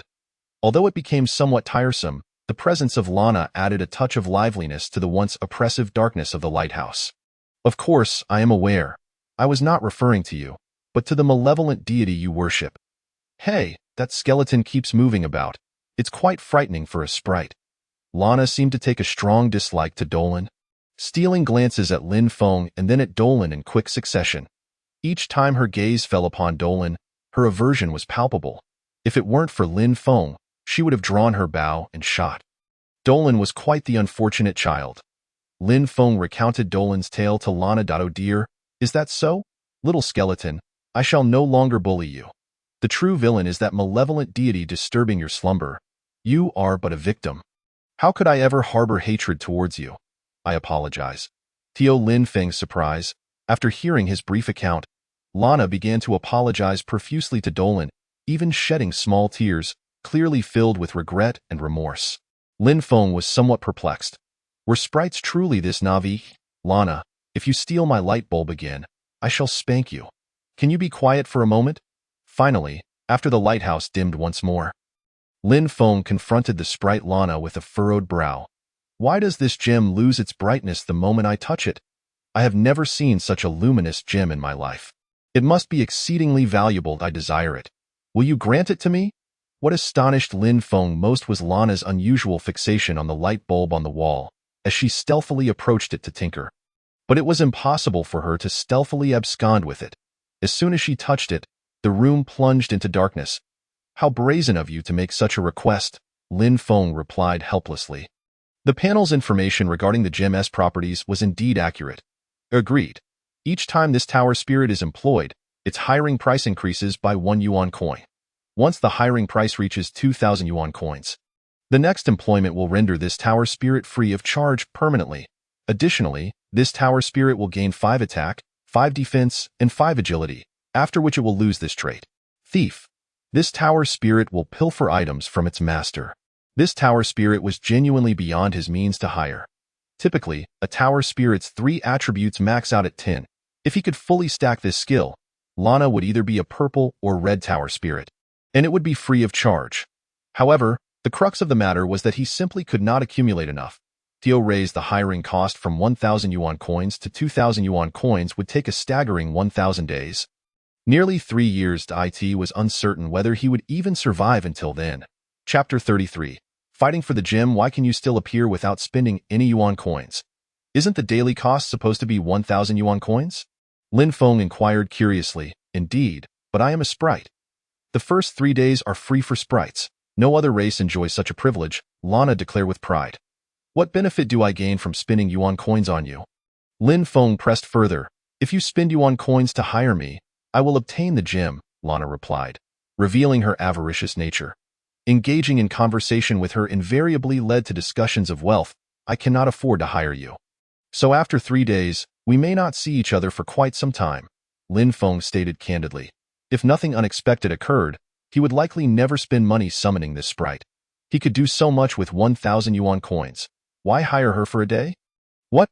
No. If you cannot afford to hire me, then sell me to someone who can. Cards can be traded, can't they? Rest assured, I can fetch a good price for you. Hurry and sell me. I want to earn gems. Upon hearing Lin Feng's words, Lana became quite displeased. But what if I choose not to sell? Lin Feng nearly laughed at Lana's declaration.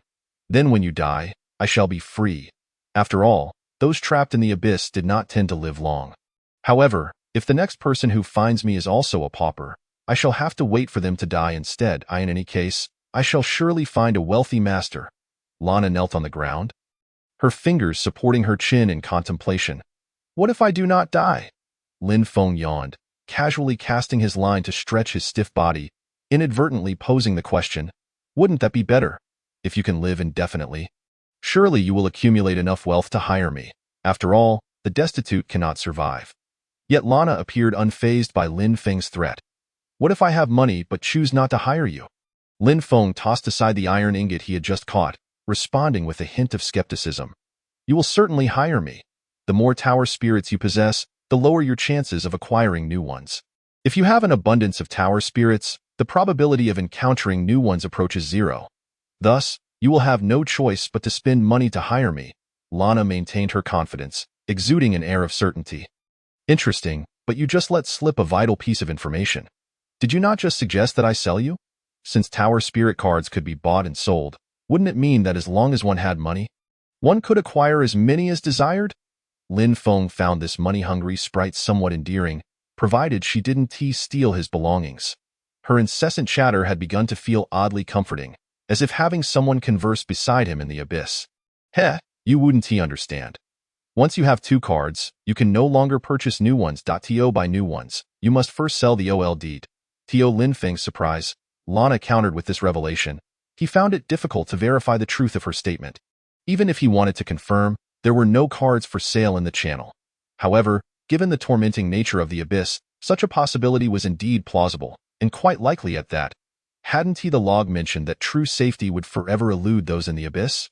Hence, limitations would inevitably be imposed on the strong. What if I simply discard the card and retrieve it after purchasing a new one? Would that be permissible? Lin Feng pondered the details of the situation. He quickly considered a loophole. As long as the card could be discarded and retrieved, it would still belong to him, and he would not be able to acquire a new one, unless the card was sufficiently distant, or thrown into the sea where it could never be recovered. Only then would the connection be severed. After hearing this, Lin Feng nodded.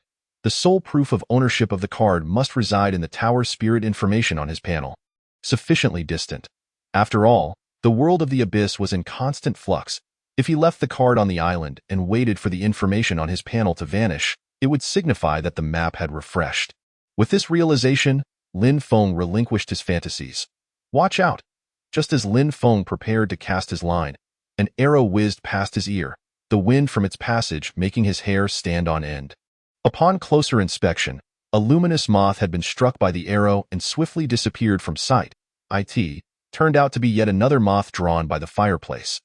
The irony was that while the moth had posed no threat to him, Lin Feng had been startled by an arrow shot by Lana. Is your aim truly that precise? However, there was no denying the skill behind that shot. Hitting such a small target was no easy feat. Of course, if one lacks competence, how could they venture forth as a mercenary? Thus, should you choose to employ my services, your safety would be unequivocally assured. Have you considered this? The more frequently you engage my services, the more favorable the terms become. Once again, Lana broached the subject of finances. If you were to falter, you wouldn't inadvertently shoot me, would you? Lin Feng remained troubled by the earlier incident. Does she truly have such faith in her archery skills? Or is it merely a guise for ulterior motives? The arrow had flown perilously close. How dare you doubt me? Are you not aware that the spirit cannot harm its master? I just saved your life. Yet you treat me this way. How vexing. Suddenly, Lana drew her bow and released an arrow with such swiftness that Lin Feng had no time to react. The arrow, with a wicked sense of humor, sailed past him, striking its mark but treating Lin Feng's body as though it were mere air. Observing the irate Lana reclining before the fireplace, Lin Feng felt a sense of helplessness. Yet he could not hold himself accountable. He was unaware of the spirit's inability to inflict harm upon its master. Moreover, there existed no foundation of trust between him and this sprite, whose greed was evident and whose character left much to be desired. Lin Feng took a moment to reassess Lana's skills. Precision shooting, night vision, eagle eye, teleportation. Precision shooting, passive, reduces shooting speed but enhances accuracy. Night vision, passive, enables visibility in darkness. Eagle eye, passive, extends range of vision and significantly improves accuracy against distant foes. Teleportation, allows for a brief, instantaneous movement. Lana possessed 4 skills, 3 of which were passive, all related to shooting. In comparison to a firepower-focused archer, Lana's role resembled that of a sharpshooter. While formidable, Lin Feng was not entirely satisfied. Why had he sought another spirit in the first place? Was it not due to the incident where his home was robbed during his absence? He desired a guardian to protect his abode while he ventured into the wild with Doran. A second spirit to ward off petty thieves. Yet this new spirit was, in essence, a thief herself. Very well, let her steal as she pleases. After all, he could hardly afford to hire her for an entire day. His connection with this sprite was destined to last merely 3 days. Adopting a more relaxed perspective, he reasoned that with such a potent spirit as Lana guarding his home, he should be able to enjoy a respite for those 3 days. Finally, he could allow himself to unwind and sleep soundly. Chapter 34. The Abyssal Dungeon. Do not be angry. Lin Feng, a bastion of stoicism, had only ever held hands with girls throughout his 2 decades of life, and thus remained clueless on how to appease her. After much internal deliberation, he finally mustered a rather emotionally inept forward response. No, I choose to be angry. Unless you are willing to gift me that radiant gemstone, then I shall no longer harbor resentment. How amusing! This avaricious sprite dared to covet her own master's possessions. Lin Feng, growing weary of her antics, chose to disregard her whims. Would you reside here indefinitely? Is the lighthouse not mobile? True to form, within mere minutes, Lana shattered the silence. For this loquacious sprite could never keep her mouth shut. I am waiting. Lin Feng replied with an impassive 3 words. Waiting for what? Lana inquired with curiosity. For rain. Lin Feng turned to glance at Lana. What? You cannot be contemplating waiting for the rain to venture into that enormous house on the island, can you? Absolutely not. That is out of the question. It appeared that Lana was unaware of what a psychiatric hospital entailed, merely describing it as a grand residence. Yet this confirmed the veracity of the notes he had perused. Indeed, that is precisely where I intend to go. But why does Lana oppose my visit so vehemently? Lin Feng queried with unmasked candor. Because it is exceedingly perilous, a place from which one may not return. You are my master, and I cannot bear the thought of witnessing your demise in vain. Therefore, we should promptly activate the lighthouse and depart this location. Trust me, that place is truly off limits. We must leave immediately. Lana fervently countered Lin Feng's intentions. Since Lana was so familiar with that grand house, could she not enlighten him about its characteristics? For instance, what lay within and how one might access it? Lin Feng delicately probed. I have never been inside. How could I possibly know what is within? Do not inquire of me. Lana hastily shook her head, her displeasure evident. If Lana has never entered, how could she claim it to be dangerous? You are concealing something from me. Why should I heed your words? Lin Feng suspected that this sprite was privy to some hidden truths, and her fervent opposition to his entering that psychiatric institution only deepened his curiosity. It was clear that her motives were not altruistic. She longed to be rid of him, this miser. Yet, this money-hungry sprite's pursuit of wealth would not be easily fulfilled, for any sane person would never squander 1,000 abyss coins to employ her. Thus, Lin Feng increasingly believed that treasures awaited him within. Humph, go ahead, pursue your folly. Sometimes, the damned spirit simply cannot be dissuaded. Lana huffed, crossing her arms, and feigned sleep before the fireplace. Yet this time, she seemed genuinely upset. For she remained silent throughout the entire night and the following 2 days. Aside from the occasional intrusion of moths and a skeletal creature into the lighthouse, nothing else transpired. This brought Lin Feng immense relief, for it indicated that this location was not a perilous maritime zone, allowing him to remain here indefinitely and patiently await the arrival of rain. Moreover, during these 2 days, Lin Feng took the opportunity to rejuvenate himself, now brimming with vitality and in a markedly improved mood. The only drawback was that Lana continued her incessant prattle. Keep it up, hasten to accumulate 1,000 abyss coins to summon me.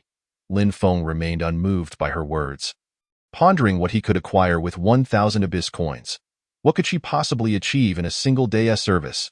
Indeed, what could this sprite accomplish? Today marked the final day of her complimentary employment.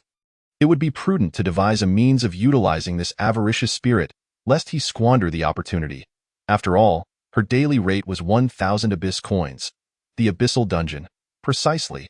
It would be a grave waste not to enlist such a powerful spirit to traverse the dungeon. In truth, the abyssal dungeon did not encourage the entry of spirits, for should a spirit be slain within, it could not be revived with abyss coins, resulting in a permanent loss. However, Lin Feng was unconcerned. He could not afford to hire this sprite, and since she was so eager to escape and earn gemstones, he was free to disregard that rule. According to her, spirits do not truly die. Even if this sprite were to perish within, she would merely revert to her essence, transforming back into a card that would randomly reappear in a new location. I wish to explore new realms. Come with me, Lin Feng declared as he rose to his feet, prepared for action. What? I shall not accompany you. I am a mercenary. I require payment for my services. What need have I for your tasks without compensation? Lana predictably declined. Lin Feng stroked his chin, seeming to ponder something profound. Ignoring Lana, he stepped out with Doran. Moments later, to his astonishment, Lana followed suit. Did you not just assert that you would not go? Lin Feng inquired, thoughtful. However, you did not explicitly command me to remain here when you invited me to accompany you. Lin Feng's supposition was correct. Indeed, spirits are unable to defy their master's commands. Do all spirits share this trait? Lin Feng asked, his gaze lingering on Doran. He had always felt that Doran was not merely a puppet. Not necessarily. The essence of spirits is encapsulated in cards.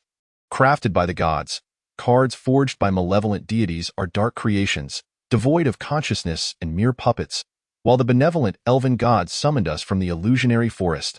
Lin Feng nodded thoughtfully upon hearing this. Logically, I should not be discovered by someone not chosen by the elven god.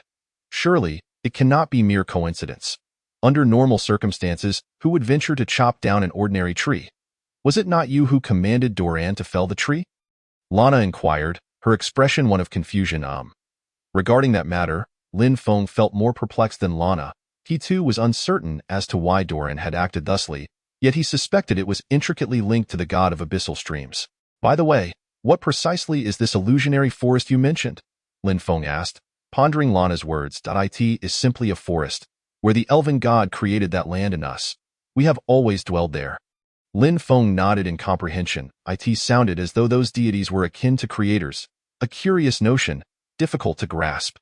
This sprite hailed from a realm constructed by a deity. Was his own world similarly fashioned? By the way, would you consider dedicating yourself to the elven god? Devotion to the elven god would lead you to many charming and lovely elven maidens like myself. Does that not sound delightful? Lana tucked a strand of hair behind her ear, adopting a flirtatious demeanor. I have no interest in women. I must be on my way. Lin Feng replied, resolutely moving ahead, with Doran fully equipped in tow.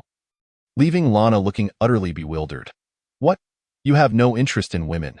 Do you prefer men? Wait. If you wish for me to work, you must first pay me. Huh? Why are you back? Have you changed your mind? No, I must take this with me to prevent it from being stolen by those loathsome rodents. Lin Feng seized the light bulb from the wall and pocketed it, setting off once more. What?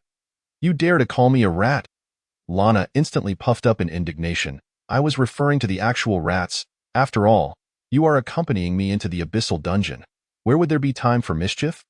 Lin Feng replied with a resigned expression. Oh, indeed, there is no time. But why does it still sound rather strange? Chapter 35. Horde of zombies, survive until the sun rises completely. The rules of the second level of the abyssal dungeon are exceedingly simple and direct. As soon as he stepped through the entrance, Lin Feng was greeted by a notice before him, containing but a single line.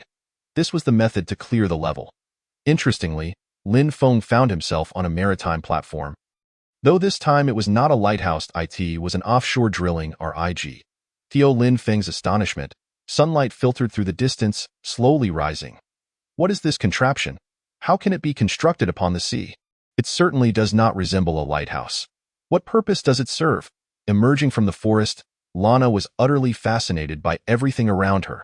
If there was something she did not understand, she would inevitably inquire of Lin Feng. This appears to be an oil rig. Lin Feng furrowed his brow as he gazed down at the inky ocean. What is oil? Lana blinked in confusion, looking at Lin Feng. However, he did not respond. His expression suddenly shifting. They are coming, be careful. Lin Feng drew his black long sword, anxiously watching below, where a decaying hand emerged from the abyss. Its body clung to the platform as it began to crawl upward. Following closely were the second, the third, a veritable tide of corpses. The difficulty of the second level of the abyssal dungeon seemed to escalate dramatically. Terrifying zombies crowded around them. Lin Feng positioned himself in the middle of the drilling platform. Let us head to the helicopter landing pad at the top. After a careful assessment, Lin Feng finally pinpointed his destination, a helicopter. Clearly, Lana had no idea what Lin Feng was referring to. Nonetheless, she did not need to know. Upon seeing Lin Feng and Dolan begin their ascent, she hurriedly followed suit. This place could be considered the highest point of the platform, offering ample space for maneuvering, thus facilitating their dealings with the zombies. Lana, target those green zombies that spray poison. Lin Feng felt a wave of nausea wash over him as he observed those hulking zombies, each with throats the size of sandbags. Thankfully, his decision was sound. Those zombies could not spray poison that high, and due to their bodies being filled with gas and liquid, they were prone to exploding when clustered together. How can there be so many vile dark creatures? Lana quickly drew her bow and began shooting. However, she seemed ill-suited to handle such swarms of foes. As her attack speed was somewhat sluggish, it took her approximately 3 to 4 seconds to release a single arrow. Meanwhile, Lin Feng and Dolan positioned themselves to guard the stairs leading to the landing P.S. The number of zombies increased, and the cramped space of the drilling rig became more perilous. Any gathering of zombies would easily tumble down together. The number of zombies capable of crawling to the top was rather limited, and the most threatening poison-spraying zombies would be swiftly dispatched by Lana, bursting with a belly full of pus. The remaining zombies that charged up would also meet their end under Lin Feng's sword. Striking unarmored flesh with this sword felt akin to slicing through jelly, while severing bones was like shattering a delicate wafer. Lin Feng began to comprehend the essence of a formidable defensive position. It was not even necessary for Dolan to intervene, nor for him to wield this sword. Simply standing in this spot, even with a sturdy spear, he could fend off the zombies. Of course, without ranged attacks, it would be somewhat troublesome, requiring him to dodge their toxic sprays. Yet, given that poison-spraying zombies were rare, those that could manage to crawl up were even fewer. Moreover, their projectiles followed a parabolic trajectory, thus easily evaded. Just as Lin Feng thought this level of the abyssal dungeon would be a breeze, the inky abyss below suddenly underwent a transformation. A remarkably robust giant zombie crawled up. Its arms were so muscular they appeared ready to burst. Moreover, it moved with incredible speed, smashing through any zombie that obstructed its path with its massive arms. Lana, do not concern yourself with the others. Focus on that behemoth. The appearance of this giant zombie made Lin Feng exceedingly tense. The only consolation was that it bore no armor. Thus, his sword would inflict significant damage. Whoosh! A sharp arrow struck the giant zombie instantly. However, like the other zombies, it felt no pain.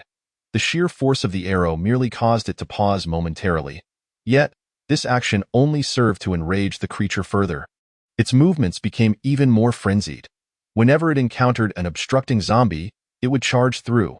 Fortunately, it still had some distance to cover before reaching the top, granting Lana ample opportunity to inflict damage upon the giant zombie. As for the poison-spraying zombies, they could be temporarily ignored. Even if they sprayed, Dolan had a shield for protection. However, just as the giant zombie was more than halfway up, Lin Feng held his breath and prepared for a fierce confrontation. When suddenly, the giant zombie's body relaxed, and it fell backward. Lin Feng exchanged a contemplative glance with Lana. Truly, the Blue Point Killer type of tower spirit possesses remarkable single-target damage capabilities.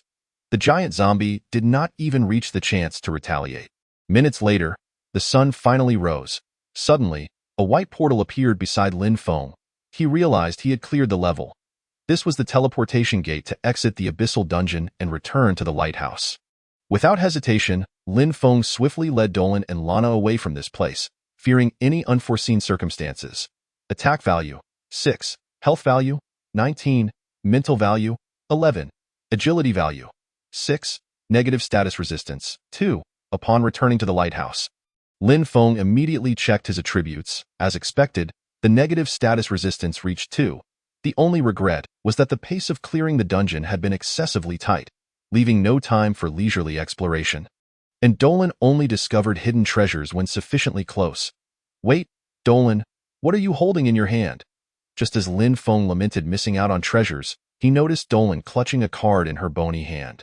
Lin Feng hurried over to take a look. Name, Trait Deletion Module, Type, Item, Rarity, Purple, Description, deletes one trait of a tower spirit. Lin Feng's eyes gleamed upon seeing this item. What does this mean? It means invincibility. Traits, lifelong free, cursed, curse spreads. Dolan possessed 3 traits, 2 of which were exceedingly formidable. However, if he could use this item to eliminate them.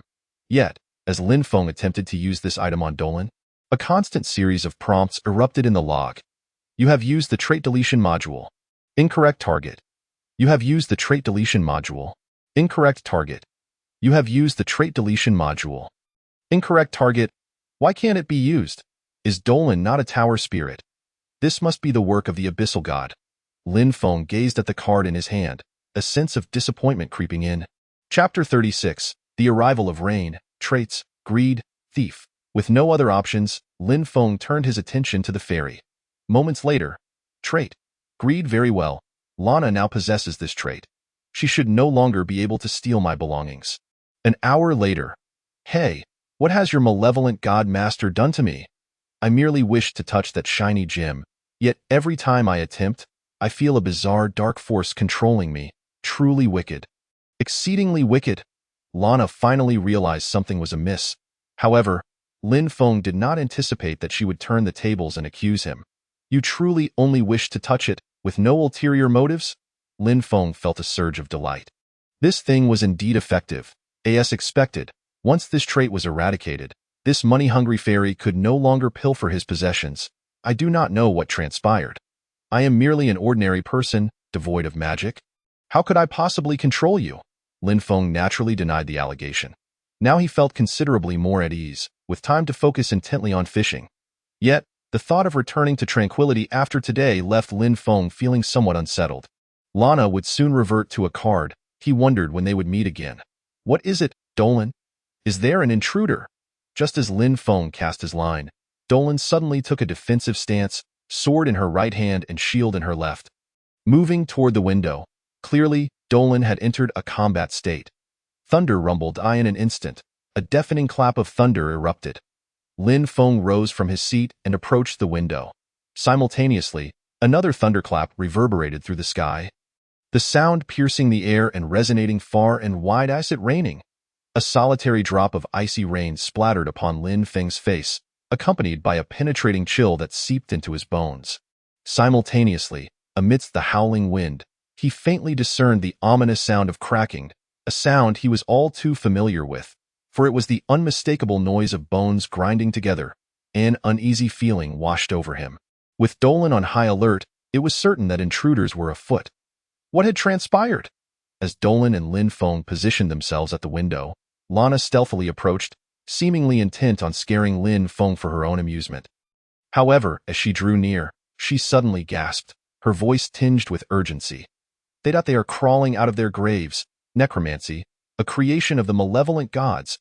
Upon hearing Lana's exclamation, Lin Feng's mind raced back to his initial arrival on the island, where countless graves lay densely arranged, each tombstone adorned with names, life stories, and brief descriptions. The common thread among the deceased was their struggle with mental illness, which left Lin Feng with an unsettling sense of dread. At that moment, the lighthouse beam swept across the current waters, revealing a shocking sight. A multitude of moving skeletons densely populated the island. Among them were not only human remains, but also the skeletal forms of animals, cats, dogs, monkeys, and even some large bones that likely belonged to lions or similar creatures. Lin Feng, having deemed the establishment of a route unsafe and fishing impractical, had previously activated the lighthouse. Thus, it now stood at a considerable distance from the island. For these skeletal beings to invade the lighthouse, they would have to navigate through the abyss and swim over. I've warned you before, don't wait for the rain. This island is perilous. We must activate the lighthouse and make our escape swiftly. If we delay, they will come rushing in, Lana urged Lin Feng with her usual insistence. Yet at that moment, Lin Feng's attention was fixed on a towering structure illuminated in the distance, an immense building rising over 30 stories high. Standing proudly at the island's center, after waiting for 2 days, he had finally anticipated this rain, and this moment. Fear not, Lana. There is nothing to dread about the skeletons. They are quite feeble. However, weak monsters rarely drop treasures. Engaging them feels somewhat unmotivating, Lin Feng remarked, his thoughts still lingering on the prospect of loot. Lana rolled her eyes, clearly irritated by his fixation on spoils. With his heightened attributes, Lin Feng no longer feared the low-level undead employing swarm tactics. As long as he guarded the staircase, even without any sword skills, he could fend them off with wild swings. Armed with his new sword, he had gained confidence, for the sensation of slaying monsters was as effortless as mowing grass. Once he embraced this feeling, fear dissipated naturally. Lana, you guard the window. If the skeletons climb up, shoot them down. If you can't hold your ground, teleport to me, Dolan. We shall venture outside. Lin Feng was resolved to confront these skeletons decisively. After all, he intended to reach that psychiatric hospital, and this confrontation was unavoidable. Whether in the lighthouse or on the island, a battle was imminent. Above the lighthouse, he would have the undeniable advantage of terrain. How annoying. I was merely trying to frighten you. Surely, you don't think I'm genuinely afraid of these undead beings? Lana, her cheeks flushed, shot a glare at Lin Feng's retreating figure, muttering in annoyance. Drawing her longbow, she began firing at the skeletons scaling the lighthouse. The close-range shots exhibited remarkable penetration, dispatching entire clusters of skeletal foes in one go. Meanwhile, Lin Feng wielded his long sword with increasing finesse, each swing scattering bones and emitting a cacophony of cracking sounds. Dolan maintained his usual demeanor, following closely behind Lin Feng after executing a series of attacks, shield at the ready for defense. This assault persisted for approximately 10 minutes, during which Lin Feng felt he had shattered over 1,000 skeletons. Lana, is there a problem? Are the skeletons breaching the window? Just then, Lana, who had been stationed at the window to shoot at the skeletons, emerged through the door. How could I possibly falter? There isn't a single skeleton in sight, not even on the island. So I came out to assist. As she spoke, she glanced down the staircase, noting only a few skeletal remnants staggeringly ascending. But it appears my assistance is unnecessary. Lana continued firing arrows, decimating the remaining skeletons before they even reached the halfway mark of the stairs. It seemed her quiver was indeed infinite.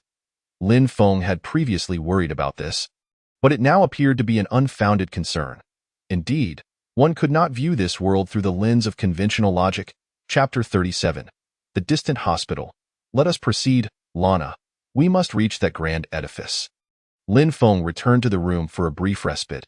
After gathering all his potions and lighting lanterns, he took a deep breath, realizing that tonight would undoubtedly be a sleepless one. Must we really go? At this moment, Lana, the elf, finally comprehended that her own strength paled in comparison to Lin Feng's determination. And no matter her protests, he was resolute in his pursuit. Yes, I must go. Do not be disheartened if I perish within.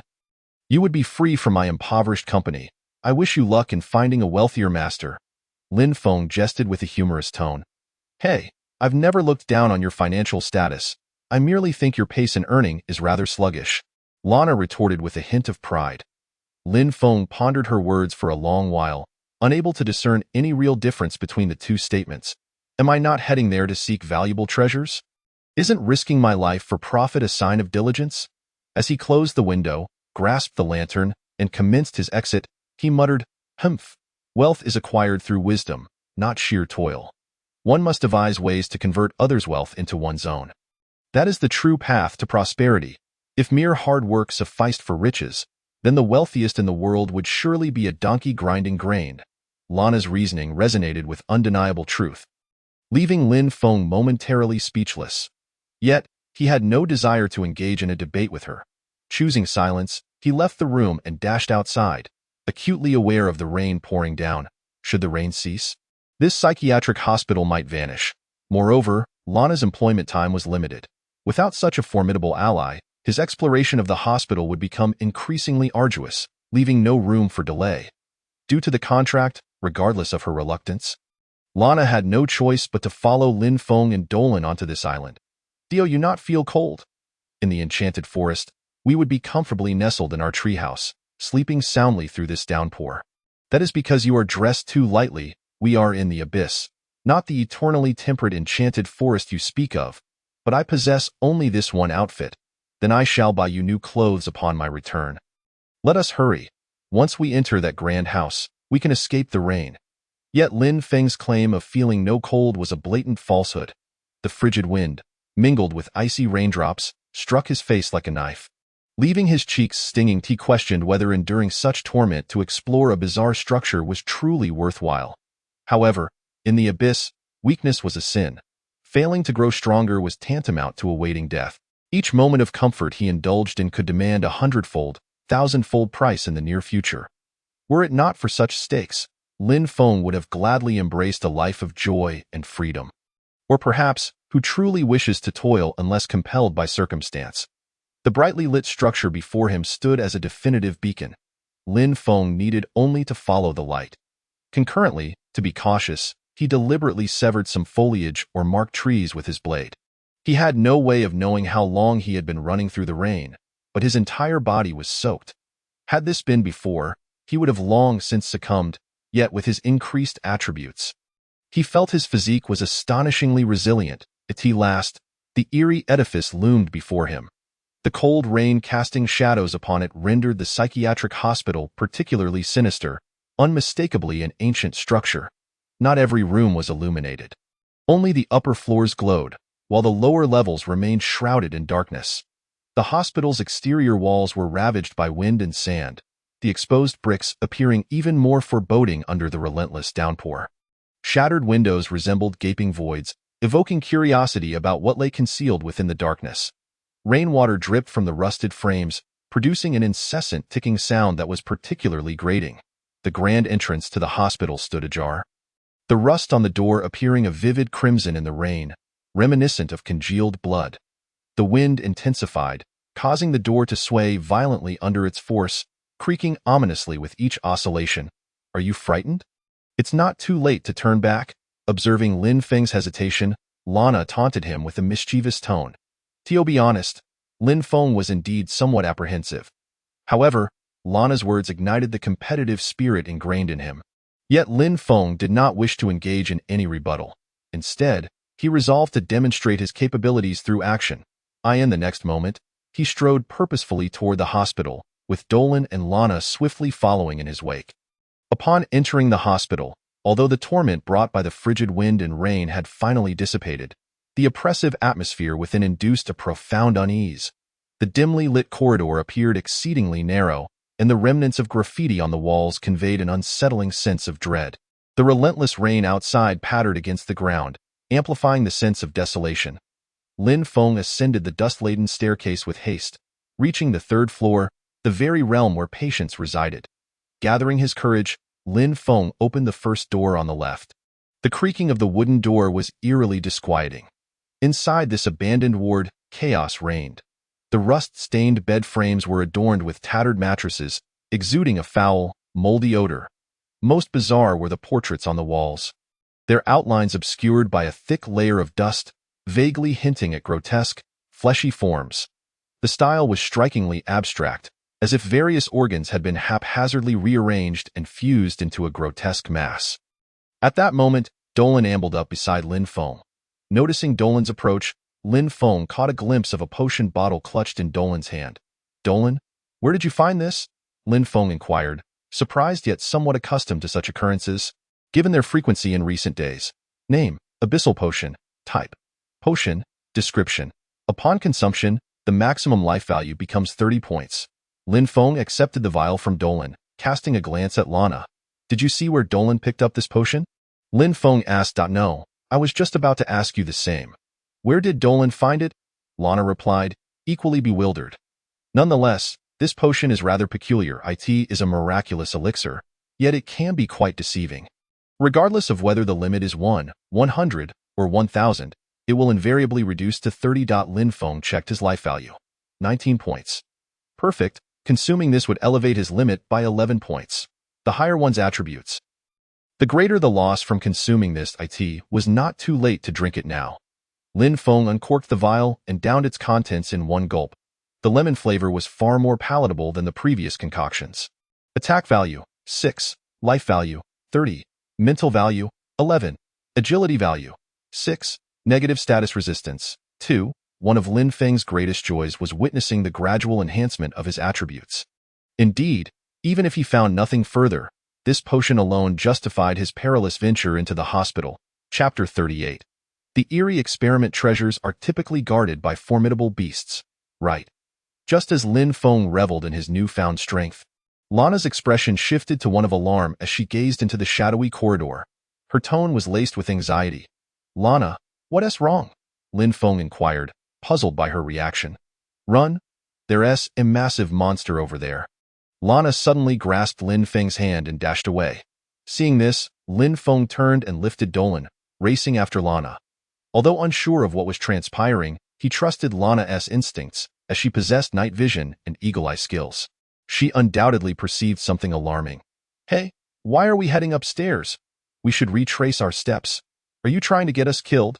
Lana urged as she watched Lin Feng ascend the staircase. "If you want to leave, go ahead. I'm not joking.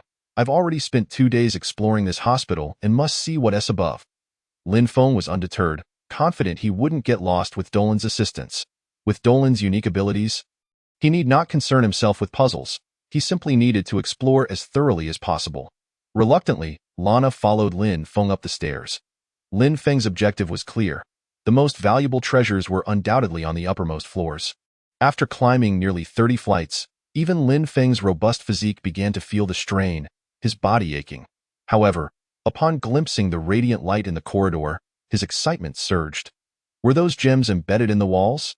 Lana, ever captivated by luminous objects, gazed wide-eyed at the illuminated corridor. Lin Feng struggled to convince her that it was merely an inconsequential industrial artifact. Of course, in the abyss, its worth transcended mere currency. Yet at that moment, Lin Feng recalled a troubling detail. The entire incident suddenly felt eerily unsettling. He remembered the ages of the deceased inscribed on the gravestones on the island. Those individuals had predominantly perished in the 19th century, yet the lights before him were unmistakably modern. Upon closer inspection, he noted that the architectural style of the top 3 floors starkly contrasted with that of the lower levels. The lower floors exhibited a quintessential 19th century European design, which explained the absence of lighting, while the upper 3 floors were strikingly contemporary. Upon further reflection, the questions multiplied. It was improbable that a 30-story building could have been constructed in the 19th century.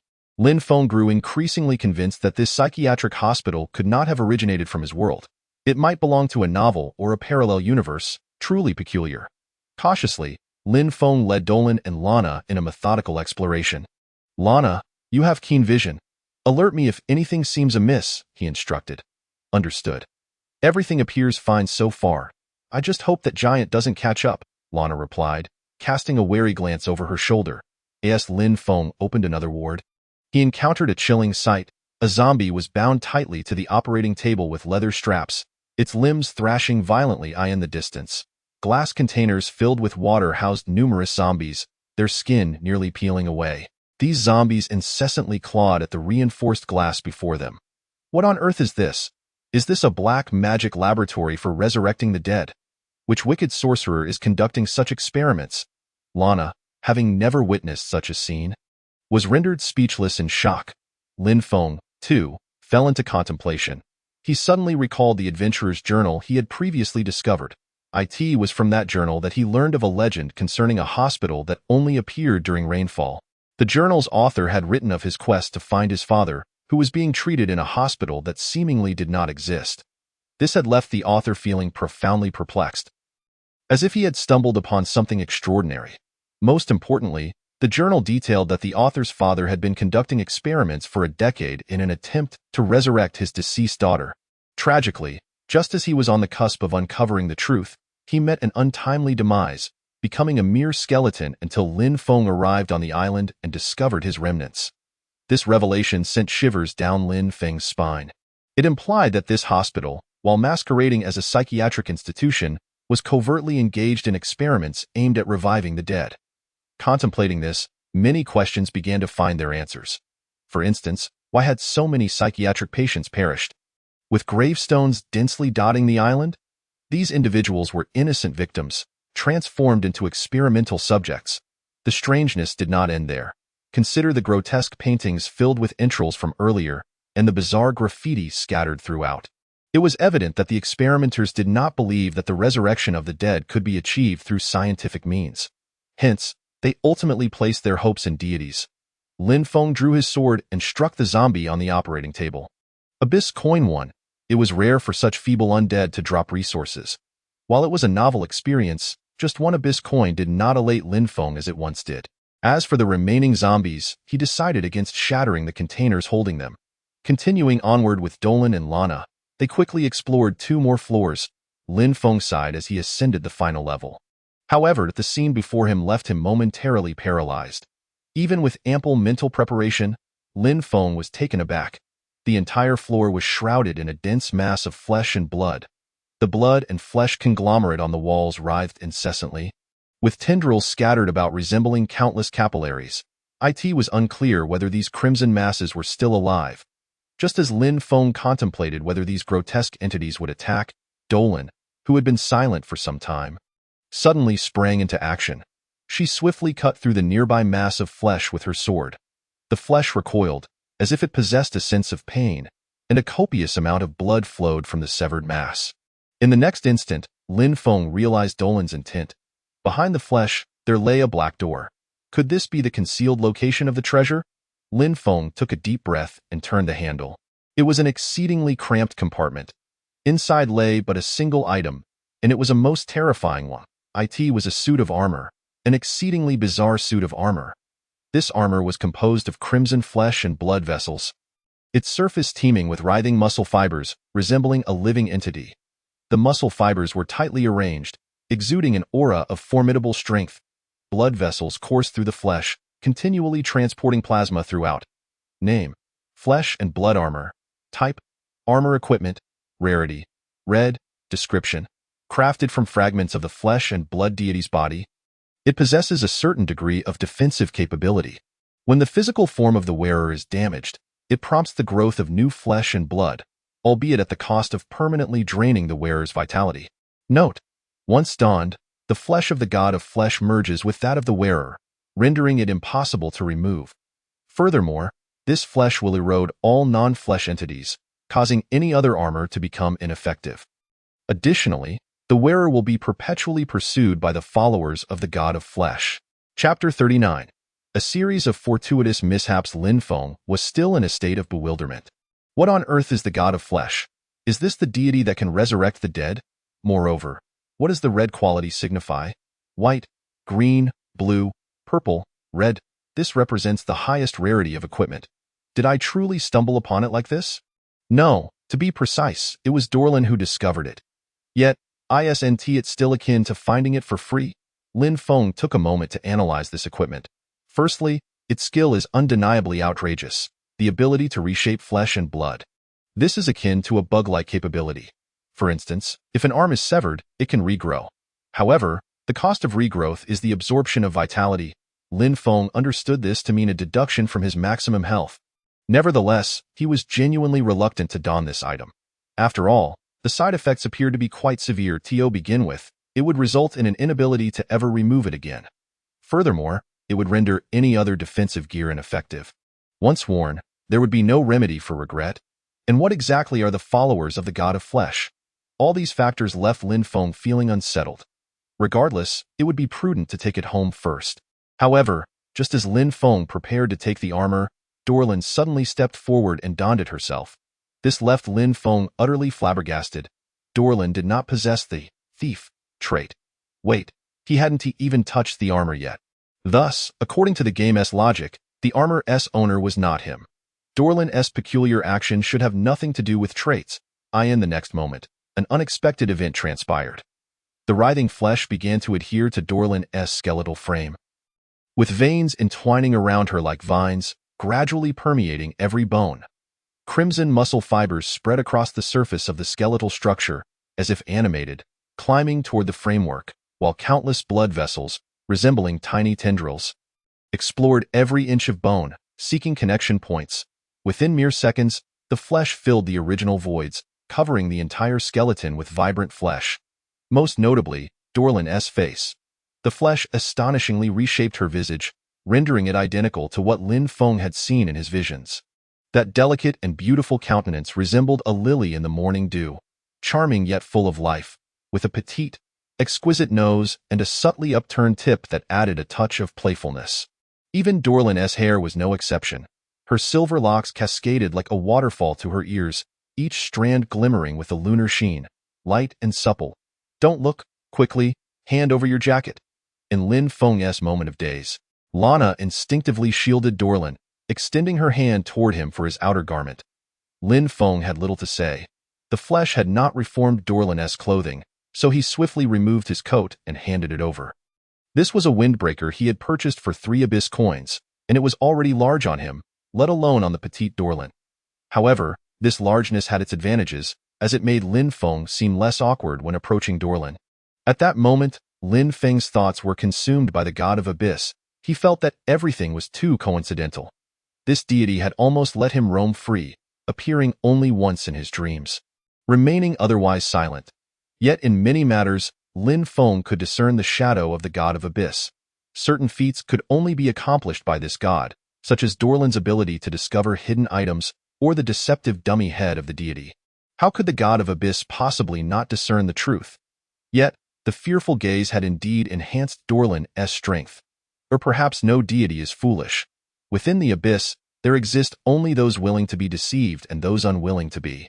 Now, the circumstances were exceedingly fortuitous. He had inexplicably uncovered this small island. Then, quite by chance, he had discovered the notebook beside the skeleton, leading him to learn that he could only locate this hospital after the rain. Finally, even more inexplicably, he found the flesh armor capable of restoring Dorlan's body within this hospital. He hadn't even considered having Dorlan try it on, yet she had taken the initiative. Why would Dorlan undertake such a peculiar action? Surely someone must be manipulating her. And who could that manipulator be? It was all too evident. Lin Feng felt a sense of discomfort.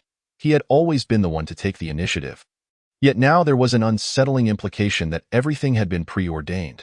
Was this deity truly assisting him, or was it aiding Dorlan? Or perhaps it was utilizing him for Dorlan's benefit? Indeed, it was best not to ponder the matters of the Abyss deities. Merely contemplating them filled him with a sense of gloom and confusion, and he could make no sense of it. Humans cannot comprehend these Abyss deities. That monster is catching up, run. Suddenly, Lana let out a scream. Upon hearing this, Lin Feng immediately turned to look. Before him was a colossal flesh creature, a grotesque amalgamation of human limbs, heads and entrails, slithering up the stairs like a slug. In that moment, Lin Feng seemed to discern who the followers of the flesh were. Faced with such a formidable creature, Lin Feng was devoid of any desire to fight, for it was simply far too enormous. Even if his sword could cleave off a substantial chunk of flesh, it would amount to no more than scraping off a layer of skin from such a behemoth. What do we do? Our escape route is blocked, Lana inquired anxiously. Fool. This hospital cannot possibly have only one staircase. Hurry, run forward. Lin Feng grasped Dorlan's hand, leading her onward. Her soft hand felt entirely different from bone. Must they really tread upon the flesh? Lana hesitated, gazing at the sanguine mass ahead. What else can we do? Should we allow that behemoth to swallow us whole? Seeing Lin Feng already pulling Dorlan along, Lana had no choice but to follow suit. It wasn't that Lin Feng favored Dorlan. Rather, Lana was running even faster, equipped with her teleportation skill. Dorlan, on the other hand, was at a significant disadvantage due to her low agility. When she had merely been a skeletal frame, Lin Feng had no trouble carrying her while running. However, now that Dorlan had regained her form, she was clearly heavier, and more importantly, her size was significantly greater than when she was a skeleton. Thus, it became difficult for Lin Feng to hold his sword in one hand while carrying Dorlan in the other. Lin Feng had barely taken a few steps when he heard Lana's voice behind him. She had tripped over the tendrils of flesh. Lin Feng felt an overwhelming sense of frustration. Why did she falter at such a critical moment? He hurriedly turned back, pulling Lana up with all his might. Fortunately, the massive flesh creature was not particularly swift. This minor incident proved to be harmless, as expected. Lin Feng soon located the staircase leading downward and dashed toward it. Chapter 40. A new beginning. What he did not anticipate was that misfortune would compound. As Lin Feng descended the stairs, he was met by several zombies. It seemed the noise made by the flesh creature had disturbed them. However, this was not the time to engage in battle with the undead. Lin Feng could only eliminate the ones that were particularly close and continue his flight, for a giant was relentlessly pursuing him. The benefits of high stats were once again vividly demonstrated. If his agility had been low, this would have been a hellish dungeon that could cost him his life. With high agility, the zombies stood no chance of catching up. Lin Feng raced down 30 flights of stairs in a single breath. Though tiring, it was far more comfortable than ascending. Even after escaping the hospital, the zombies continued their relentless pursuit, and he could faintly hear the sounds of the flesh creature moving. That behemoth had actually burst out of the hospital in hot pursuit. The marks Lin Feng had previously left behind proved invaluable. He sped along without hindrance, almost racing toward the lighthouse. Upon catching sight of the lighthouse's glow, Lin Feng felt an exhilarating rush. Once he reached there, he would be safe. He sprinted up the steps of the lighthouse, unceasingly making his way to the control room on the 5th floor, where he promptly activated the lighthouse and initiated its movement. In that moment, Lin Feng finally exhaled a long sigh of relief. Looking back at the island's shoreline, he was alarmed to see that the flesh creature had followed him all the way. Even from a distance, its size remained terrifying. To his astonishment, the creature lingered at the edge for a few seconds before plunging into the abyss, disappearing in an instant, leaving behind only a large circle of ripples. Lin Feng furrowed his brow. It appeared this creature was relentless. Fortunately, its speed would not surpass that of the lighthouse. It seemed that until he could eliminate it, he would have to live a nomadic existence, unable to linger in one place for too long. Otherwise, once the flesh creature reached the lighthouse, everything would be over. How terrifying!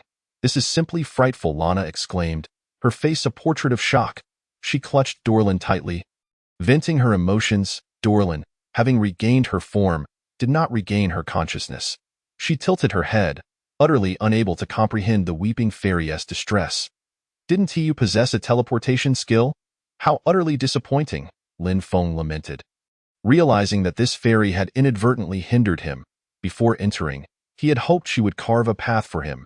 Yet that unexpected twist had genuinely startled him. Indeed, but when I'm frightened, I forget. Lana's response left Lin Feng speechless. I thought you wouldn't care about me. Except for my mother, no one has ever treated me this well.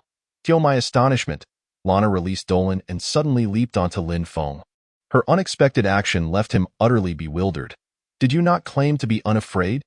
If you perish, you shall resurrect in card form, he remarked, feeling as if this foolish sprite had been swiftly smacked in the face. Yet, I have never died before. It would be quite painful, Lin Feng mused, realizing that this sprite was not only greedy but also cowardly. Very well, Lana. Please keep an eye on the window. I need to rest for a moment. Assist Dolan in changing into her new attire, which I just purchased and is lying on the bed. The adverse effects of having been drenched in rain and engaging in strenuous activity soon became apparent. Lin Feng felt a heat radiating from his forehead and his body grew weak. He removed his damp clothing and placed it before the fireplace to dry, donning a fresh outfit himself. The marketplace offered no remedies, leaving him to endure his discomfort alone. Aside from the shoes he had fished out of the water, everything else he possessed had been purchased from the market.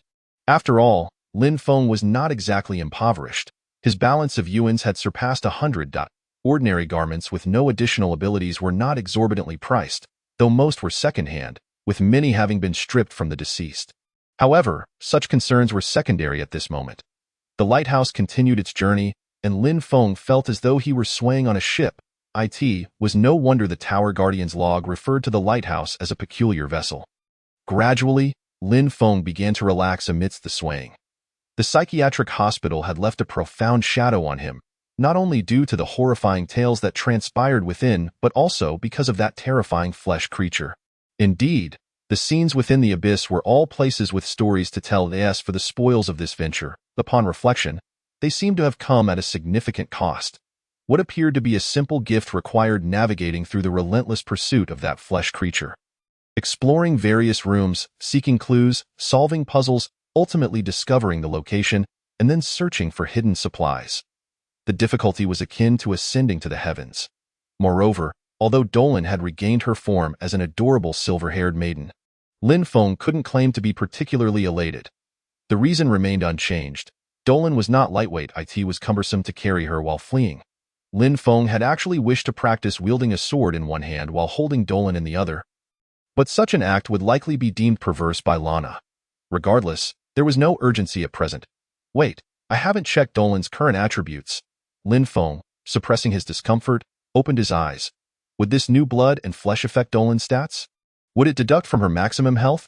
Lin Feng harbored concerns, especially since Dolan was already quite fragile. Name, Cursed Skeleton. Type, Tower Spirit. Rarity, Blue. Attack, Defense, Agility. Hiring cost, none. Skills, Rapid Thrust, Triple Slash, Defensive Stance, Rapid Regeneration. Traits, Lifetime Free, Curse Presence, Curse Spread. Upon reviewing these attributes, Lin Feng could only find them absurd. Dolan's specialization had become excessively pronounced. Yet, it was no surprise, given that it was a piece of red equipment. With an astonishing defensive boost that elevated Dolan's defense rating to 6 stars. Additionally, she gained a regeneration skill. Dolan, as a tower spirit, did not possess specific numerical values, but rather had her attributes represented abstractly with symbols. Was this a loophole? It seemed Dolan had not incurred any deductions to her maximum health, as this equipment was not intended for tower spirits. Lin Feng found Dolan to be extraordinarily unique. She diverged entirely from the definition of tower spirits in the abyss. For instance, he had never witnessed Dolan's card form. Regardless, it was a positive development that Dolan had grown stronger. He could finally breathe a little easier. No longer constantly worrying about her being ambushed and suddenly perishing, Lin Feng's gaze shifted away from the screen. Everything had reached a temporary conclusion. It was imperative to rest well. He truly could not bear it any longer. At the very least, he could enjoy a good night's sleep today. Listening to the howling sea winds outside and the crackling of the firewood in the fireplace, Lin Feng began to unwind from his tense state. His slumber, however, was restless, filled with a succession of scenes in his dreams, particularly one where he once again witnessed Dolan being cast down by pirates, evoking a profound sense of empathy, an overwhelming sensation of suffocation. "Lana, what are you doing?" Lin Feng jolted awake, realizing that the mischievous Lana was pinching his nose. "I called for you numerous times and thought you had perished. Thankfully, you are unharmed. Did you find anything from that place?" "You know, something rather special." Lana appeared somewhat anxious, subtly hinting at something. Chapter 41. The Silent Night. No, there was nothing of any value there. Lin Feng responded lazily, still bleary-eyed. "Then why did I not transform into a card?" "The time has clearly passed." Lana seemed to have already grasped what had transpired. "It is this. Lana, I understand now why you did not want me to visit that psychiatric hospital." Lin Feng forced himself to sit up. Despite his feverish body, the sight of this sprite's flustered demeanor was truly endearing. "Well, since you found it, I suppose it is my misfortune. In light of our past, I shall assist you in surviving. After all, I am relatively content at this moment." Lana's expression softened with relief. She had finally discovered the answer. The next moment, she turned without a backward glance and walked towards the lighthouse window to observe the outside world. Name: Sprite Hiring Voucher. Type: Item. Rarity: Green. Description: This item allows for the free hiring of Sprite-type tower spirits for one day. Lin Feng checked his panel information, where a new special item had appeared. These free vouchers and coupons, much like Yuan's, existed solely on the panel. These were also what Dolan had discovered. Lin Feng finally comprehended why Dolan had gone to such lengths to prevent him from venturing there. The place was perilous, but that was only one reason. The more significant one was that the archives housed many such vouchers, 800 in total. The sheer quantity was staggering. "I am the first sprite to be marked by the sprite god. I was born on this small island, and many things were created alongside me by the sprite god on this island. Especially within that house, there are numerous items related to sprites. There might be thousands of these sprite hiring items. How many did you find?" As Lin Feng observed Lana, she finally ceased concealing the truth from him, revealing the reality. He began to grasp why Lana felt disheartened. Perhaps if he used the vouchers to hire her, she would be unable to obtain the gems she desired from the sprite god. "Several hundred, I suppose. Once I find the gems, I will give them to you." Lin Feng sighed. After all, the gems held no value for him. In the abyss, what once seemed precious had become trivial. "No, without the sprite god's assistance, I cannot take anything from this world." "What significance do the gems hold now?" Lana responded, somewhat despondently. "Then why do you desire the gems?" Lin Feng pressed further. "Why mother is ill. She requires the power from those luminous gems to restore her health, or she will soon perish." However, Lana's words left Lin Feng utterly astonished. He had always been reluctant to entertain the worst-case scenarios regarding these deities. If that world was indeed created by the sprite god, as the creator, the sprite god had the power to afflict anyone with illness or restore them. Conversely, Lin Feng surmised that this deity might be using such means to coerce and control Lana. "Do you recall what your mother looked like?" Lin Feng inquired. "Why do you ask?" "Of course, I remember," Lana replied, somewhat irked. "Really? Are you certain?" Lin Feng yawned, fixating his gaze upon Lana. Suddenly, she seemed electrified. "No, wait, why can't I remember? I cannot recall my mother's visage, her voice, or any memories associated with her. Furthermore, why can't I recall the appearance of the illusionary forest? What is happening? Where have my memories gone?" Lana, behaving unusually, clutched her head. Lost in her own world, her expression fraught with turmoil. Lin Feng appeared to have deduced what had transpired. Clearly, Lana was a tool created by the sprite god.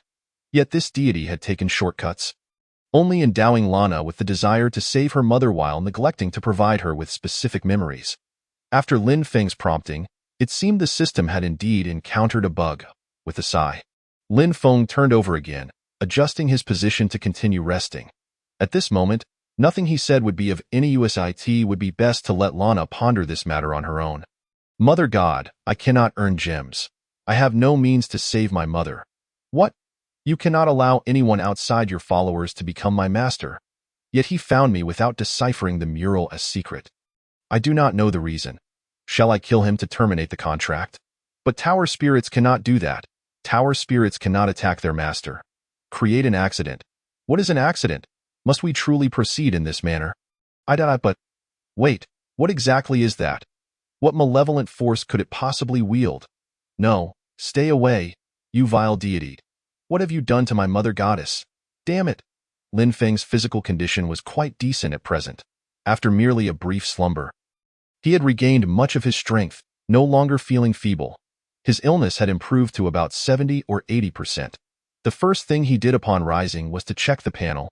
The current time, 1400 hours. The individual disseminating this information was named 47. The name was exceedingly brief, yet left a profound impression. This person began announcing the time after acquiring a clock, reporting every 2 hours in the chat channel. The first announcement was made at 10 a.m. and the last at 8 p.m. He had stated unequivocally that he would never cease this practice. If one day he failed to announce the time, it would mean he was deceased. Initially, Lin Feng found it difficult to comprehend why he would undertake such a responsibility without any tangible benefit. However, he was taken aback by the multitude of people who relied on knowing the time, many of whom praised him and affectionately referred to him as Brother Dao Lu. Perhaps it was this sense of being needed that validated his existence, compelling him to undertake this endeavor without hesitation. Lin Feng did not retire to bed. Instead, he took a nap in front of the fireplace. Upon awakening, he proceeded to the control room to halt the movement of the lighthouse. The monstrous creature was now a considerable distance away, unable to pursue him for the time being. He needed to work for a while, for Lin Feng noticed that while the lighthouse was in motion, his fishing rod yielded no catch. Fortunately, the likelihood of monster invasions diminished significantly during the lighthouse's movement. It was evident that those malevolent remnants would not spawn within the lighthouse itself, but rather in the abyss surrounding it. As the lighthouse shifted, it became exceedingly difficult for them to ascend, particularly since the majority of the slow-moving zombies that favored attacking his lighthouse would struggle to do so. Thus, Lin Feng was able to enjoy a restful slumber, his accumulated fatigue nearly vanishing. Yet, just as he prepared to fish for a while, he sensed something amiss. Why was the loquacious sprite so unusually silent today? His discomfort was palpable. He was not accustomed to her lack of chatter. Moreover, she had not been idle, remaining vigilantly by the window. Lana, what troubles you? Lin Feng approached to assess Lana's demeanor. Before him stood the golden-haired maiden, devoid of her previous vivacity, her expression rigid and devoid of emotion. Her state bore a striking resemblance to the perpetually stoic Dolan. Chapter 42. The flesh and blood followers. Lin Feng was certain that something was amiss. Lana's current demeanor was extraordinarily peculiar. Since his awakening, she had not uttered a single word. He directed Dolan to stand beside Lana for a careful comparison. Indeed, their stances were rigid, resembling that of a zombie. Their lifeless expressions and vacant gazes were strikingly similar. However, Lana was far more intelligent than Dolan. Lin Feng noted that she could comprehend some complex commands. Lana, lie down. Initially, he held little hope, yet to his astonishment, upon issuing the command, the golden-haired sprite promptly lay down on the ground. Remaining utterly still, stand up and turn around. Lana complied once more. Lana, speak to me. Lin Feng continued, but this command went unheeded.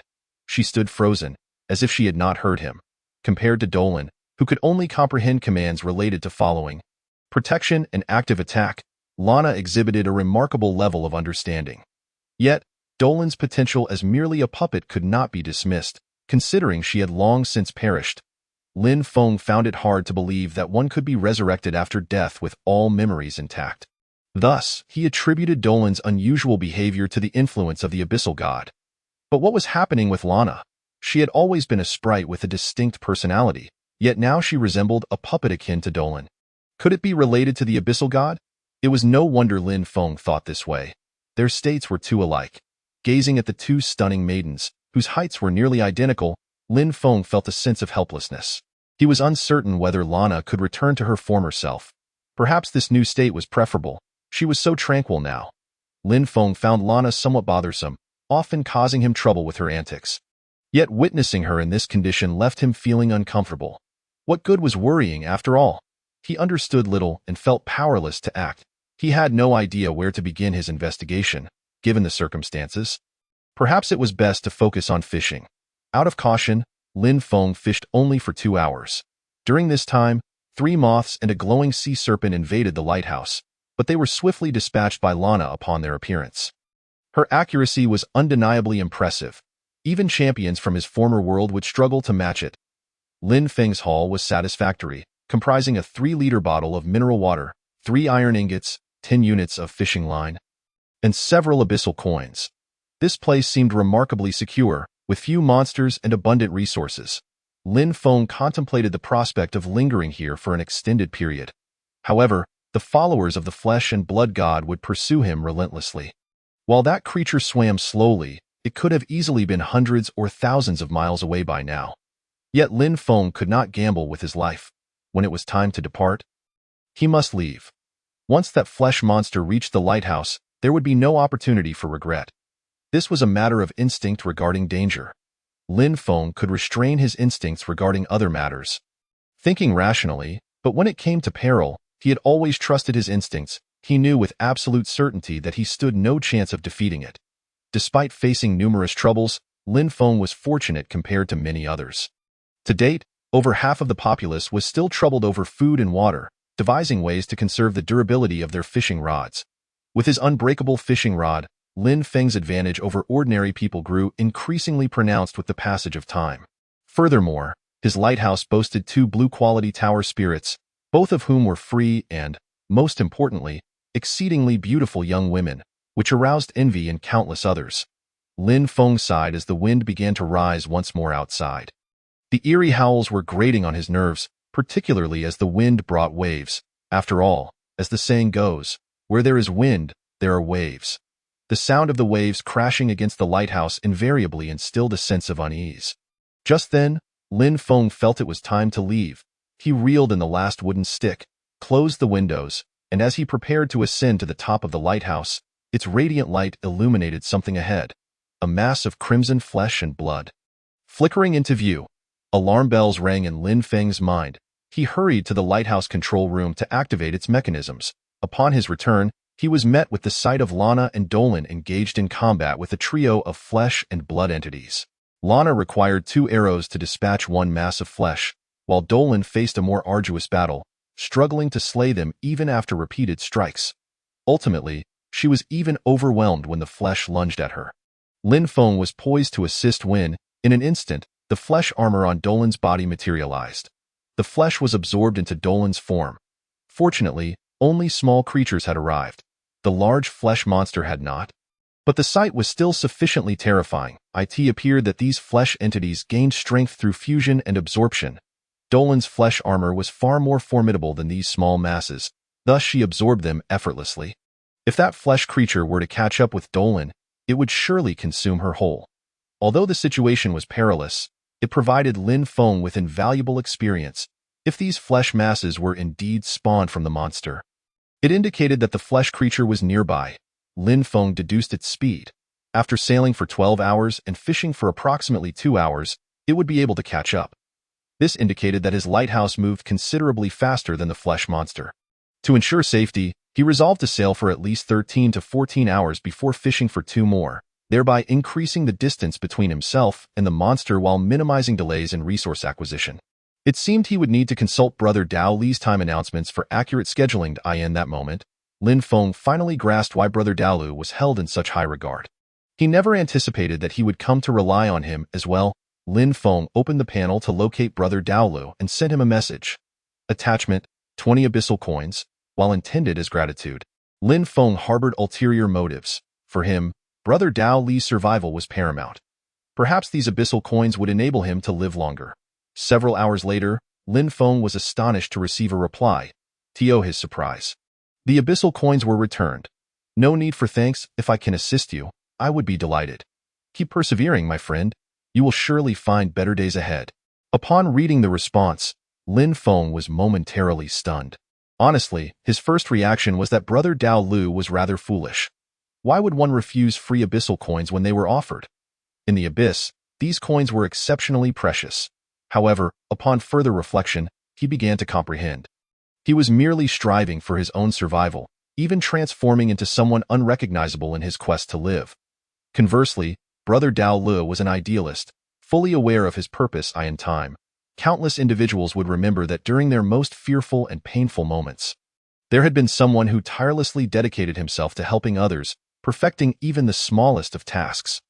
Although no one would know his name or appearance, they would forever remember the somewhat whimsical and humorous moniker of Brother Dao Lu. Chapter 43. In dreams, the lighthouse fell into a profound silence. Lin Feng too became mute, remaining silent for an extended period. Although this period feels somewhat lifeless, it at least offers a semblance of safety. As my strength far surpasses the monsters that currently emerge, with the most frequent invaders still being mere zombies, it was not until 3 days later, when Lin Feng concluded a fishing session, activated the lighthouse, and lay down to sleep, that he experienced yet another dream. The dreamscape was vast and empty, with only himself and another person present. Lana, what troubles you? Lin Feng rushed forward, eager for answers. I am fine. Lana appeared much gentler, somewhat unusual. I have come to understand the truth of the world, and the nature of my existence.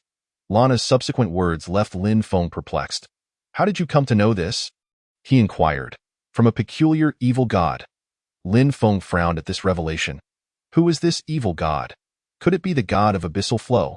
But wasn't Lana the one who despised evil gods? Dark magic and necromancy? Lin Feng pressed on with his questioning. Even though it is an evil god, it has revealed the truth to me, Lana replied gravely. Do you truly place your trust in an evil god? This left Lin Feng even more bewildered. Was this really the same talkative elf? She disregards the elven deity yet places her faith in an evil god. Indeed, the illusionary forest never existed. I have no mother. Even my very being is but a figment. Now that I have relinquished all, I feel an unprecedented lightness, as if lying upon clouds, utterly weightless. In that case, the gem holds no significance for me anymore. Lana's expression reflected a sense of relief, as though she had achieved complete clarity. Lin Feng was undoubtedly pleased to see Lana in such a state, yet he sensed something amiss. The transformation of an ordinary individual requires gradual influence, often taking time, let alone for someone as devout as Lana.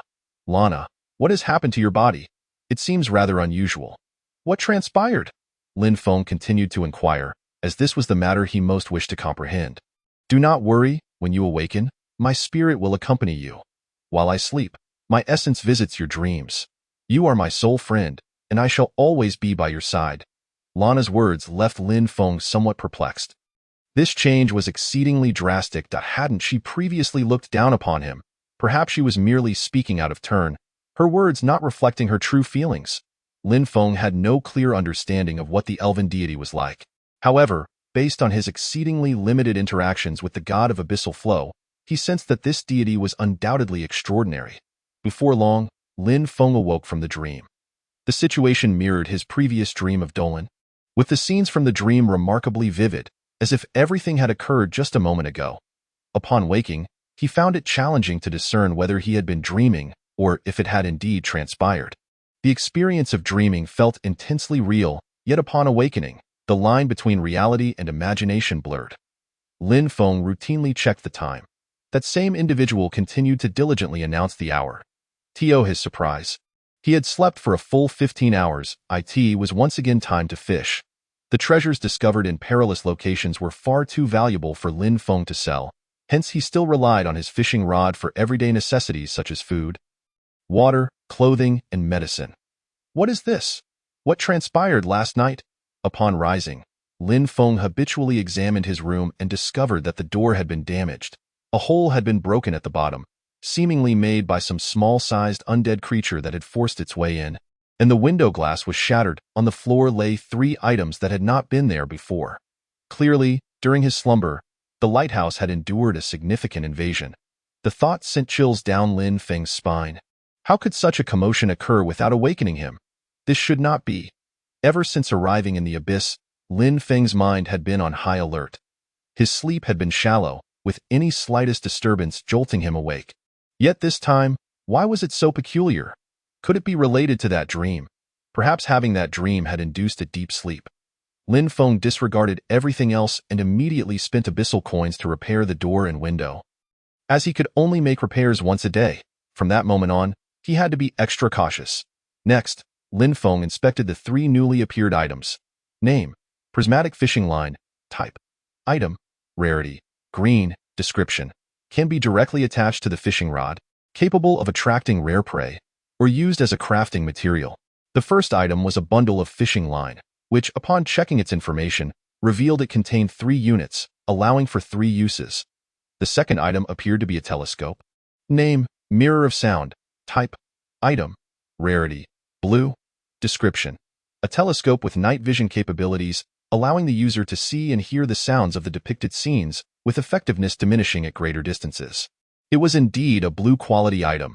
This effect certainly matched its rarity. The critical question was how formidable the undead creature must be to drop such a blue-quality item. The thought of such a terrifying undead having invaded his room was truly chilling.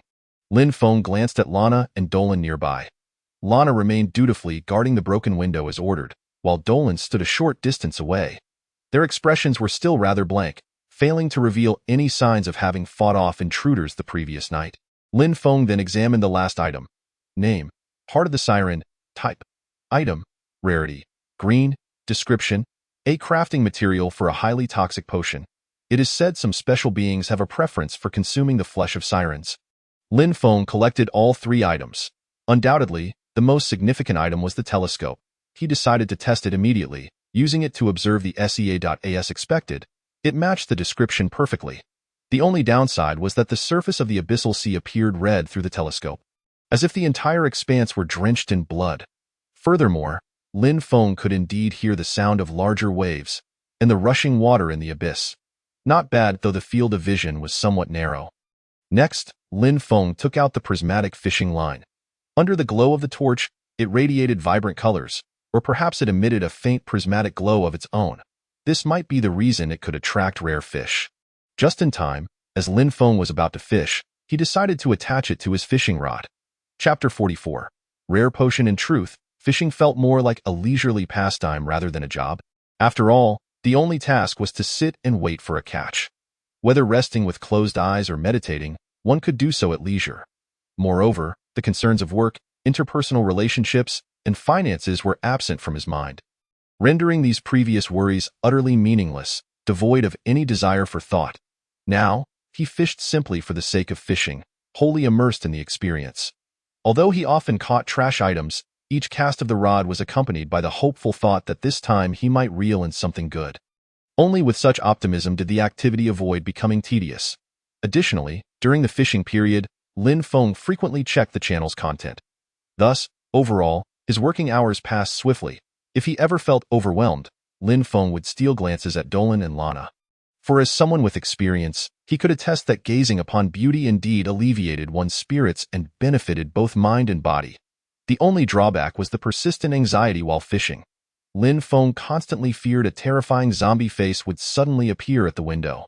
Although he had encountered it only once and swiftly dispatched it with a sword, it had still left a significant psychological shadow. Lin Feng found it rather absurd. While others faced all manner of monsters, the only undead he encountered were those ghastly zombies. There were charred corpses from being burned, bloated giant zombies from soaking in water, flattened corpses crushed by vehicles, and even decapitated corpses with only a layer of skin connecting their heads. There were crawling infant corpses too, a variety so extensive it encompassed every conceivable manner of death. Even within the rules of the abyss, even among the invaders of the lighthouse, they were the very things that instilled the greatest fear in everyone.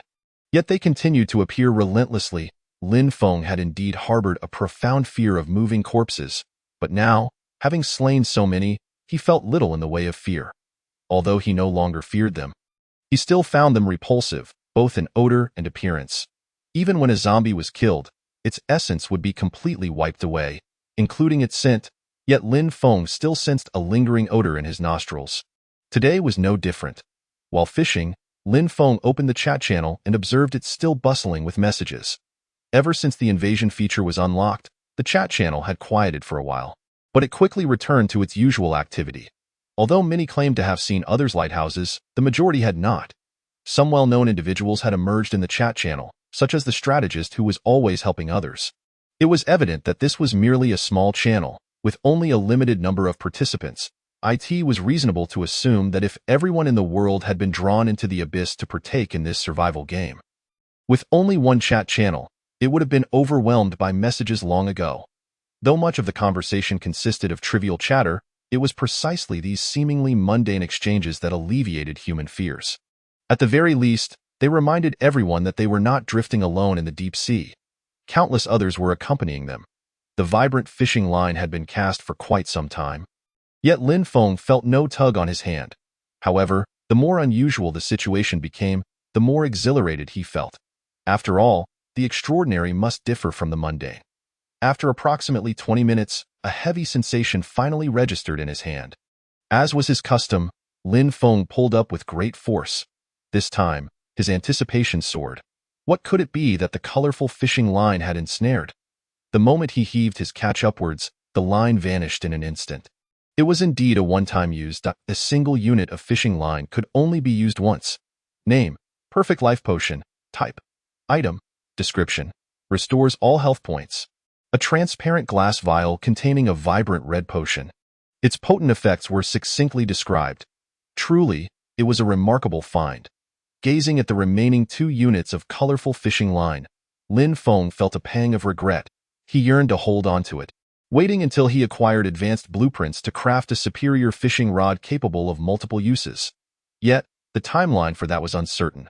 Moreover, with the followers of the god of flesh and blood in pursuit, the threat of death loomed ever closer. It was a time to strengthen himself swiftly. In such circumstances, what purpose did it serve to retain the fishing line? With this thought, Lin Feng no longer hesitated.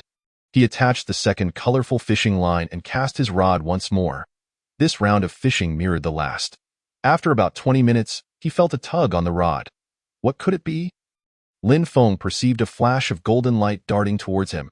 However, upon glancing back, he found nothing there. Fortunately, the log feature allowed him to ascertain what he had caught. You have caught a golden pig. Name: Golden Pig. Pokédex number: 888-8888. Description: Hidden Easter egg.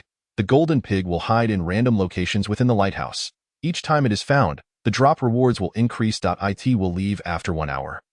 Skills: Invisibility, Wall Crossing. A game of hide and seek. Lin Feng quite enjoyed these little interludes in life.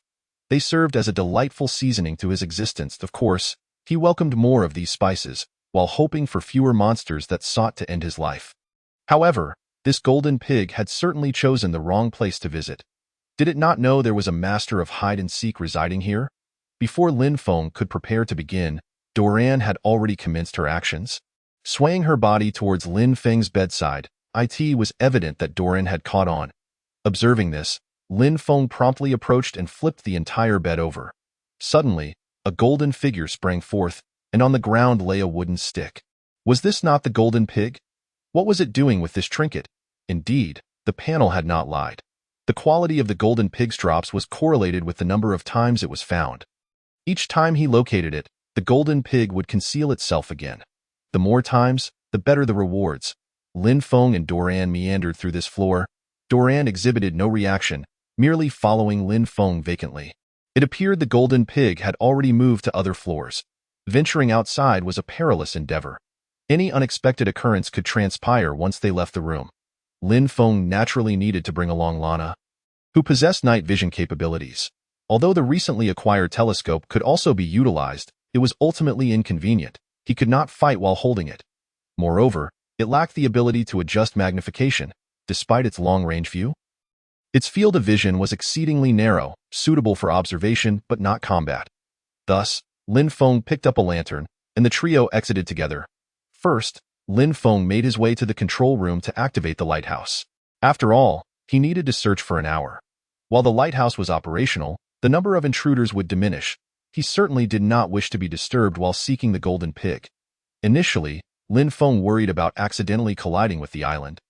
So he remained in the control room to monitor the situation while activating the lighthouse.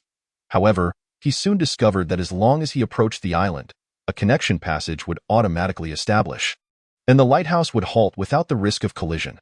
Thus, the only concern was encountering another person's lighthouse. Chapter 45. Unexpected gains. Lin Feng had not anticipated that as soon as he activated the lighthouse, Doran would approach with a short sword and shield, suddenly tapping at the control panel below. Lin Feng was momentarily taken aback. The next instant, the golden figure leapt out again, accompanied by several crisp sounds. Numerous coins cascaded to the ground. A total of 10 abyss coins had dropped. As soon as Lin Feng touched the abyss coins, they vanished. The corresponding amount was reflected in his panel account. Lin Feng was genuinely astonished. How had it concealed itself in there? Wasn't wall crossing meant for traversing walls? Yet, this golden pig had directly hidden within the wall. Was this not cheating? Who could possibly find it? If an ordinary person encountered the golden pig, they would likely end up with nothing but a useless wooden stick. Yet, fortunately, Lin Feng was adept at bending the rules, or rather, this should be regarded as cheating. The third discovery of the golden pig occurred behind a table on the second floor. This was truly absurd. Hiding inside a table could be comprehended. However, the golden pig played its wall-crossing trick again, concealing itself behind the wall of the table. If Lin Feng had solely relied on exploration, he would have simply moved the table to take a glance, and if nothing was found, he would have left. If he were to thoroughly inspect every inch of the wall, he would likely not finish exploring a single room in an hour. This time, he acquired 30 abyss coins. Indeed, as the number of discoveries increased, the drops from the golden pig became more substantial. The fourth time was atop a room on the fourth floor. Doran suddenly stood still at a certain spot, gazing at the ceiling. Observing this, Lin Feng promptly tossed a wooden stick at her. Clatter, clatter. Then, a plethora of abyss coins rained down, even causing Lin Feng to lose a bit of health, a small cut appearing on his forehead. While Lin Feng was elated, he also felt a touch of exasperation. How ironic it was. He had faced off against corpse beasts, defeated tentacle monsters, cleared 2 layers of the abyss dungeon, explored a psychiatric hospital, and vanquished countless zombies, yet he had never sustained an injury, only to be wounded by a shower of abyss coins this time. The irony was palpable. This time, the haul was even greater, totaling 50 abyss coins. The fifth encounter occurred outside the wall. This was even more outlandish. The golden pig had taken to clinging to the lighthouse's wall like those zombies, and it was even invisible. One could say that the chances of discovering it in such a scenario were nearly non-existent.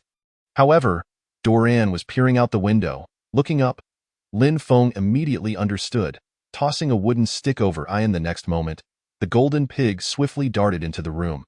Another delightful clatter ensued. It was quite clever. Knowing to enter the room before dropping coins, Lin Feng had initially feared that his throw would send the abyss coins plummeting into the abyss. In summary, Lin Feng, accompanied by Doran and Lana, scoured the lighthouse, searching for the golden pig's whereabouts. The hiding spots became increasingly cunning, until finally, it was nestled within the abyss itself. Lin Feng picked up a wooden stick and tossed it against the lighthouse wall. The moment the stick fell into the abyss, the golden pig surged up from beneath the water. In the end, Lin Feng was so preoccupied he had no time to collect his bounty. As the drops became more abundant, he did not wish to waste a single second. However, this golden pig only dropped abyss coins as loot. Ultimately, after running up and down several times without locating the golden pig, he realized that time had elapsed and the golden pig had departed. Now, the stairwell and corridors of the lighthouse were strewn with abyss coins. All Lin Feng had to do was touch them with his fingers. This task persisted for 4 to 5 hours. Moreover, apart from a solitary zombie, no one disturbed him. This was undoubtedly the most gratifying work Lin Feng had ever undertaken. Abyss coin balance, 10085. Lin Feng pinched his cheek firmly. Truly, it felt like a dream. Was this the sensation of sudden wealth? He felt as if every pore in his body was radiating warmth. In just a few hours, His life had been utterly transformed. What did having 10,000 Abyss coins signify? It exceeded the sum of all the money he had previously earned by an immeasurable factor. Lin Feng found the situation almost unbelievable. It was worth noting that he had initially scorned the golden pig for dropping merely a wooden stick. This golden pig had become the turning point of his destiny. Had he not wasted time at the beginning, he would certainly have more now. Nevertheless, Lin Feng felt immensely satisfied. Glancing at Doran beside him, he enveloped her in a warm embrace. Doran had truly assisted him immensely. Though Lin Feng had long suspected that the god of Abyss Flow harbored ulterior motives and might be utilizing him, he had to concede that without Doran's help, he might not have survived to this moment. Recent days had been remarkably easy, the primary reason being that his combat prowess had surpassed the strength of the current stage of the skeletal foes. Just not long ago, Lin Feng had been exerting every ounce of effort to battle a drowned corpse. Yet now, not only did Lin Feng possess enhanced attributes and equipment, but he also had Doran and Lana, two exceptionally powerful tower spirits for this stage. Any one of them could handle the current crisis. However, he could not afford to become complacent. Even though the majority of crises could be managed, the Abyss was a place where small probabilities of events could frequently occur, as there were far too many such occurrences. Unexpected events lurked everywhere. For instance, today, Lin Feng encountered an unimaginable surprise. Upon awakening, he inexplicably found 3 units of colorful fishing line on the ground, which happened to catch the golden pig. Moreover, Doran just so happened to be able to locate the golden pig. This chain of events culminated in his sudden transformation into a millionaire. Such a rapid ascent to fortune and in such a manner was beyond anything Lin Feng had previously imagined. He had even contemplated how long it would take to save up 500 Abyss coins before going to sleep. Thus, this was a wondrous reaction born from a series of unexpected incidents which epitomized the essence of the Abyss. Since one can instantaneously ascend to paradise, one can equally plummet into the depths of hell. Moreover, one is currently confronted with an insurmountable crisis, such as that monstrous creature of flesh and blood. Otherwise, one would not be so hastily fleeing. Lin Feng resolved to seize the moment. He still possessed one last colorful fishing line. The thrill of this lottery-like experience was undeniably addictive. This time, Lin Feng was prepared to take a significant gamble. Upon awakening, he found 3 items in his room: 3 colorful fishing lines, a night vision telescope, and a heart of a sea monster. Without hesitation, he tied it to the fishing line. Its description clearly suggested that it could serve as bait, indicating that certain creatures had a penchant for consuming it. The only place in the Abyss where life might exist was within the ocean itself, aptly named the Abyss. With a good fishing line and quality bait, what could he possibly catch? Lin Feng felt a rush of excitement as he cast his line. His focus was unwavering, fixated on the rod without a hint of distraction. Chapter 46. Survivor of the Abyss. However, this time, the fishing took an unusually long duration. Lin Feng estimated it to be around 30 minutes when suddenly, the rod dipped and in an instant, every muscle in his body sprang to life. Yet this time, the rod felt surprisingly light. When Lin Feng finally reeled in his catch, it turned out to be a small black fish, hardly longer than his own hair. This was indeed consistent with the heart of the sea monster's description, which stated that some creatures favored it as food, thus he had caught an animal. However, Lin Feng was baffled by what a sea monster truly was. Perhaps the heart of the sea monster might drop from one that so, during his slumber, had a sea monster invaded the lighthouse only to be slain by Lana and Dolan? Yet, he had not witnessed it firsthand, nor had he unlocked the corresponding entry in his compendium. If he hadn't been the one to slay it, the log would not have recorded it. Thus, Lin Feng remained oblivious to the nature of the creature that had dropped such a small fish. Moreover, how could such a diminutive fish consume an entire heart of a sea monster? Never mind, there were far too many perplexing matters in the Abyss. There was no need to dwell on it. Lin Feng realized he needed to amend his tendency to overanalyze everything, as it drained his mental fortitude. Nevertheless, Lin Feng was now able to check his status panel. Name: Abyss fish. Type: food. Rarity: purple. Description: Abyss fish is one of the rare living beings capable of resisting the encroachment of the Abyss, existing within it, yet they are exceedingly difficult to breed, and it is said that their population has been completely extinguished. Upon consumption, gain the trait Survivor of the Abyss, which grants resistance to non-skill negative effects. such as diseases. Additionally, it provides a slight resistance to the encroachment of the abyss. Traits? Lin Feng had previously believed only the tower spirits possessed such attributes. To his surprise, humans could have them too. Yet, to classify this small black fish as food. Truly, it was best not to scrutinize it too closely. Its sharp teeth, the inky tendrils seeping from its mouth, and its body covered in dense black scales were increasingly repulsive. Lin Feng pondered whether to start a fire and cook it thoroughly. Never mind. The longer he lingered, the more he would fret. With his eyes closed, he gulped it down in one swift motion. An indescribable fishy taste instantly flooded his mouth, spreading through his respiratory tract and into his nasal cavity. Cough, cough. Lin Feng couldn't suppress his retching. He had faced rotting corpses without flinching, yet this small fish nearly broke his resolve. Honestly, he never wished to experience that again in his lifetime. Immediately afterward, Lin Feng eagerly checked his attributes. Attack, 6. Health, 30. Mental, 11. Aggression, 6. Negative status resistance, 2. Trait, Survivor of the Abyss I. Indeed, the panel never deceived. Merely swallowing that fish had granted him a new trait even before it could be digested. However, unlike Dolan and Lana's traits, Lin Feng's had a symbol following it. It was a Roman numeral representing the number 1, which Lin Feng recognized as commonly appearing on English exam papers. This meant that the trait could indeed be upgraded. Yet, based on the Abyss's characteristics, upgrading this trait would likely require consuming more of these repugnant, foul-smelling black fish. Upon this realization, Lin Feng suddenly retched again. Level 1 could enhance resistance to the encroachment of the Abyss. If he maxed this trait, could he not swim freely within it? Speaking of which, if humans could possess traits, might they also acquire skills like the tower spirits and those magical corpses? Could he, too, evoke storms and cast fireballs like the sorcerers in movies? The thought seemed fantastical to As for the additional resistance to diseases. Lin Feng deemed it of little use at present, given his negative status resistance stood at a mere 2. Thus, he would still succumb to illness. However, every bit counts, and in the future, he could move freely in the rain without fear of fever. This panel also illuminated some previously unknown information, such as the fact that negative status resistance only counteracts status effects caused by skills. If the cold led to frostbite or a disease arose from bacterial or viral infection, those would not fall under the scope of resistance. The 3 units of colorful fishing line had bestowed upon Lin Feng many surprises. Further augmenting his strength, the instant restoration potion felt akin to acquiring another life. The golden pig had miraculously yielded thousands of abyss coins. Meanwhile, the small black fish had granted him the trait of Survivor of the Abyss. If such bountiful gains were to be had daily, would he not become invincible? Yet, many things in the Abyss are fortuitous encounters rather than pursuits. One might happen upon them by chance, but to relentlessly chase after something could mean years or even decades without success, draining one's mental energy in the process.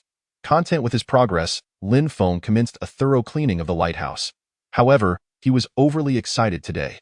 Lying in bed, slumber eluded him. He decided to engage in a thorough tidying of his living space. First, Lin Feng moved his bed beside the fireplace and installed the light bulb he had previously discovered above. In the past, he could not sleep with the lights on, yet now, he found it difficult to close his eyes without illumination.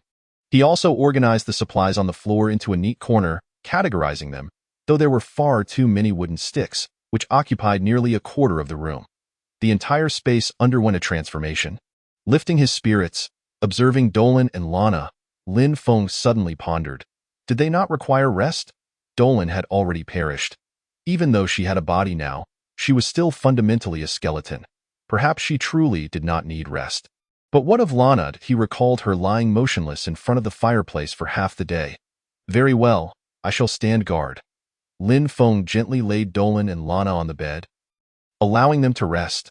They had labored long, and even Dolan deserved a moment of respite. However, as soon as Lin Feng moved a distance away, Dolan climbed out of bed and followed him, as before. Dolan would never stray too far from Lin Feng. If he distanced himself, she would invariably trail behind him. This explained why, upon awakening, Lana remained vigilant by the window, while Dolan was nearby, keeping watch. Lin Feng picked up the telescope and gazed into the abyss. The seascape was hardly captivating. It was a singular scene, an endless ocean of black water, with certain areas bubbling, indicating something lurked beneath, those insufferable undead. Having seen enough, Lin Feng believed these corpses were likely spawned directly from some location and dumped into the abyss, which caused the residual gases within them to form bubbles on the water's surface. He had set the window to face forward, directly aligned with the lighthouse's course. He opened the window to let the sea breeze in, savoring the invigorating chill it brought. Chapter 47. The first invasion. The sensation of relaxing in the cold wind was indeed addictive, as he listened to the wind whistling past his ears and the waves crashing against the lighthouse. Relishing the brief tranquility without intruders. In the past, Lin Feng would never have done this. However, with the fireplace now in his room, he could warm himself at any time without fear of the wind robbing the room of its heat. Yet, before the lighthouse had traveled very far, Lin Feng noticed a tall figure flickering in the distance. As he drew closer, he discerned a glimmer of light. Lin Feng was all too familiar with this light. Having seen it on numerous occasions, the brilliance was unmistakably from the lighthouse's searchlight, which he observed daily from his window. Could it be that he had stumbled upon another's lighthouse? Anxiety gripped him. Those deities compelled humans to commit mutual slaughter through coercion and temptation, exchanging the parts of others for rewards. For instance, the god of abyssal currents demanded the eyes of fear. Suddenly, Lin Feng felt a private message being sent to him. Turn back quickly. A giant snake is behind me. This message was particularly striking, marked in red. According to its content, it had evidently originated from that lighthouse. Upon checking his panel, he indeed noted a new entry. He could see the lighthouse situated quite near to him, especially able to discern the other's nickname. Lin Feng felt perplexed, but to avoid a direct collision, he swiftly made his way to the control room to assess the situation. In truth, Lin Feng was reluctant to change course, even more so to turn back. Navigating in the abyss was nearly impossible, and the map of the abyss constantly shifted. A slight deviation could lead to a significant misalignment within mere minutes. Even turning him around completely, if this had been earlier, it would have been manageable, but now he was being pursued by a grotesque creature.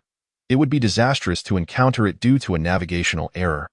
Furthermore, could he truly place his trust in a stranger? In such moments, every individual becomes a prey in the eyes of others. Who can discern whether the other party is a deceiver? Lin Feng was equally resolute, choosing to anchor his lighthouse in place. I cannot deviate from my course. You may take a detour. What is the identification number of the giant serpent?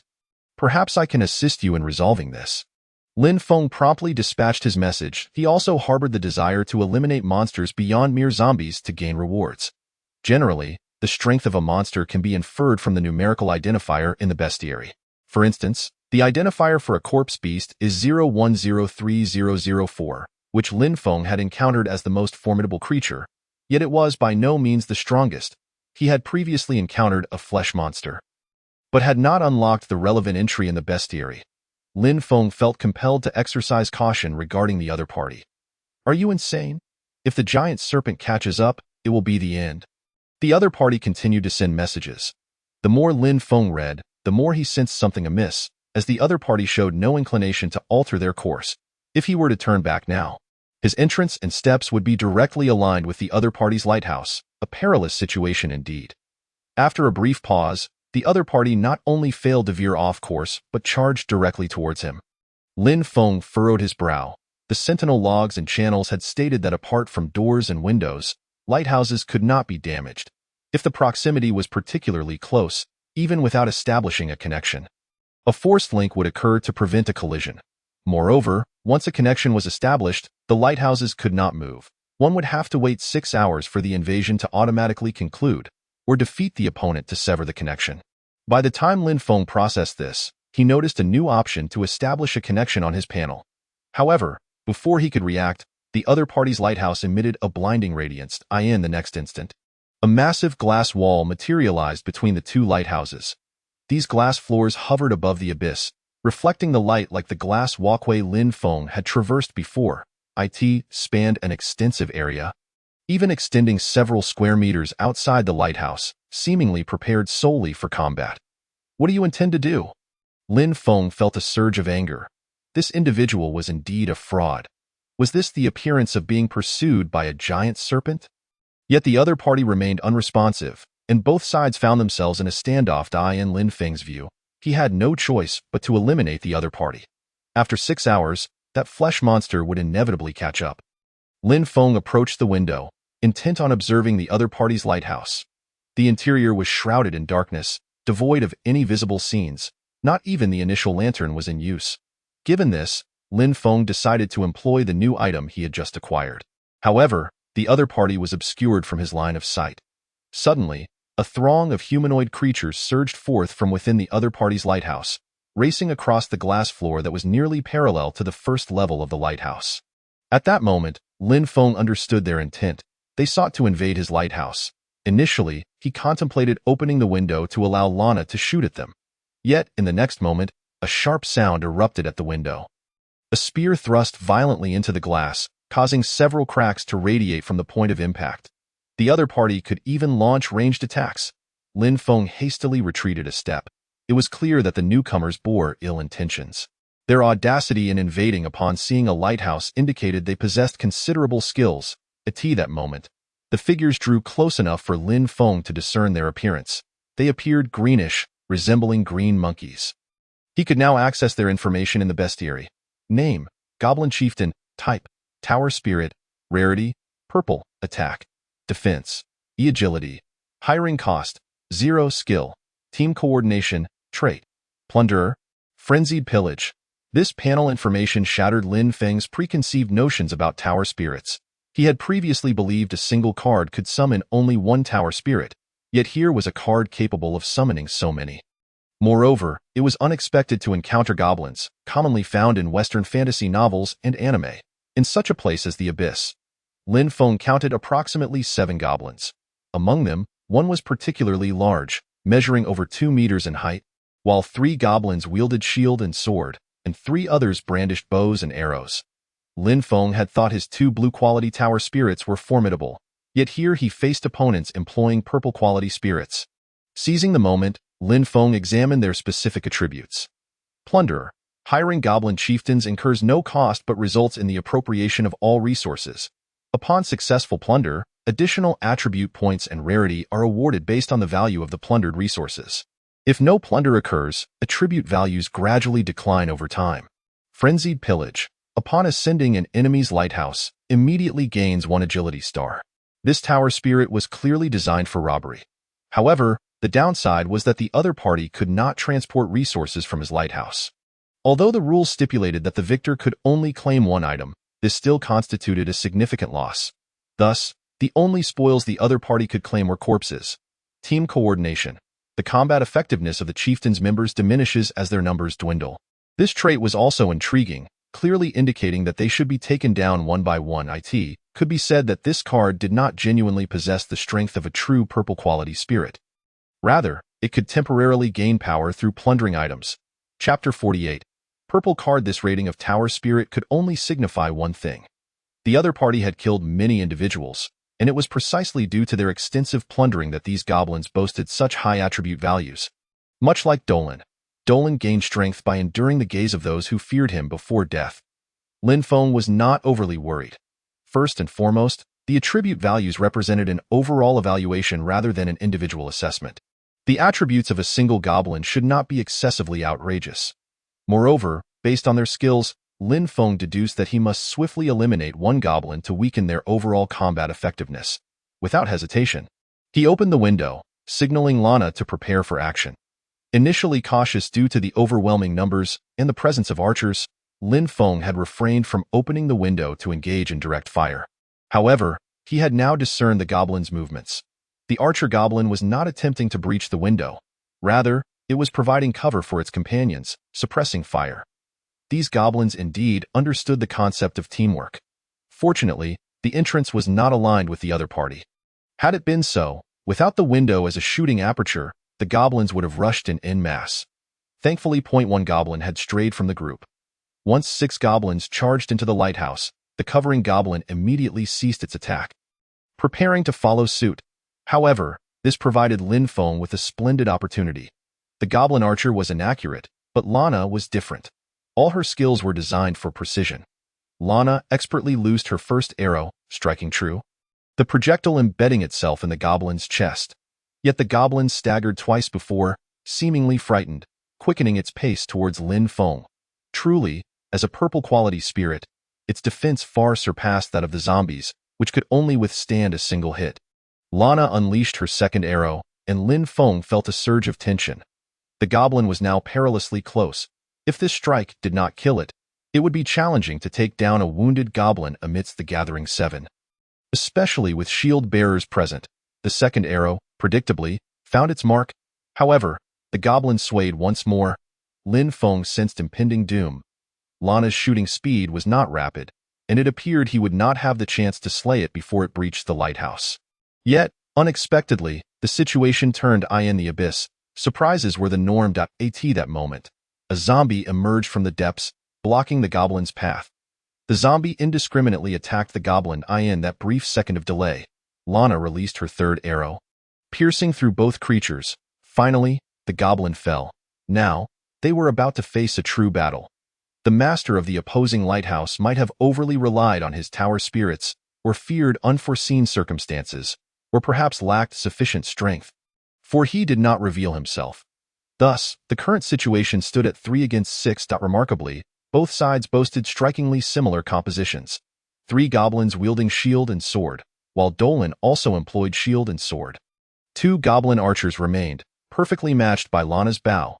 The massive goblin brandishing a large axe clearly signified melee output, mirroring Lin Feng's own large sword. Furthermore, Lin Feng possessed over a dozen potions to heal his tower spirits, and even more for himself, over 30, including a super potion that restored full health. With 8,000 abyss coins remaining, Lin Feng promptly made purchases, stockpiling food and water, and expending substantial sums on potions. This underscored the advantage of wealth in significantly enhancing survival odds. Even with a considerable disparity in strength, one could triumph over an adversary through the use of potions.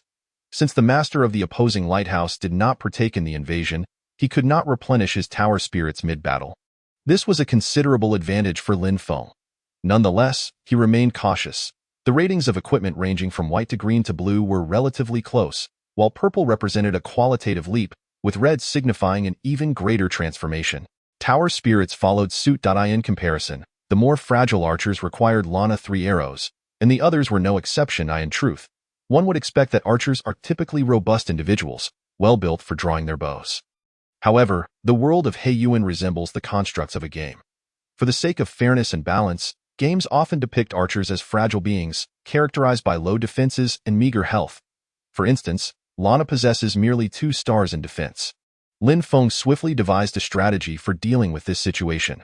The approach was quite simple. He stationed himself at the doorway, with Dolan and himself positioned at the forefront, while Lana unleashed arrows from behind. After all, the tower spirit could not inflict harm on its master, thus there was no fear of collateral damage. Moreover, Lin Feng felt confident in his ample supply of potions. Should Dolan falter, he would step in to shield them. As long as the opponents did not recklessly surge forward, their numerical advantage would be rendered ineffective, given that the doorway was relatively narrow. Lin Feng harbored a particular apprehension towards the colossal goblin. Rather than attempting to bypass the shield bearers to strike at the rear, he preferred to eliminate that giant first. After all, a creature of such size could not be adequately shielded. Once the tactical plan was set, it was merely a matter of awaiting the enemy's approach. Mere seconds later, a resounding crash echoed through the air. Lin Feng crouched in the corner, while Dolan stood resolutely at the entrance with her shield, and Lana gripped her longbow tightly. The primitive wooden door proved inadequate against such force, shattering almost instantaneously. The door's purpose was essentially fulfilled. It served only to alert those within and grant them precious moments to prepare. The notion that the enemy would turn back upon failing to breach the door was utterly unrealistic. After all, the undead in Heiyuan were not known for retreating in the face of difficulty. They would continue their assault unabated. Even with the sturdiest of doors, the occupants could not retaliate while under siege. The cacophony of impact was unmistakable, evidently caused by the axe-wielding giant goblin cleaving at the barrier. With a splintering crack, the feeble wooden planks gave way. Suddenly, 2 arrows shot through the threshold, catching Lin Feng off guard. He had not anticipated such cunning from these creatures. He had assumed they would charge in without hesitation. Both arrows were deflected by Dolan's shield, which, while not large, approximately 40 centimeters in diameter, was perfectly suited to her petite frame. Furthermore, the shield granted Dolan a defensive skill that enhanced her protection while wielding it. The arrows struck the shield, causing only a slight tremor. However, Lana's performance was extraordinary. One arrow found its mark, piercing the eye of a goblin archer. Lin Feng was left astonished. He knew Lana was an excellent marksman, yet he had not expected her accuracy to reach such heights. The arrow had nearly grazed the edge of the shield. Chapter 49. Goblin cards. The goblin archer, struck in the eye, immediately lost its capacity to fight. Rolling on the ground while clutching its injured it appeared that the tower spirits possessed a sense of pain, particularly the biological ones.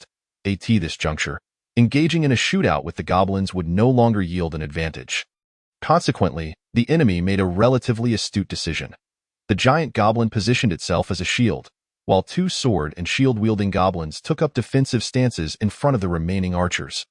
Observing this, Lin Feng gripped his sword with both hands and, with a burst of momentum, lunged towards the giant goblin. However, it was no simple foe. It quickly raised its massive axe to intercept Lin Feng's strike, causing his sword to deflect and slide aside.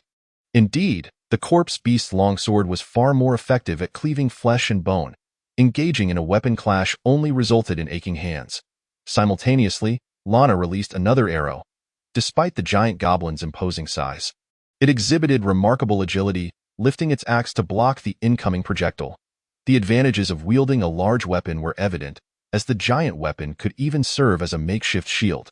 Yet Lana was clever. Her next shot targeted the giant goblin's foot. Upon impact, however, the creature displayed no visible discomfort and instead swung its axe at Lin Feng. With his agility surpassing that of the goblin, Lin Feng deftly retreated to evade the strike.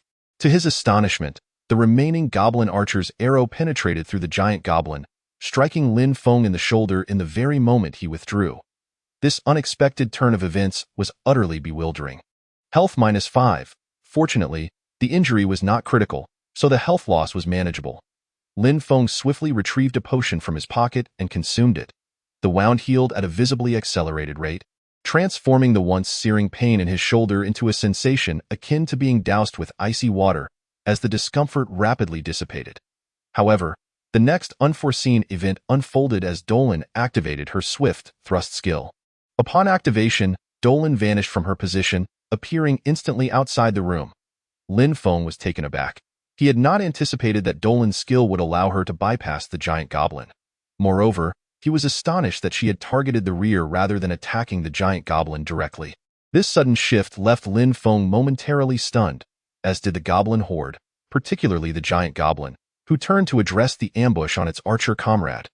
This provided Lin Feng and Lana with a golden opportunity. Lin Feng lunged at the giant goblin's waist with his sword, while Lana expertly aimed for its heart. The blade indeed possessed a unique advantage against flesh. However, the giant goblin's defenses were formidable. While Lin Feng felt as though he were cleaving through a mass of mud when combating zombies, piercing the goblin's body felt akin to slicing through a thick slab of pigskin. Nevertheless, he succeeded in penetrating its flesh. Rather than withdrawing the sword, Lin Feng utilized it as a powerful bludgeon, vigorously stirring within the giant goblin's innards, reducing its insides to a pulpy mess. Last, the giant goblin felt the sting of pain and let out a furious roar, turning to unleash a frenzied assault with its massive axe. Lin Feng extracted his bloodied sword, evading its attacks as best he could. While the giant goblin was consumed by rage, it no longer sought to defend against Lana's arrows, fixating solely on eliminating the human who had violated its belly. This suited Lin Feng perfectly.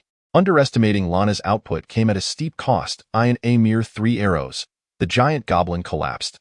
Lin Feng hurried outside to locate Dolan, discovering her engaged with 3 goblins. Shield and hand-point 2 goblin archers lay incapacitated beneath her. Lin Feng surmised that Dolan had employed her swift thrust to finish off the injured archer, and then executed a series of 3 slashes, subsequently dispatching another archer with a standard attack, leading to a standoff against the remaining 3 goblins. At this point, Dolan was clearly at a disadvantage. Should she falter, one of the goblins would undoubtedly attempt to stab her with a sword. Fortunately, Dolan possessed the ability to regenerate her flesh. However, such a powerful skill was not without its limitations. It inevitably required cooldown time or a restriction on usage after a certain number of activations. This characteristic accounted for Dolan's impressive defensive capabilities. The moment Lin Feng entered the fray, the tide of battle shifted dramatically. These diminutive goblins stood no chance against the corpse beast's longsword. Concurrently, the arrows raining down from within the room caught the remaining 3 goblins off guard. After approximately 5 minutes, the battle concluded, with all goblins vanquished. With each goblin eliminated, the remaining members' defenses waned, their attacks growing increasingly feeble. By the time Lin Feng faced the final goblin, he easily shattered its shield, dispatching it with the same ease as he would a zombie. Indeed, this card was far from the true purple standard, especially in a multiplayer context. Finally, it was over. Lin Feng was acutely aware that the inhabitants of the opposing lighthouse were undoubtedly watching him. Perhaps due to their lack of ranged weaponry, they had refrained from intervening. Now, Lin Feng had to settle the score with this individual. However, he held certain reservations until he stepped into the enemy's lighthouse. He could never be certain of their hidden cards. The owner of that tower had grown accustomed to raiding. Encountering someone like Lin Feng, they would undoubtedly charge in without hesitation. Lin Feng needed to exercise caution. Yet before that, he had to find a way to instill fear in the opponent. The greater the fear, the better. Only then could he ensure the acquisition of spoils. Additionally, Lin Feng was wary of potential traps, which is why he had not rushed in immediately. Instead, he returned to his room and sent a message. You have lost. Here are 1,000 yuan coins. When the time runs out, our lighthouses will separate, and this incident will be considered as though it never occurred. Of course, if you refuse to accept this, it matters not. I possess purple tower spirits at home and have trap buildings. Come if you dare. To Lin Feng's surprise, the opponent appeared unfazed. Chapter 50. The strange invader, however, Lin Feng perceived the other party as foolish. Such bravado was merely a facade. Would one truly announce the existence of trap buildings to alert their adversary? The very fact that they felt the need to declare it suggested otherwise. Initially, Lin Feng had harbored concerns regarding hidden cards, but the opponent's boastful remarks eased his worries. This time, there was no question. He must eliminate the adversary. Lin Feng chose not to reply and instead set out with Dolan and Lana. Their destination was crystal clear. As Lin Feng first stepped onto the glass-like surface of Heiyuan, he discovered it to be remarkably solid. Prompting a long sigh of relief, in the next moment, Lin Feng dashed towards the enemy's lighthouse. Although he suspected that they lacked ranged attack capabilities, he could not fully dismiss the possibility. Ultimately, Lin Feng ascended to another's lighthouse for the first time. To speak candidly, this lighthouse bears an uncanny resemblance to my own. However, after growing accustomed to the opulent staircase of my home, traversing this rickety ladder fills me with trepidation. Yet, I am suddenly reminded that below lies a layer of glass. Even if I were to fall, I would not plunge into a dark abyss, and thus I find some solace. Even if you were to take my life, you would only be able to seize one item. There is nothing of value in my home. At this juncture, Lin Feng received a message from the other party. You are more aware than I of what I desire. Lin Feng sent a particularly menacing remark. Following protocol, Lin Feng ascended to the 4th floor and struck the door with his enormous sword, shattering it into splinters with merely 7 or 8 blows. However, to his surprise, the interior was devoid of any presence. Instead, it was cluttered with tattered rags and a plethora of wooden sticks, but unexpectedly, he discovered approximately 20 units of iron ingots within. Such materials are excellent for crafting equipment. Yet, even so, it does not guarantee that the other party possesses any valuable items. The only initial items available for crafting are rudimentary materials such as fishing rods and ropes, while most other objects require blueprints. Thus, it is uncertain whether this individual has any worthwhile equipment blueprints. Nonetheless, this discovery was sufficient to heighten Lin Feng's vigilance. He began to search through the concealed areas. However, Lin Feng's assumptions were proven wrong. The other party indeed possessed decent equipment, and even ranged weaponry. Name: Poison Longbow. Type: Weapon. Rarity: Green. Description: Capable of shooting poison arrows, with a 10 chance to inflict poisoning upon impact, causing continuous health loss. Did the other party possess a ranged weapon? Why did they not seize the opportunity to attack? Lin Feng glanced at Duolan. She exhibited no particular reaction. Given this, Lin Feng could ascertain that the area was unoccupied, if there were no superior items. He would claim this bow. According to the rules, one could only take a single item from the opposing lighthouse. If too many items were taken and one stepped outside the range of the opposing lighthouse, all but one item would be randomly discarded. Lin Feng then proceeded to the third floor. Upon opening the door, he was immediately met with a foul stench. Lin Feng was no stranger to such odors. Having encountered numerous zombies and had long since grown accustomed to it, his sense of smell had even triggered a self-protective mechanism, rendering it less acute. His first impression was that there were zombies inside. However, as he cautiously approached with his lantern, the scene before him left him momentarily stunned. There lay 7 corpses. Unlike the humanoid monstrosities, human bodies do not disappear upon death, so these were undeniably real individuals. Furthermore, the bodies had been dismembered, each missing its limbs. Lin Feng seemed to grasp what the other party's deity desired. He could barely discern 2 females and 5 males, just as Lin Feng had suspected. This individual had invaded others before, presumably to exchange for rewards from their deity. The opposing goblins were indeed formidable, even posing a challenge for someone of his caliber, let alone the unarmed individuals without tower spirits. It was no wonder so many had been captured and slain by him. Lin Feng had no desire to condemn the other party for their malevolence. After all, few could resist the temptation of a deity. Even Lin Feng himself salivated at the wares within the deity's shop. The Abyss is a chaotic new world where the moral and legal standards of the old world hold no significance. Yet, this individual hanging corpses in their lighthouse as if they were cured meats is utterly repulsive. The sight of these fellow human corpses shocked Lin Feng far more than encountering 1,000 zombies. Presently, he could dispatch zombies with a blank expression, yet he found it impossible to confront these bodies with calmness. An indescribable feeling gnawed at Lin Feng's heart. Without lingering further, he prepared to leave.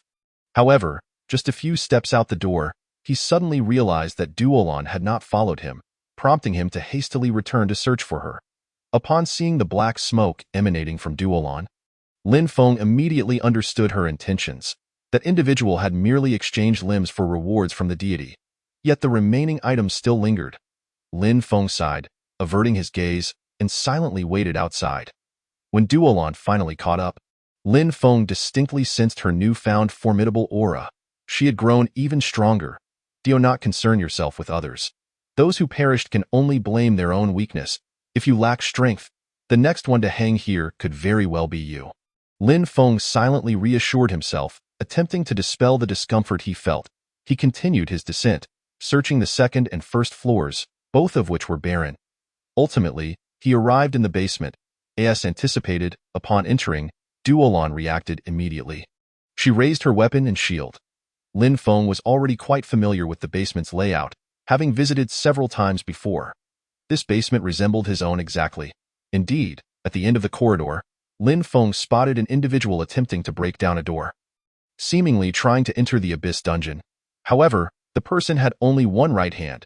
No wonder they had not fired arrows earlier. Did they not realize that the Abyss dungeon remains closed during invasions? Were they attempting to hide within it for safety? As Lin Feng scrutinized the individual, he ventured to probe. You are dressed in black, concealed under a hood and mask, making it impossible to discern your face. Chapter 51. The second purple why? I merely wish to survive. Can't you let me be? To his astonishment, the individual was a woman. She abruptly removed her hood, a young girl. What if I offer my body in exchange for my life? I am only 20 and have never engaged in such acts. Her voice trembled, making it difficult to reconcile this seemingly fragile and timid woman with the one who had ruthlessly slain 7 individuals. Lin Feng's expression darkened. Given the terror evident in her eyes, Lin Feng's objective had been achieved. There was no longer any reason for delay. Lana, eliminate her. Lin Feng commanded immediately. Beside him, Lana swiftly drew her bow and shot an arrow directly at the woman's heart. The sound of the arrow slicing through the air resonating ominously.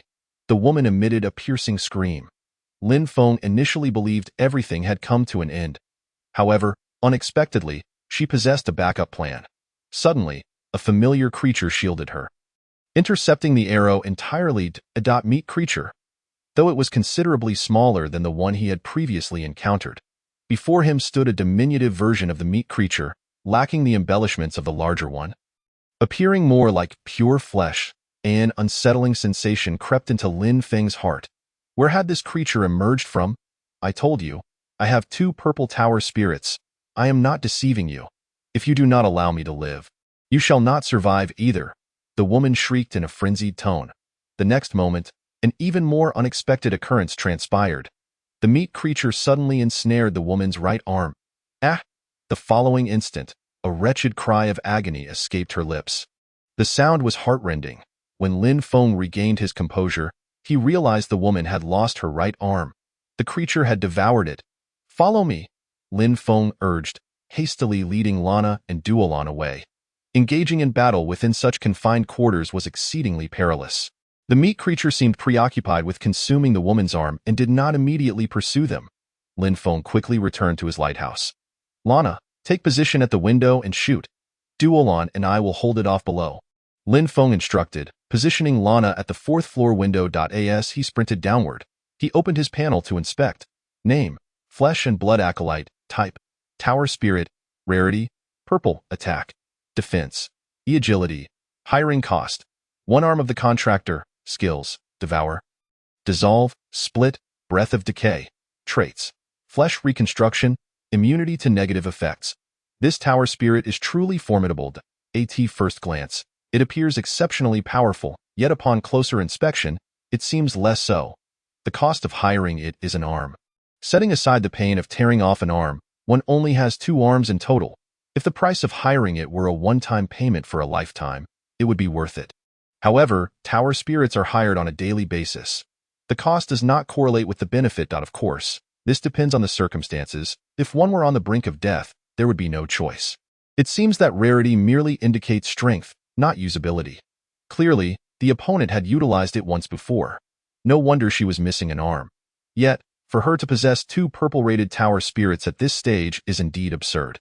Furthermore, if she were to triumph and obtain the flesh armor, she could regenerate her severed limb, turning the tide in her favor.